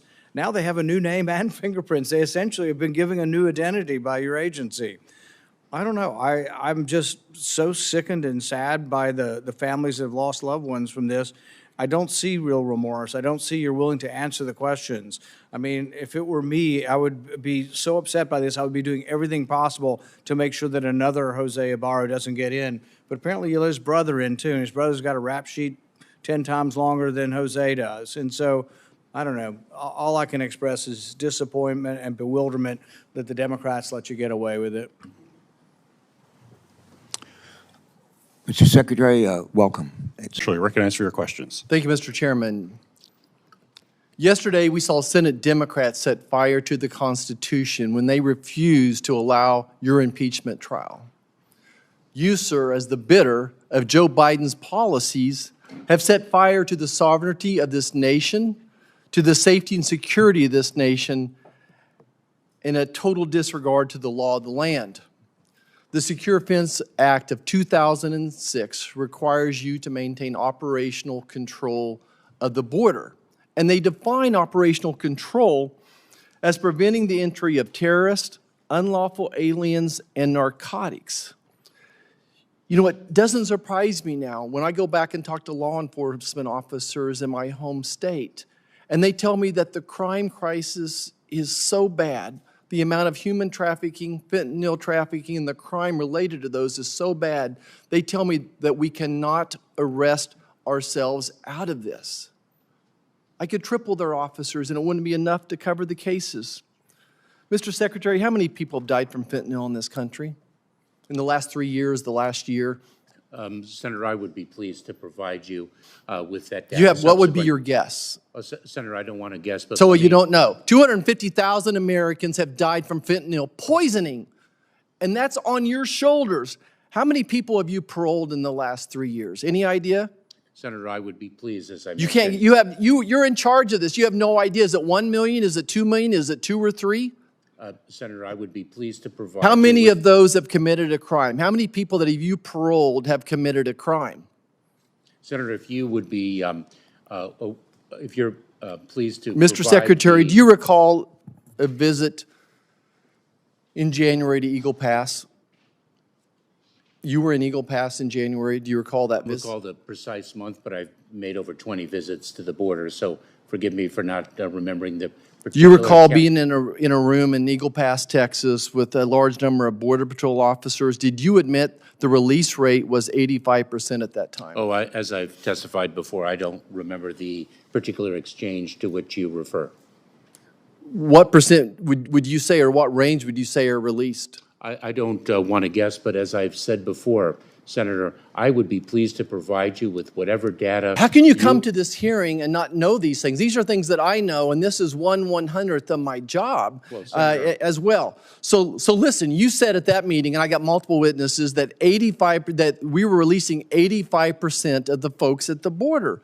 There's no way possible that you could vet that number of people at a time. 85% of the people coming in illegally, breaking our laws, no vetting process, essentially giving them a phone, free health care, and a plane ticket or bus ride to somewhere. You say you're protecting the nation's sovereignty, but you've really facilitated an invasion. Sir, this is an invasion. 11 million illegal encounters under your watch. Next question. Why are you mass importing tens of thousands of Venezuelans into our country via parole, knowing they can't be deported because Venezuela isn't accepting removal flights? We are not doing that, Senator. You're not paroling tens of thousands of Venezuelans into this country. Senator, your question was broader than that. The way you framed your question, we are not doing that which you asked. Are you importing tens of thousands of Venezuelans into this country? The term importation is incorrect. We have a Cuban, Haitian, Nicaraguan, Venezuelan parole program for those Venezuelans who are paroled and who do not have a basis to remain. So why are you paroling them knowing that Venezuela won't take return flights? So that is false. We have, in fact, negotiated in the past removal flights to Venezuela. Those are suspended right now. We also remove Venezuelans to Mexico, for example. So an individual who does So not- why do you say it's not correct when it's been suspended? That's why Americans don't trust you. That's why Americans don't trust the government anymore, is because you're setting up, you're twisting the truth, giving incomplete answers. This is really a de facto amnesty orchestrated by your administration. There's a reason why Venezuelans won't take them back. Next question. It's my understanding that we have technology deployed that helps track the number of gotaways that have unlawfully crossed our borders and evaded capture by our border patrols. Is that correct? We do have technology that is a force multiplier for our personnel. Okay. Again, under oath today, I'm asking you, has this technology been operational since you took the post? I would like to get back to you if there's any deficit in its operational capability. Senator, I'd be pleased to get back to you on that. Has the system ever gone down under your tenure? I'd be very pleased to provide you with that subsequent to this hearing. How could you not know that? How could you not know what type of, is it been down once or twice? Has it been down for weeks at a time, months at a time? Any just range or thought that you could give us? Do you keep track of it in any way, shape, or form? Senator, we deploy so many different technologies across the expanse of our department, which consists of 268,000 people. If a technology goes down for a short period of time, I may not have visibility of that. I'm the secretary of the department. Do you think it's been down for a significant amount of time or an insignificant amount of time? Senator, as I've previously said, I would be pleased to provide you with the information you request subsequent to this hearing. I will look into it. How can you keep track of the gotaways if you have no program in place that tells us when this is working or not working? I'm sorry. Senator, can you repeat your question? Yeah, how can you tell how many gotaways you're reporting if you don't know when this technology is working or not working? In other words, how do we know that the 2 million known gotaways is a good number? Senator, the individuals on the ground in U.S. Customs and Border Protection have visibility of the operational capability of the equipment they use. They oversee counting the number of individuals who evade detection to the best. But you rely on technology to observe those as well, and you don't know if your technology is working or not working. Senator, I believe I've answered the question. No, you've not. You've said you don't know. The answer you've given is you do not know. You don't know much of any of the answers to the questions we're asking you. This is why we need an impeachment trial. This is why Americans are demanding an impeachment trial. I yield back. Over the 90 minutes here, but I have one senator, there perhaps another one. Then we'll give you a full 10-minute break if, with your indulgence, so we can get through this first round. Senator Butler, you're recognized for your questions. Thank you, Secretary Mayorkas. So for committee members, we will start the first round of questions. Our intent is, as we traditionally have when the Secretary is here, 2 rounds for questions. But I have a lot of members that want to be here, and this is a very challenging time for everybody's schedule. So I'm going to be very strict on the time, the 7 minutes on the first round for everybody. If everybody would try to adhere to that in respect to our colleagues who all want to ask questions.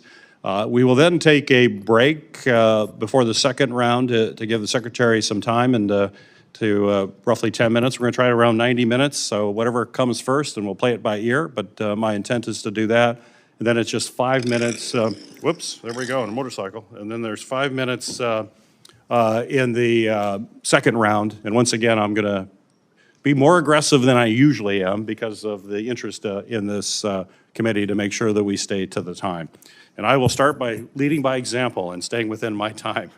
Secretary Mayorkas, I am focused on ensuring that the DHS and DOJ have the authorities needed to counter the evolving threat posed by unmanned aerial systems or drones operated by bad actors. Your department's current UAS authorities are set to lapse on May 11th of 2024, leaving upcoming major events like the Indy 500 and the New York City fireworks on July 4th unprotected from this growing drone threat. So my question for you, sir, is what would losing this authority mean to our combined efforts to protect the homeland? Mr. Chairman, the loss of our authority to counter unmanned aerial systems would leave us less secure and less safe. The proliferation of unmanned aerial systems for adverse uses has only grown. The capability of those systems has only increased with respect to speed, distance covered, payload carried, and we need that system quite compellingly. Secretary, fentanyl continues to, as you're well aware, to be a scourge on our communities all around the country. Far too many families, including in my home state of Michigan, are losing loved ones to this epidemic, and we certainly must increase our efforts to combat it. And while I appreciate the DHS's operations, such as Blue Lotus and Operation Apollo, I believe they've resulted in seizures of over 5,500 pounds of illicit fentanyl in the first 2 months of FY24 alone. Clearly more needs to be done. So my question for you, Secretary, looking at DHS's FY25 budget request, I'm concerned that the department is relying on Congress to pass a supplemental appropriation to advance the fight against fentanyl and synthetic opioids. So my question is, how will you ensure the DHS has the resources it needs to address this challenge if Congress fails to take action, as it unfortunately has in the past? Mr. Chairman, we do the most with what we have. We engage in strategic operations. We maximize the use of non-intrusive inspection technology. We deploy forward operating labs.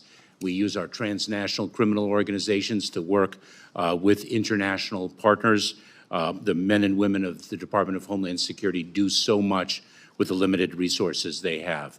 But let me assure you, Mr. Chairman, that the Senate's bipartisan legislation would have provided us with vitally needed additional resources to combat fentanyl, a scourge like no other that I have seen, even throughout my 12 years as a federal prosecutor, prosecuting narcotics trafficking organizations and drugs ranging from cocaine to black tar heroin. Sir, Secretary, last year I released a report on watch listing and screening practices of individuals at our nation's airports and ports of entry. This report included concrete recommendations that DHS should implement to enhance our national security while also upholding travelers' dignity and rights. It recommended DHS reform the redress process, track screening activities in a holistic manner to assess their impact, and establish a watch listing and screening advisory council. My question for you, Secretary, is what actions has DHS taken so far to begin to address these three recommendations in the report? Mr. Chairman, we very much appreciate the report that was published, and we are certainly acting upon it. It is our highest purpose to ensure the safety and security of the American public, and to do so while complying with civil rights, civil liberties, and privacy rights.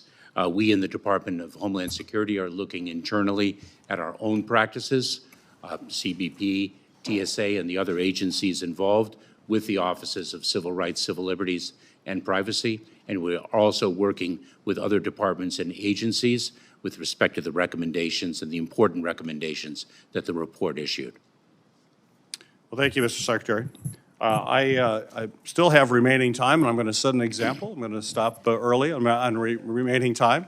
I do need to leave temporarily to attend a Armed Services Committee hearing that's going on now. So I will be turning the gavel over to Chair Emeritus, Senator Carper, in my absence, and recognize right now Ranking Member Paul for his comments. Secretary. With a Democratic president for two people you believe in that could serve as U.S. attorneys.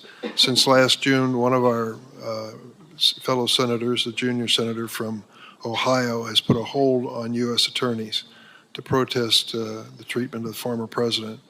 I hope he'll reconsider. We need good people from both sides of the aisle to serve in these capacities. Senator Graham. Thank you, Mr. Chairman. Yesterday, we dismissed impeachment charges against Secretary Mayorkas that were delivered by the House, and the rationale by the majority leader was that the conduct in question did not arise to a high crime or misdemeanor under the Constitution. Well, Article 2, I'm not going to bore the committee with a lengthy dissertation, basically accuses Secretary Mayorkas of misleading and lying to the Congress about the status of our situation on the border. If that's not a high crime or misdemeanor, I don't know what would be. We impeached President Clinton for giving false testimony in a civil deposition involving a civil lawsuit. So what's the concern? That Secretary Mayorkas has been misleading the country and the public, and my concern is about parole. I asked him in November 2023, do you do a case-by-case analysis? This is to Mayorkas. Senator, we comply with the law. So there's a file for all 240,000 where somebody determined they met the two criteria, urgent humanitarian need or significant public benefit. There's an individual determination made on all 240,000. I can see that. Yes, Senator. I'm asking for that. So in your opinion, 240,000 people are individually screened and granted parole. You're not blanket paroling people, are you? That is correct. So the bottom line is, what do we now know? That the parole statute requires parole to be limited to two things: urgent humanitarian need for the person, maybe your mother's dying, something going on that's really urgent, or you have a special benefit to our country, which may be you're a witness in a cartel trial. Not just to come into the country on parole because somebody at DHS wants to make you come into the country. So what have we learned?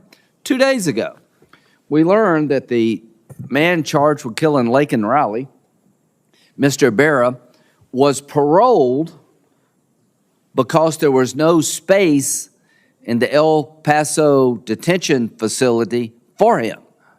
That's why he was paroled, due to detention capacity at the Central Processing Center in El Paso, Texas. That's not a valid reason to parole anybody. So I would argue this is Exhibit A of where the statute and the actions of the Secretary do not match, and the testimony that he gave to the Congress doesn't match. You've decided to dismiss this case without any inquiry, judicial, Senate review, first time in the history of the country, and the argument that you make is that the conduct alleged by the House doesn't rise to high crime or misdemeanor. That is stunningly bad for the Senate, bad for the country, and the only thing left now, I guess, for the American people is to decide this issue at the ballot box. But the Senate, in my view, yesterday went down a path that no other Senate in the history of the country has done, and that is to dismiss charges serious in nature without any really inquiry by the Senate itself. So very disappointing, and thank you for the time. I just want to add one point. Yesterday could have been much different. The first motion made by Senator Chairman Peters and Ranking Member Paul for this hearing. Thank you, Mr. Secretary, for coming before the committee today. And let me just note that the tragedies and terrible crimes that Senator Hawley just talked about might be ones we could prevent in the future if Senator Hawley and his colleagues on the other side of the aisle had voted for a bipartisan measure that would have significantly increased our detention capacity, our personnel, would have changed policies for standards of who could seek and be granted asylum. But as the chair noted at the beginning of this hearing, there are people, it appears, who are more interested in throwing rocks than solving problems. So I appreciate the hard work that you did, Mr. Secretary, and your team did to try to help us broker that bipartisan deal that would have improved our capacity to secure the border. So let me just start with my first question. The most important task for the government is keeping its citizens safe. That includes keeping our border secure. Last year, DHS set a new record for the number of people it encountered at the southwest border. Based on DHS's own data for the first 5 months of this current fiscal year, DHS has already encountered more than 1.3 million people, and the department is on pace for even more total encounters than last year. I've traveled to our U.S.-Mexico border multiple times. I've seen and heard firsthand the challenges that our border agents and officers face. DHS needs to do everything it can to address the crisis along the southern border, improve operational control, and track who and what is entering our country. Mr. Secretary, what are one or two specific resources or authorities that you need to improve the department's operational control of the border? Thank you very much, Senator, for the question. We need more personnel. We need more funds to enhance our work with our partners to the south, more funds to execute more removal flights, to work our interdiction efforts with Mexico, Panama, Colombia, countries along the migratory path. The key, or one key, Senator, is to reduce the number of individuals whom we encounter at the border in the first instance. And then we need additional resources to ensure that we can remove those who do not qualify for relief under our laws as quickly as possible. We need a holistic approach, and the bipartisan Senate legislation that was negotiated would have delivered a holistic approach. Well, thank you. It also would have delivered additional help when it comes to the fentanyl crisis that we have, and that's the topic of my second question. Fentanyl and other deadly synthetic opioids are causing devastating overdoses in the Granite State and in communities all across our country. Due to the strength of synthetic opioids, criminal organizations are able to smuggle fentanyl in smaller and smaller quantities, which makes it far harder to detect and interdict. What additional equipment and resources does DHS need to detect fentanyl that cartels smuggle into our country, including in smaller and more difficult to detect packages? Senator, the majority of the fentanyl smuggled into our country is smuggled in passenger vehicles and commercial trucks through our ports of entry. What we need there is funding for non-intrusive inspection technology and additional funding for more personnel. That is with respect to the ports of entry. Those are two examples of what is needed. With respect to the small quantities, we need additional personnel because there is a de minimis exemption under the law with respect to small parcels, and I have visited our mail facilities, for example, in Kennedy International Airport, where we see dangerous narcotics smuggled into the country. We need personnel and technology to enhance our capabilities there. Those are just some of the examples. Well, thank you. One of the other areas where we really have to push is with the supply chain to the cartels of the precursor chemicals. So I've pushed the Chinese government to do more to stop illegal trafficking of fentanyl precursors to Mexico from China, which the cartels then use to manufacture and smuggle fentanyl into the United States. How are Homeland Security investigations and Custom and Border Protection working to disrupt this global supply chain for illegal fentanyl? If I may say just a few predicate things, Senator. We are focused every single day on the fight against fentanyl, which is the most dangerous drug that I have seen in my 22 years of public service, and I prosecuted black tar heroin traffickers. The mortality rate, the fatality that fentanyl causes is unprecedented. And we fight every day against this scourge. It is a scourge that is not 1, 2, or 3 years in the making. This has been many, many years. In fact, and I believe it is in 2020 that 57,000 deaths at the hands of the deadly fentanyl occurred. Just a couple months ago, I met with my counterpart from the People's Republic of China to confront the issue of the precursor chemicals and the equipment used to manufacture fentanyl emanating from the People's Republic of China. And we are seeking to tackle that challenge in a very difficult relationship, but we are very focused on the scourge of fentanyl from all perspectives. Thank you. I will follow up with you on that a little bit more, but I have one final question. I want to ask about the department's efforts to assess 2 growing terrorist threats to the homeland. ISIS-K's horrific attack on a Russian concert hall in March demonstrated that it has grown its operational capabilities to strike anywhere in the world. Last year, General Michael Kurilla, commander of CENTCOM, predicted that ISIS-K would be able to attack the U.S. and Western interests in as little as 6 months and with little to no warning. That is his quote. DHS and its partners need to be alert and prepared for ISIS-K. Separately, we also witnessed Iran launch an unprecedented direct attack on Israel last weekend. While Iran has typically used proxies in other countries to attack Israel and Western countries, this time it launched a direct attack. If I could just ask briefly, how does the Department of Homeland Security and its partners in the intelligence community assess the separate threats posed by ISIS-K and Iran to the U.S. homeland? Senator, Director Wray has put it succinctly. We are in a heightened threat environment for the reasons that you have articulated. Thank you. Hey, Senator Rosen, you're recognized for your questions. Well, thank you, Chairman Peters, for holding this hearing. Chairman, thank you, Mr. Secretary, for being here.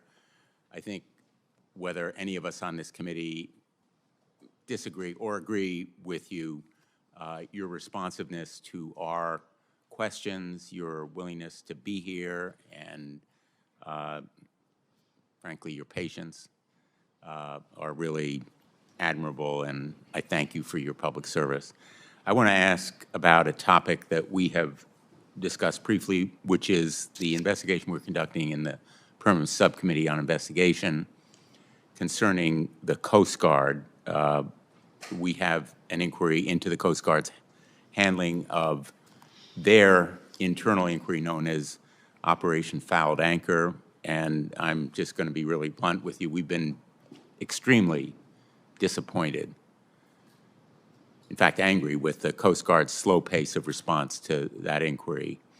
We sent our initial request letter to the Coast Guard in September for documents. Only about 3% of those documents have been received, and they are only responsive email records.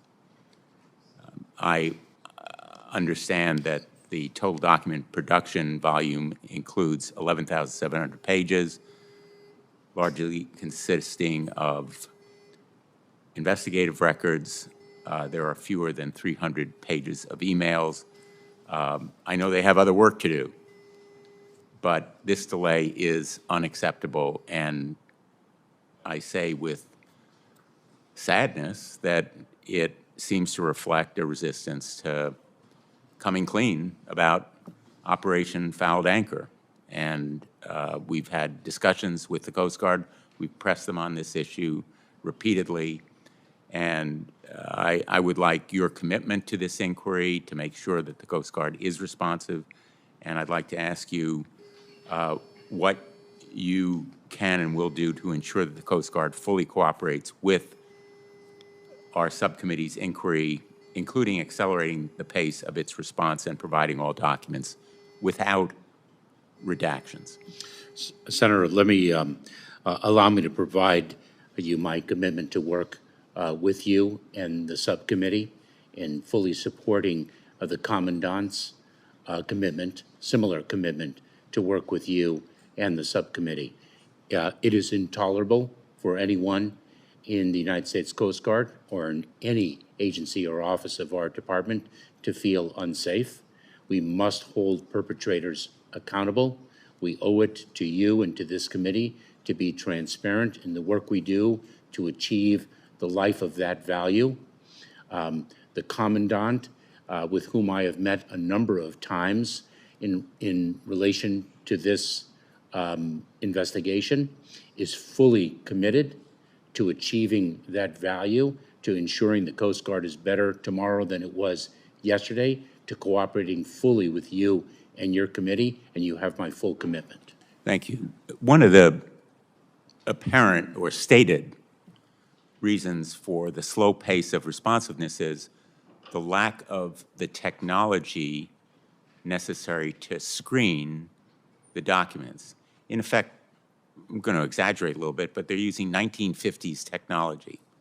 Maybe it's 1980s technology. But that's no excuse.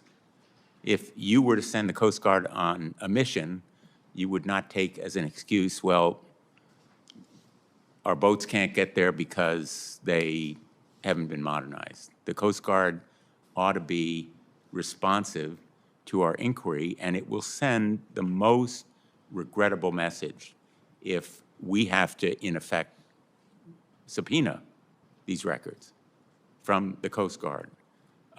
So it's more than just good intentions. And I know that you have those intentions, and I trust and hope the Commandant does as well, to make sure that the survivors and victims are vindicated in this inquiry, that the Operation Fouled Anchor work product and other transcripts of interviews and whatever documents are relevant are provided without unnecessary redactions. And I hope that you will fulfill that commitment. I most certainly will, Senator, and I know that I have approved the waiver of, I believe it is the deliberative privilege, so that certain redactions could be eliminated, and the subcommittee that you help lead receives the information that it needs. Thank you. We are going to press that inquiry with full vigor and priority, and I appreciate your cooperation and partnership in pursuing it. I want to ask about a topic unlikely to be raised by my colleagues, which is Plum Island.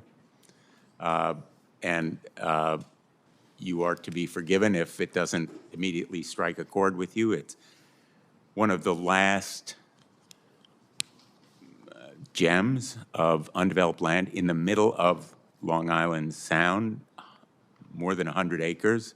It currently houses the United States Department of Homeland Security's Plum Island Animal Disease Center, but it's also home to pristine beaches, wildlife, shoreline, habitats for hundreds of plants and animals. It is truly a treasure, not just for New York and Connecticut, which share Long Island Sound, but for the nation as a whole. Unfortunately, the operation of the new facility, which is supposed to replace it, a facility that's going to be in Kansas, relocating that animal disease center, has been delayed, and it's caused a setback in the transfer of Plum Island. So the funding has been left in some uncertainty.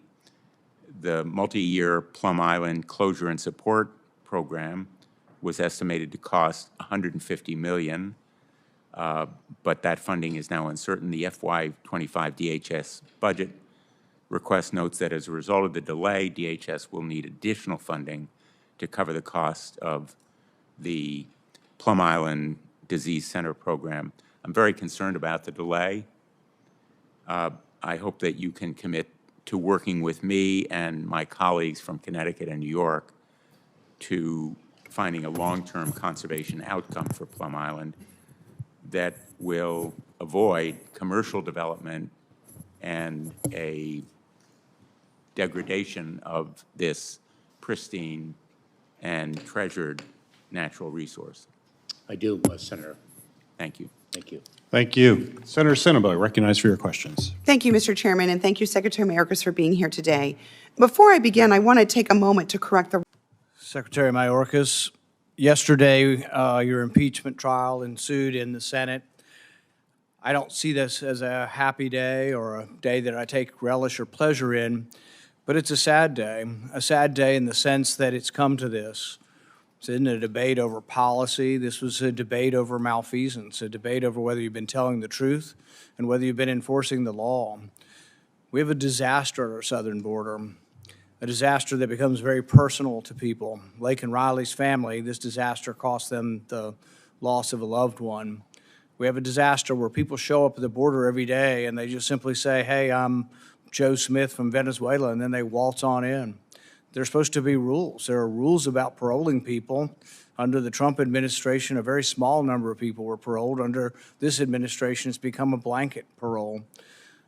There's been the question, and you've been asked repeatedly, you testified to Senator Graham last year that parole is individualized. But then the administration has admitted that it's a public benefit to have migrants come in as migrants as opposed to illegal aliens, as if it's a difference. You know, 1 million people come by and we don't see them at all, and 1 million people come by and they stop and we give them migrant status, and somehow that's better, and there's a public benefit to that. But that's not individualized. That's judging people as a group. But I can't help but be sad for Lake and Riley and her family who didn't have to have this. And he wasn't paroled for any of those reasons. And we're going to get into that in the question and answer. You've either said you don't have the knowledge, you've been asked about this multiple times, but we're going to ask again, how did the murder of Lake and Riley get into this country? And what is the statute that allowed you to do it? How could you? And how could you sleep at night, you know, having done that? You know, there are laws. I mean, and that's what this is about. It isn't about whether or not the Biden administration believes in an open border policy. It's about whether we have laws and you're going to enforce them at all.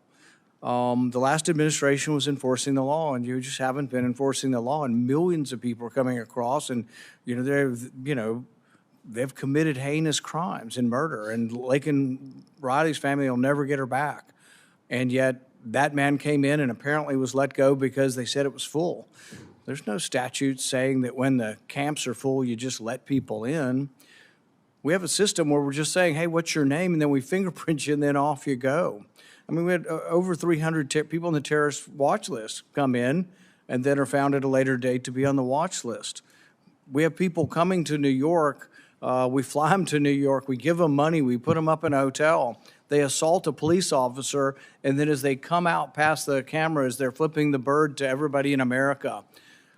That's a sad day for America, and you presided over this. You presided over just a disastrous border. And it isn't a matter of policy. It isn't a matter of you like open borders and we like, a more secure border. There's a law. We have a law, and you're supposed to enforce that law. And yesterday was a sad day because the majority went ahead and set the precedent that having lied to Congress, there wasn't going to be an examination of whether you lied to Congress. They were just going to simply say lying to Congress didn't rise high enough to be high crimes and misdemeanors. Chairman says, oh, we're just throwing rocks is why we didn't fix the border policy. It's just not true at all. The fix that was advanced legislatively was a fix that would have allowed 5,000 people a day before we would have taken extraordinary measures to try to slow the influx of migrants.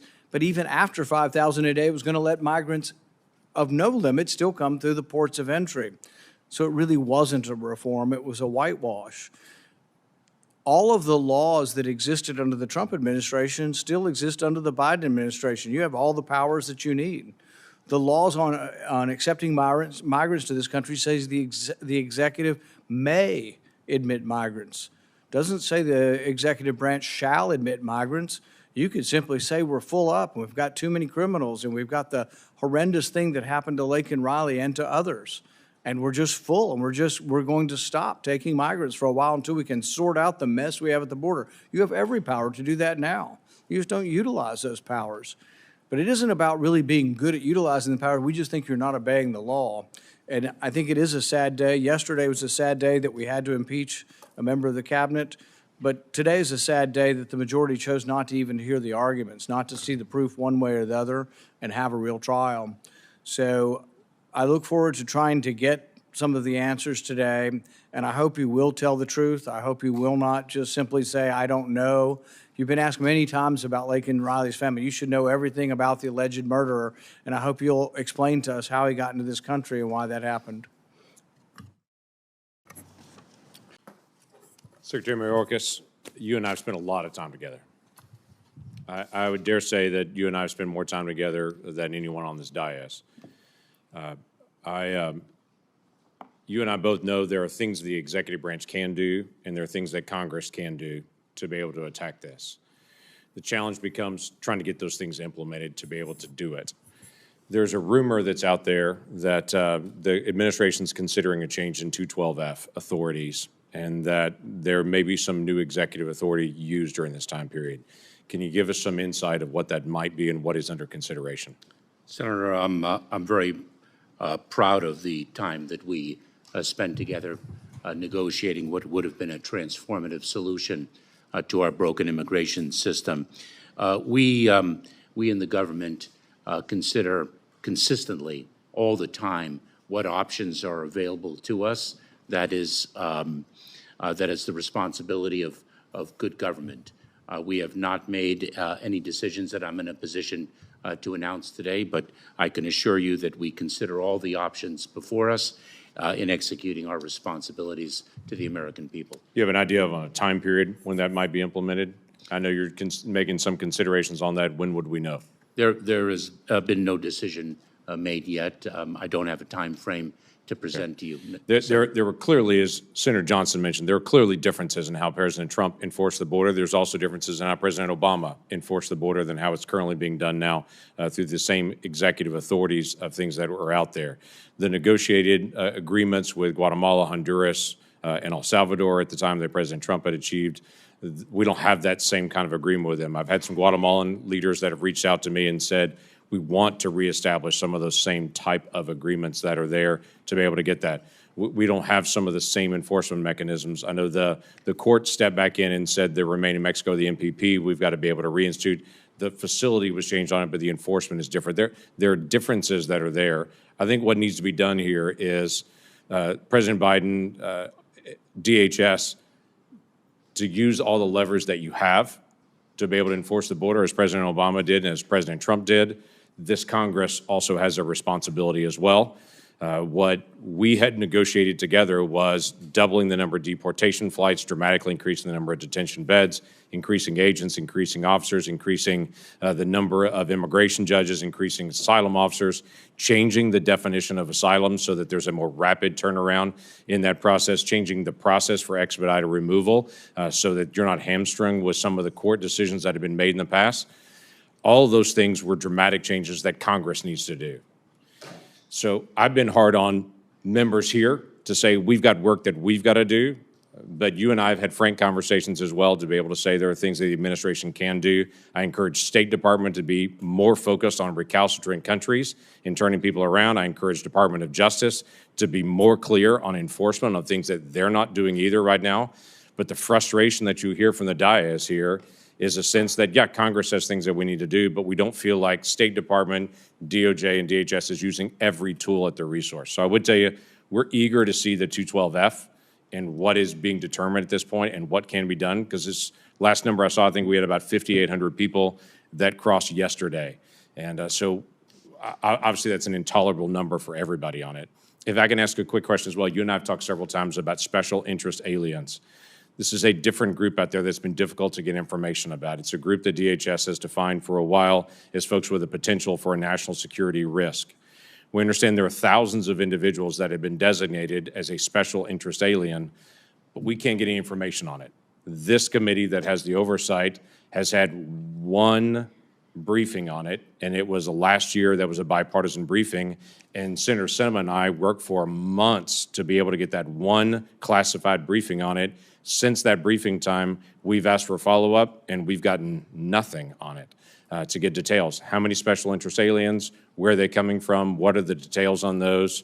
These are folks that your team has identified as a potential national security risk. We don't know how they're being handled, but it is our understanding thousands of them are being released.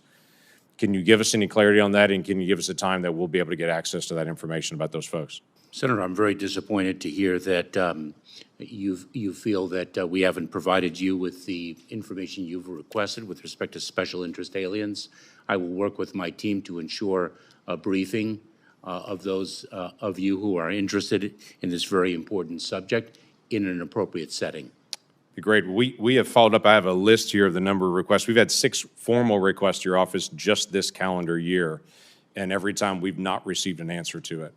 So we absolutely need more information about this, because that's a very special concern to us to try to figure out how do we actually get that resolved. On the budget request that's coming out, when you and I worked on the supplemental piece, we included funding for 50,000 detention beds and for deportation flights to be dramatically increased. Part of the issue was, obviously, if we're releasing people, especially single adults, it just increases the number of people that are coming. If we don't turn people around, there aren't immediate consequences, then more people just come because there's a delayed consequence, which is really no consequence. So my question is, in the budget request, we're to 34,000 beds for budget request. Why that number when we know we could get up to 50,000, or at least to 40,000 we could get up to? Why a lower number in a budget request rather than the number that you know you need? Senator, the budget is, of course, presented under the context of the Fiscal Responsibility Act. Our 2025 budget was presented before the 2024 budget was enacted. We fully support the 41,500 detention beds that were presented in the fiscal year 2024 budget. I continue to believe that in the context of the Senate's bipartisan legislation, the 50 or 55,000 beds was an advancement in our efforts, and we look forward to working with this committee and Congress on funding the detention beds that are needed. I hope that's so. We've got to be able to get that resolved. That's a serious issue that only Congress can resolve, but we've got to be able to implement. We need the White House to also make the request on it. One last thing I'll just ask for the record, if you don't mind, Mr. Chairman, on this. DHS Ombudsman for Citizenship and Immigration Services found this statement: the parole programs that are currently being used at our southern border that are allowing more people to come in, the parole programs require diverting funding and employee resources within USCIS from other immigration programs. We've experienced this in our office. It's become harder for legal immigration, And the Ombudsman is saying it's because some of these resources are being funneled to the border processing parole there. Love to have a statement back from your office in writing on if that's true, what's being done to be able to change it. If it's not true, why is that not true?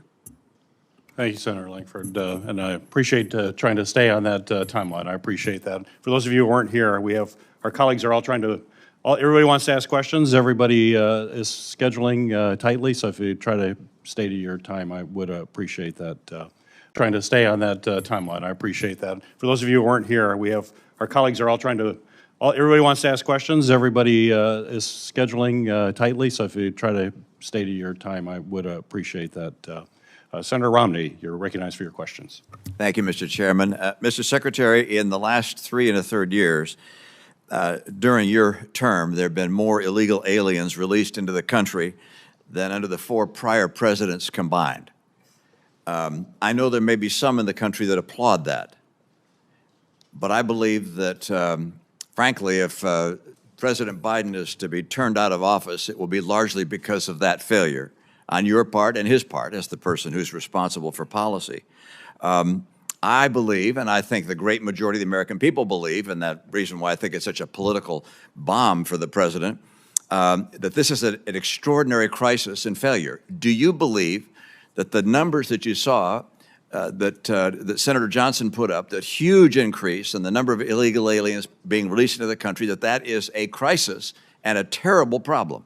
I have, Senator. That's a yes or no. Senator, I have said previously that it is a crisis, and it is something that we work to address every single day. Good, thank you. Let me turn. The House, I believe, House of Representatives, took action to underscore the extent of this crisis.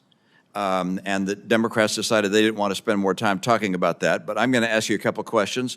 They're not intended to be hostile, but the House said that you lied when you said to the House in a hearing that the border was secure. Why did you say the border was secure? Was that a lie? What do you mean by that? Senator Romney, allow me to assure you that I have honored the oath of office that I have taken more than 5 times in my 22+ years of federal service. Let me go back to the question. That's as accurate as it is irrelevant, which is, my question is, you said that the border was secure. What did you mean when you said the border was secure? Is that not a lie? Senator, you've asked me now if that is a lie, and I have assured you that I have honored the oath of office that I have taken. In what way was it not a lie then? Senator, with the resources and authorities that we have, it is as secure as it can be. Thank you. Second question. The law states, and the House correctly noted, that encounters at the border and people seeking parole and so forth should be detained, and yet you release them. Why did you release them? Senator, we release individuals into immigration enforcement proceedings when our detention capacity cannot meet them in detention, and they do not pose a threat to public safety or national security based upon the screening and vetting that we perform at the border. Clearly that screening and vetting was insufficient given the number of murders and other crimes committed by a number of those people so released. But is there a law when the detention facility is full? I understand why you say I can't put them in detention, which the law requires, if there's no more detention space. But does the law indicate what you then do? Because under President Trump, they were sent back to Mexico, as I understand it, and under your administration, they were released into the country. Am I wrong in that assessment? Yes, you are, Senator, respectfully. You want to explain in what way? Of course, because I believe, and I want to be accurate in the data that I provide to you, and so I will verify subsequent to this hearing. Senator, I believe that a total of approximately 70,000 people were processed through the Remain in Mexico policy, and the balance were either detained or placed into immigration enforcement proceedings on a non-detained docket with a notice to appear. That is something that has been characteristic of our broken immigration system. Do you have any sense of the proportion? How many were sent back to Mexico and how many were released into the country? I would be pleased to provide that to you subsequently, Senator. That would be helpful. The law also, and the House correctly noted, that asylum seekers should be evaluated individually, not released en bloc, and yet they were released en bloc. Why is that? Senator, I don't know to what the House was referring, because we make individualized asylum determinations. Our asylum officers are trained to do so based upon the facts presented to them in each case. Well, I would refer you to the articles of impeachment, which I presume you've had the chance to read. Is that right? Actually, I have not read the articles of impeachment. I probably want to do that because it alleges that you did not follow the law of the United States of America, and either you or your legal counsel ought to read that to make sure that you are following the law of the United States of America. But it indicates that individuals are to be evaluated individually and not let go or not released into the country en bloc, and yet it says that you did release en bloc large numbers of individuals into the country that should have been individually evaluated. Is that the case or not the case? That is not the case. Thank you, Mr. Chairman. I've used my time. Thank you. I appreciate everyone. Senator Ossoff, you're recognized for your questions. Thank you, Mr. Chairman. And Secretary Mayorkas, welcome back to the committee. Mr. Chairman, I can't help but reflect on what's happened in the last few months in the Senate. No one, and I mean no one, is interested in or takes seriously lectures on border security from Senate Republicans. No one. In one of the most stunning acts of political cowardice in recent American history, a bipartisan border security bill co-authored by a conservative Republican member of this committee was put forward in the U.S. Senate. It would have tightened asylum standards to stop exploitation of the asylum system. It would have surged enforcement resources to the border. It would have meant more expedited removals of those who enter this country unlawfully. It would have empowered the federal government to take the fight to the drug cartels who are laying waste to communities across our country with fentanyl. A bipartisan border security bill co-authored by a conservative Republican member of this committee. And it wasn't just voted down by Senate Republicans, it was denied even a debate on the floor of the United States Senate. Because the former president of the United States, and he said this publicly, thought it wasn't in his political interest for the nation to be served. It wasn't in his political interest for a bipartisan border security bill to be enacted by Congress. The American people are smart. So all of the performative chest pounding today on border security is utterly disingenuous. When Senate Republicans abrogated their basic governing responsibility and refused even to let us debate and amend that bipartisan border security proposal, the American people see that and understand that. But Mr. Secretary, the American people also see and understand what's happening at the southern border. And just as they see the hypocrisy and cowardice of Senate Republicans on border security, they do not see success in the administration's handling of the crisis at the southern border. And I wonder if you have reckoned fully with the fact that you do not have a good faith partner in the minority party in Congress willing to work with you to advance bipartisan border security legislation. You are going to have to rely on your authorities, and it is past time to do so. So to the extent you have additional legal authorities that you can responsibly deploy to control this unacceptable crisis at the southern border that threatens our national security, it is long past time to do so. And that brings me to the budget request, because I can't understand this, Mr. Secretary. It's a $3 billion decrease from fiscal year 24 for CBP. You agree, I presume, that the situation of the southern border is a serious threat to U.S. national security?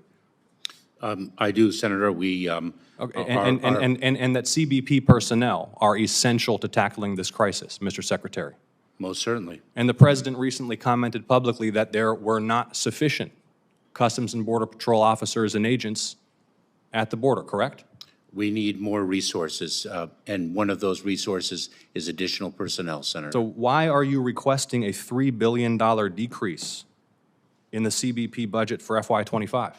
Senator, the construct that we have proposed is a baseline budget plus a $4.7 billion contingency fund, and I am not certain that you are accounting for that $4.7 billion contingency fund in the gross amount that we are requesting for fiscal year 2025. That contingency fund is really the model is that additional funds would be released to us based on the number of encounters that we experience at the southern border. And so that $4.7 billion must be included when looking at our fiscal year 2025 request. Are those funds explicitly allocated and reserved for hiring and deploying CBP officers? They include our ability to hire but it's additional funds personnel. that could be used for other purposes. I cannot, this is an insufficient request of the U.S. Congress, given the severity of what we're facing at the southern border. I would be very, very pleased to work with this committee and the Congress on increasing the resources above and beyond that which has been requested. So given the Senator, urgency of the need, why did you not request more funding for Customs and Border Patrol? Senator, we work within the context of the Fiscal Responsibility Act. We continue to believe that the extraordinary resources that would have been delivered under the Senate's bipartisan legislation would have been transformative, not only in the provision of resources, but in the delivery of authorities that we currently do not have. And I agree with you, but President Trump killed the bill for political reasons, and it's gone. You don't have a good faith partner in the minority here. Only you, through the funds that you request and use from the Congress in the appropriations process, and by using those authorities that there's discussion of you exercising, only you have the power to address this crisis, and I urge you to act with utter urgency to do so. Thank you, Mr. Chairman. Thank you, Senator Ossoff. We will now take a break, and then when we come back, Senators Blumenthal and Sinema will still be allowed their first round questions, and then it's my intent to then go into second round for those members who come back for a second round. But we now stand. Mr. Secretary, welcome. It's good to see you. On behalf of most of us, I think, in this body, thank you for your service. You've taken on one of the toughest jobs of anybody in the government of our country. I'm a big believer in bipartisan solutions. My colleagues have heard me say it over and over again. Bipartisan solutions are lasting solutions. I believe that is true. And I'm not interested in having talking points or getting on television. I just want to solve problems. And this is one of the problems that I'm going to not run for re-election, as you may know, this year. And on January 3rd, 2025, I will be a free man. Not a free man in Paris, but a free man in Delaware. And I hope that we have dealt with these issues in a constructive way that will actually work. I just want to say, while Senator Langford is here, just my heartfelt thanks to him, to Senator Sinema, and also to Senator Chris Murphy. They spent literally not days, but weeks, maybe even longer, working with the administration and particularly with you to try to find a bipartisan solution that could, or a series of bipartisan solutions would help us address these issues. This is a shared responsibility. It's not all on the secretary of this department or even the people who work in this department. It's a shared responsibility. It's a shared responsibility between the executive branch and the legislative branch. I've been privileged to serve on this committee since it was first created, to lead this committee, and when we're at our best, we work together. We worked across party lines, and we need to do that in this case as well. Let me just ask if I can, Mr. Secretary, to think back on the last several weeks, months. as you worked in concert with the three of my colleagues that I've mentioned, three of our colleagues whose names I've mentioned, what are some of the, as we turn the page and say, well, let's actually try to solve this problem, address this issue, and resolve it. What are some key lessons that should emerge for us from those negotiations? Senator Carper, the Senate negotiated bipartisan legislation would have been transformative. It would have been transformative in two primary regards. One is the provision of resources to the Department of Homeland Security and the other departments and agencies in the federal government that administer immigration law. It's not just additional Border Patrol agents and Office of Field Operations officers within U.S. Customs and Border Protection, but it's over 4,000 asylum officers, more immigration judges, as an example. In addition, and very importantly, it would have changed the system, the broken system, dramatically. One of the greatest infirmities of our current system is that it takes multiple years between the time of encounter and a final adjudication of an asylum case. The Senate negotiated bipartisan legislation would have taken that multi-year process that draws people to the United States, and it would have shrunk it to sometimes less than 90 days in duration. And that changes dramatically the risk calculation of intending migrants. It would have empowered us to use expedited removal, a speedier yet fair process for individuals not just in immigration detention, but for those outside of it as well. A transformative piece of legislation that was extremely tough, yet fair. Let me just thank you for that. Most of us go home at the end of a legislative week, wherever we're from. I go home almost every night and come back the next day that we're in session. I've been doing this for, gosh, 23 years. And I feel lucky to be that closely tied to my state. One of the things I do, I suspect our colleagues do as well, the days that we're not in session, I'm all over Delaware. We have only three counties. We have 1 million people, and we have a county day for each county during the week. And I visit businesses large and small. I visit schools, medical facilities, and so forth. But one of the questions I ask at these visits, I call them customer calls. I ask, how are you doing? I ask, how are we doing in Congress? And what can we do to help? And more and more I hear a constant refrain.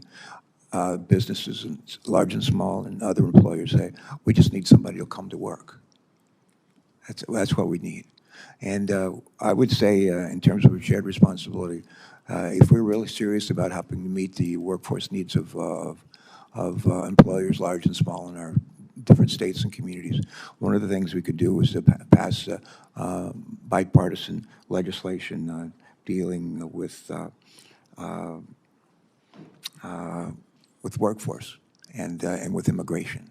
That would help us in a legal way provide a legal path for people to come and stay here for a while, not necessarily become citizens, but come here and work, and then meet the needs that I hear every week from our employers. One quick question, and I'll pass it to our next colleague. But can you just take a minute to please speak to the importance of not only funding the DHS budget request, but passing a bipartisan border deal so that the department can be properly resourced to carry out its border security missions? Could you please? With respect to the bipartisan the importance of not only funding the budget request, but passing a bipartisan border deal. As Senator, as I articulated before, it would add significant resources to our department that are significantly needed, not just at the border, but in the asylum process, so that we can adjudicate those cases more rapidly and remove individuals who do not qualify for relief within a shorter period of time. And that has a dramatic impact on flows to the border. Good, thanks. And the last thing I would say before I turn it over to Senator Johnson is just a heartfelt thank you to your family.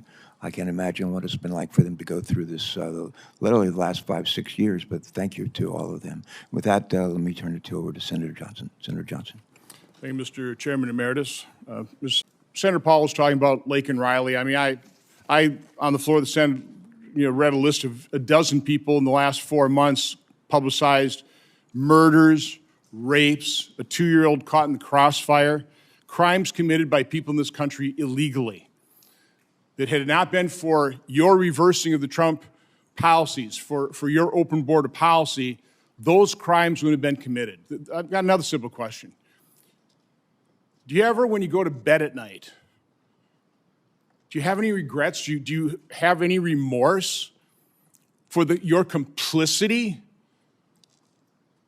Senator, in these crimes? I mean, your open border policy has aided and abetted the murder of Americans, the rape of Americans.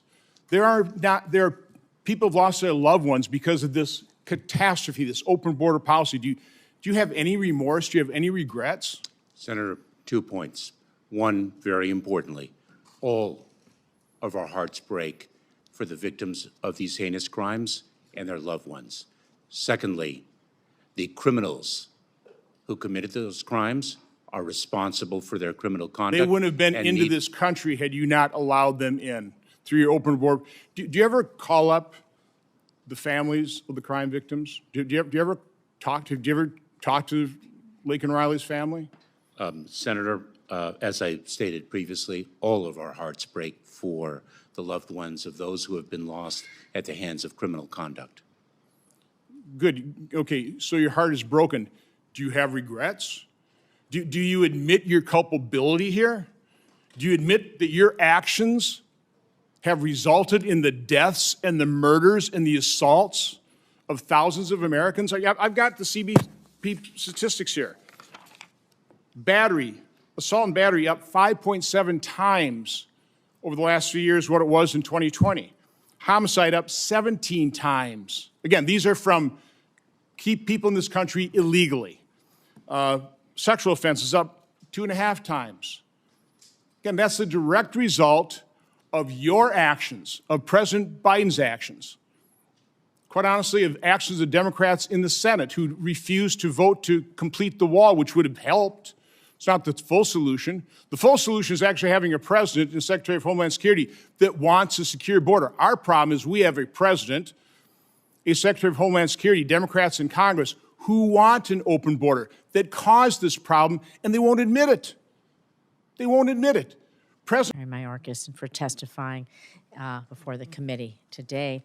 I'm going to build on what Senator Hassan was talking about combating fentanyl at the border, because in January I did visit the southern border again and spoke directly with law enforcement personnel about the work that they do to stop the flow of illicit drugs into our country and halting the flow of deadly substances like fentanyl. It's one of my top priorities, your top priorities. I think it's everybody's top priority. And I've been proud to work across the aisle to pass common sense, bipartisan legislation to keep our communities safe. And just last month, I'm proud to say President Biden signed into law the End Fentanyl Act, which I introduced with Senator Scott on this committee, Rick Scott, and Senator Hassan. The new law is going to help us crack down on drug smuggling by requiring CBP to update its guidance for drug seizures at least once every 3 years and be sure it's up to date on all our new substances. During my visit to the border, I was also able to see how CBP officers use tools, including advanced technology, to improve security at the border.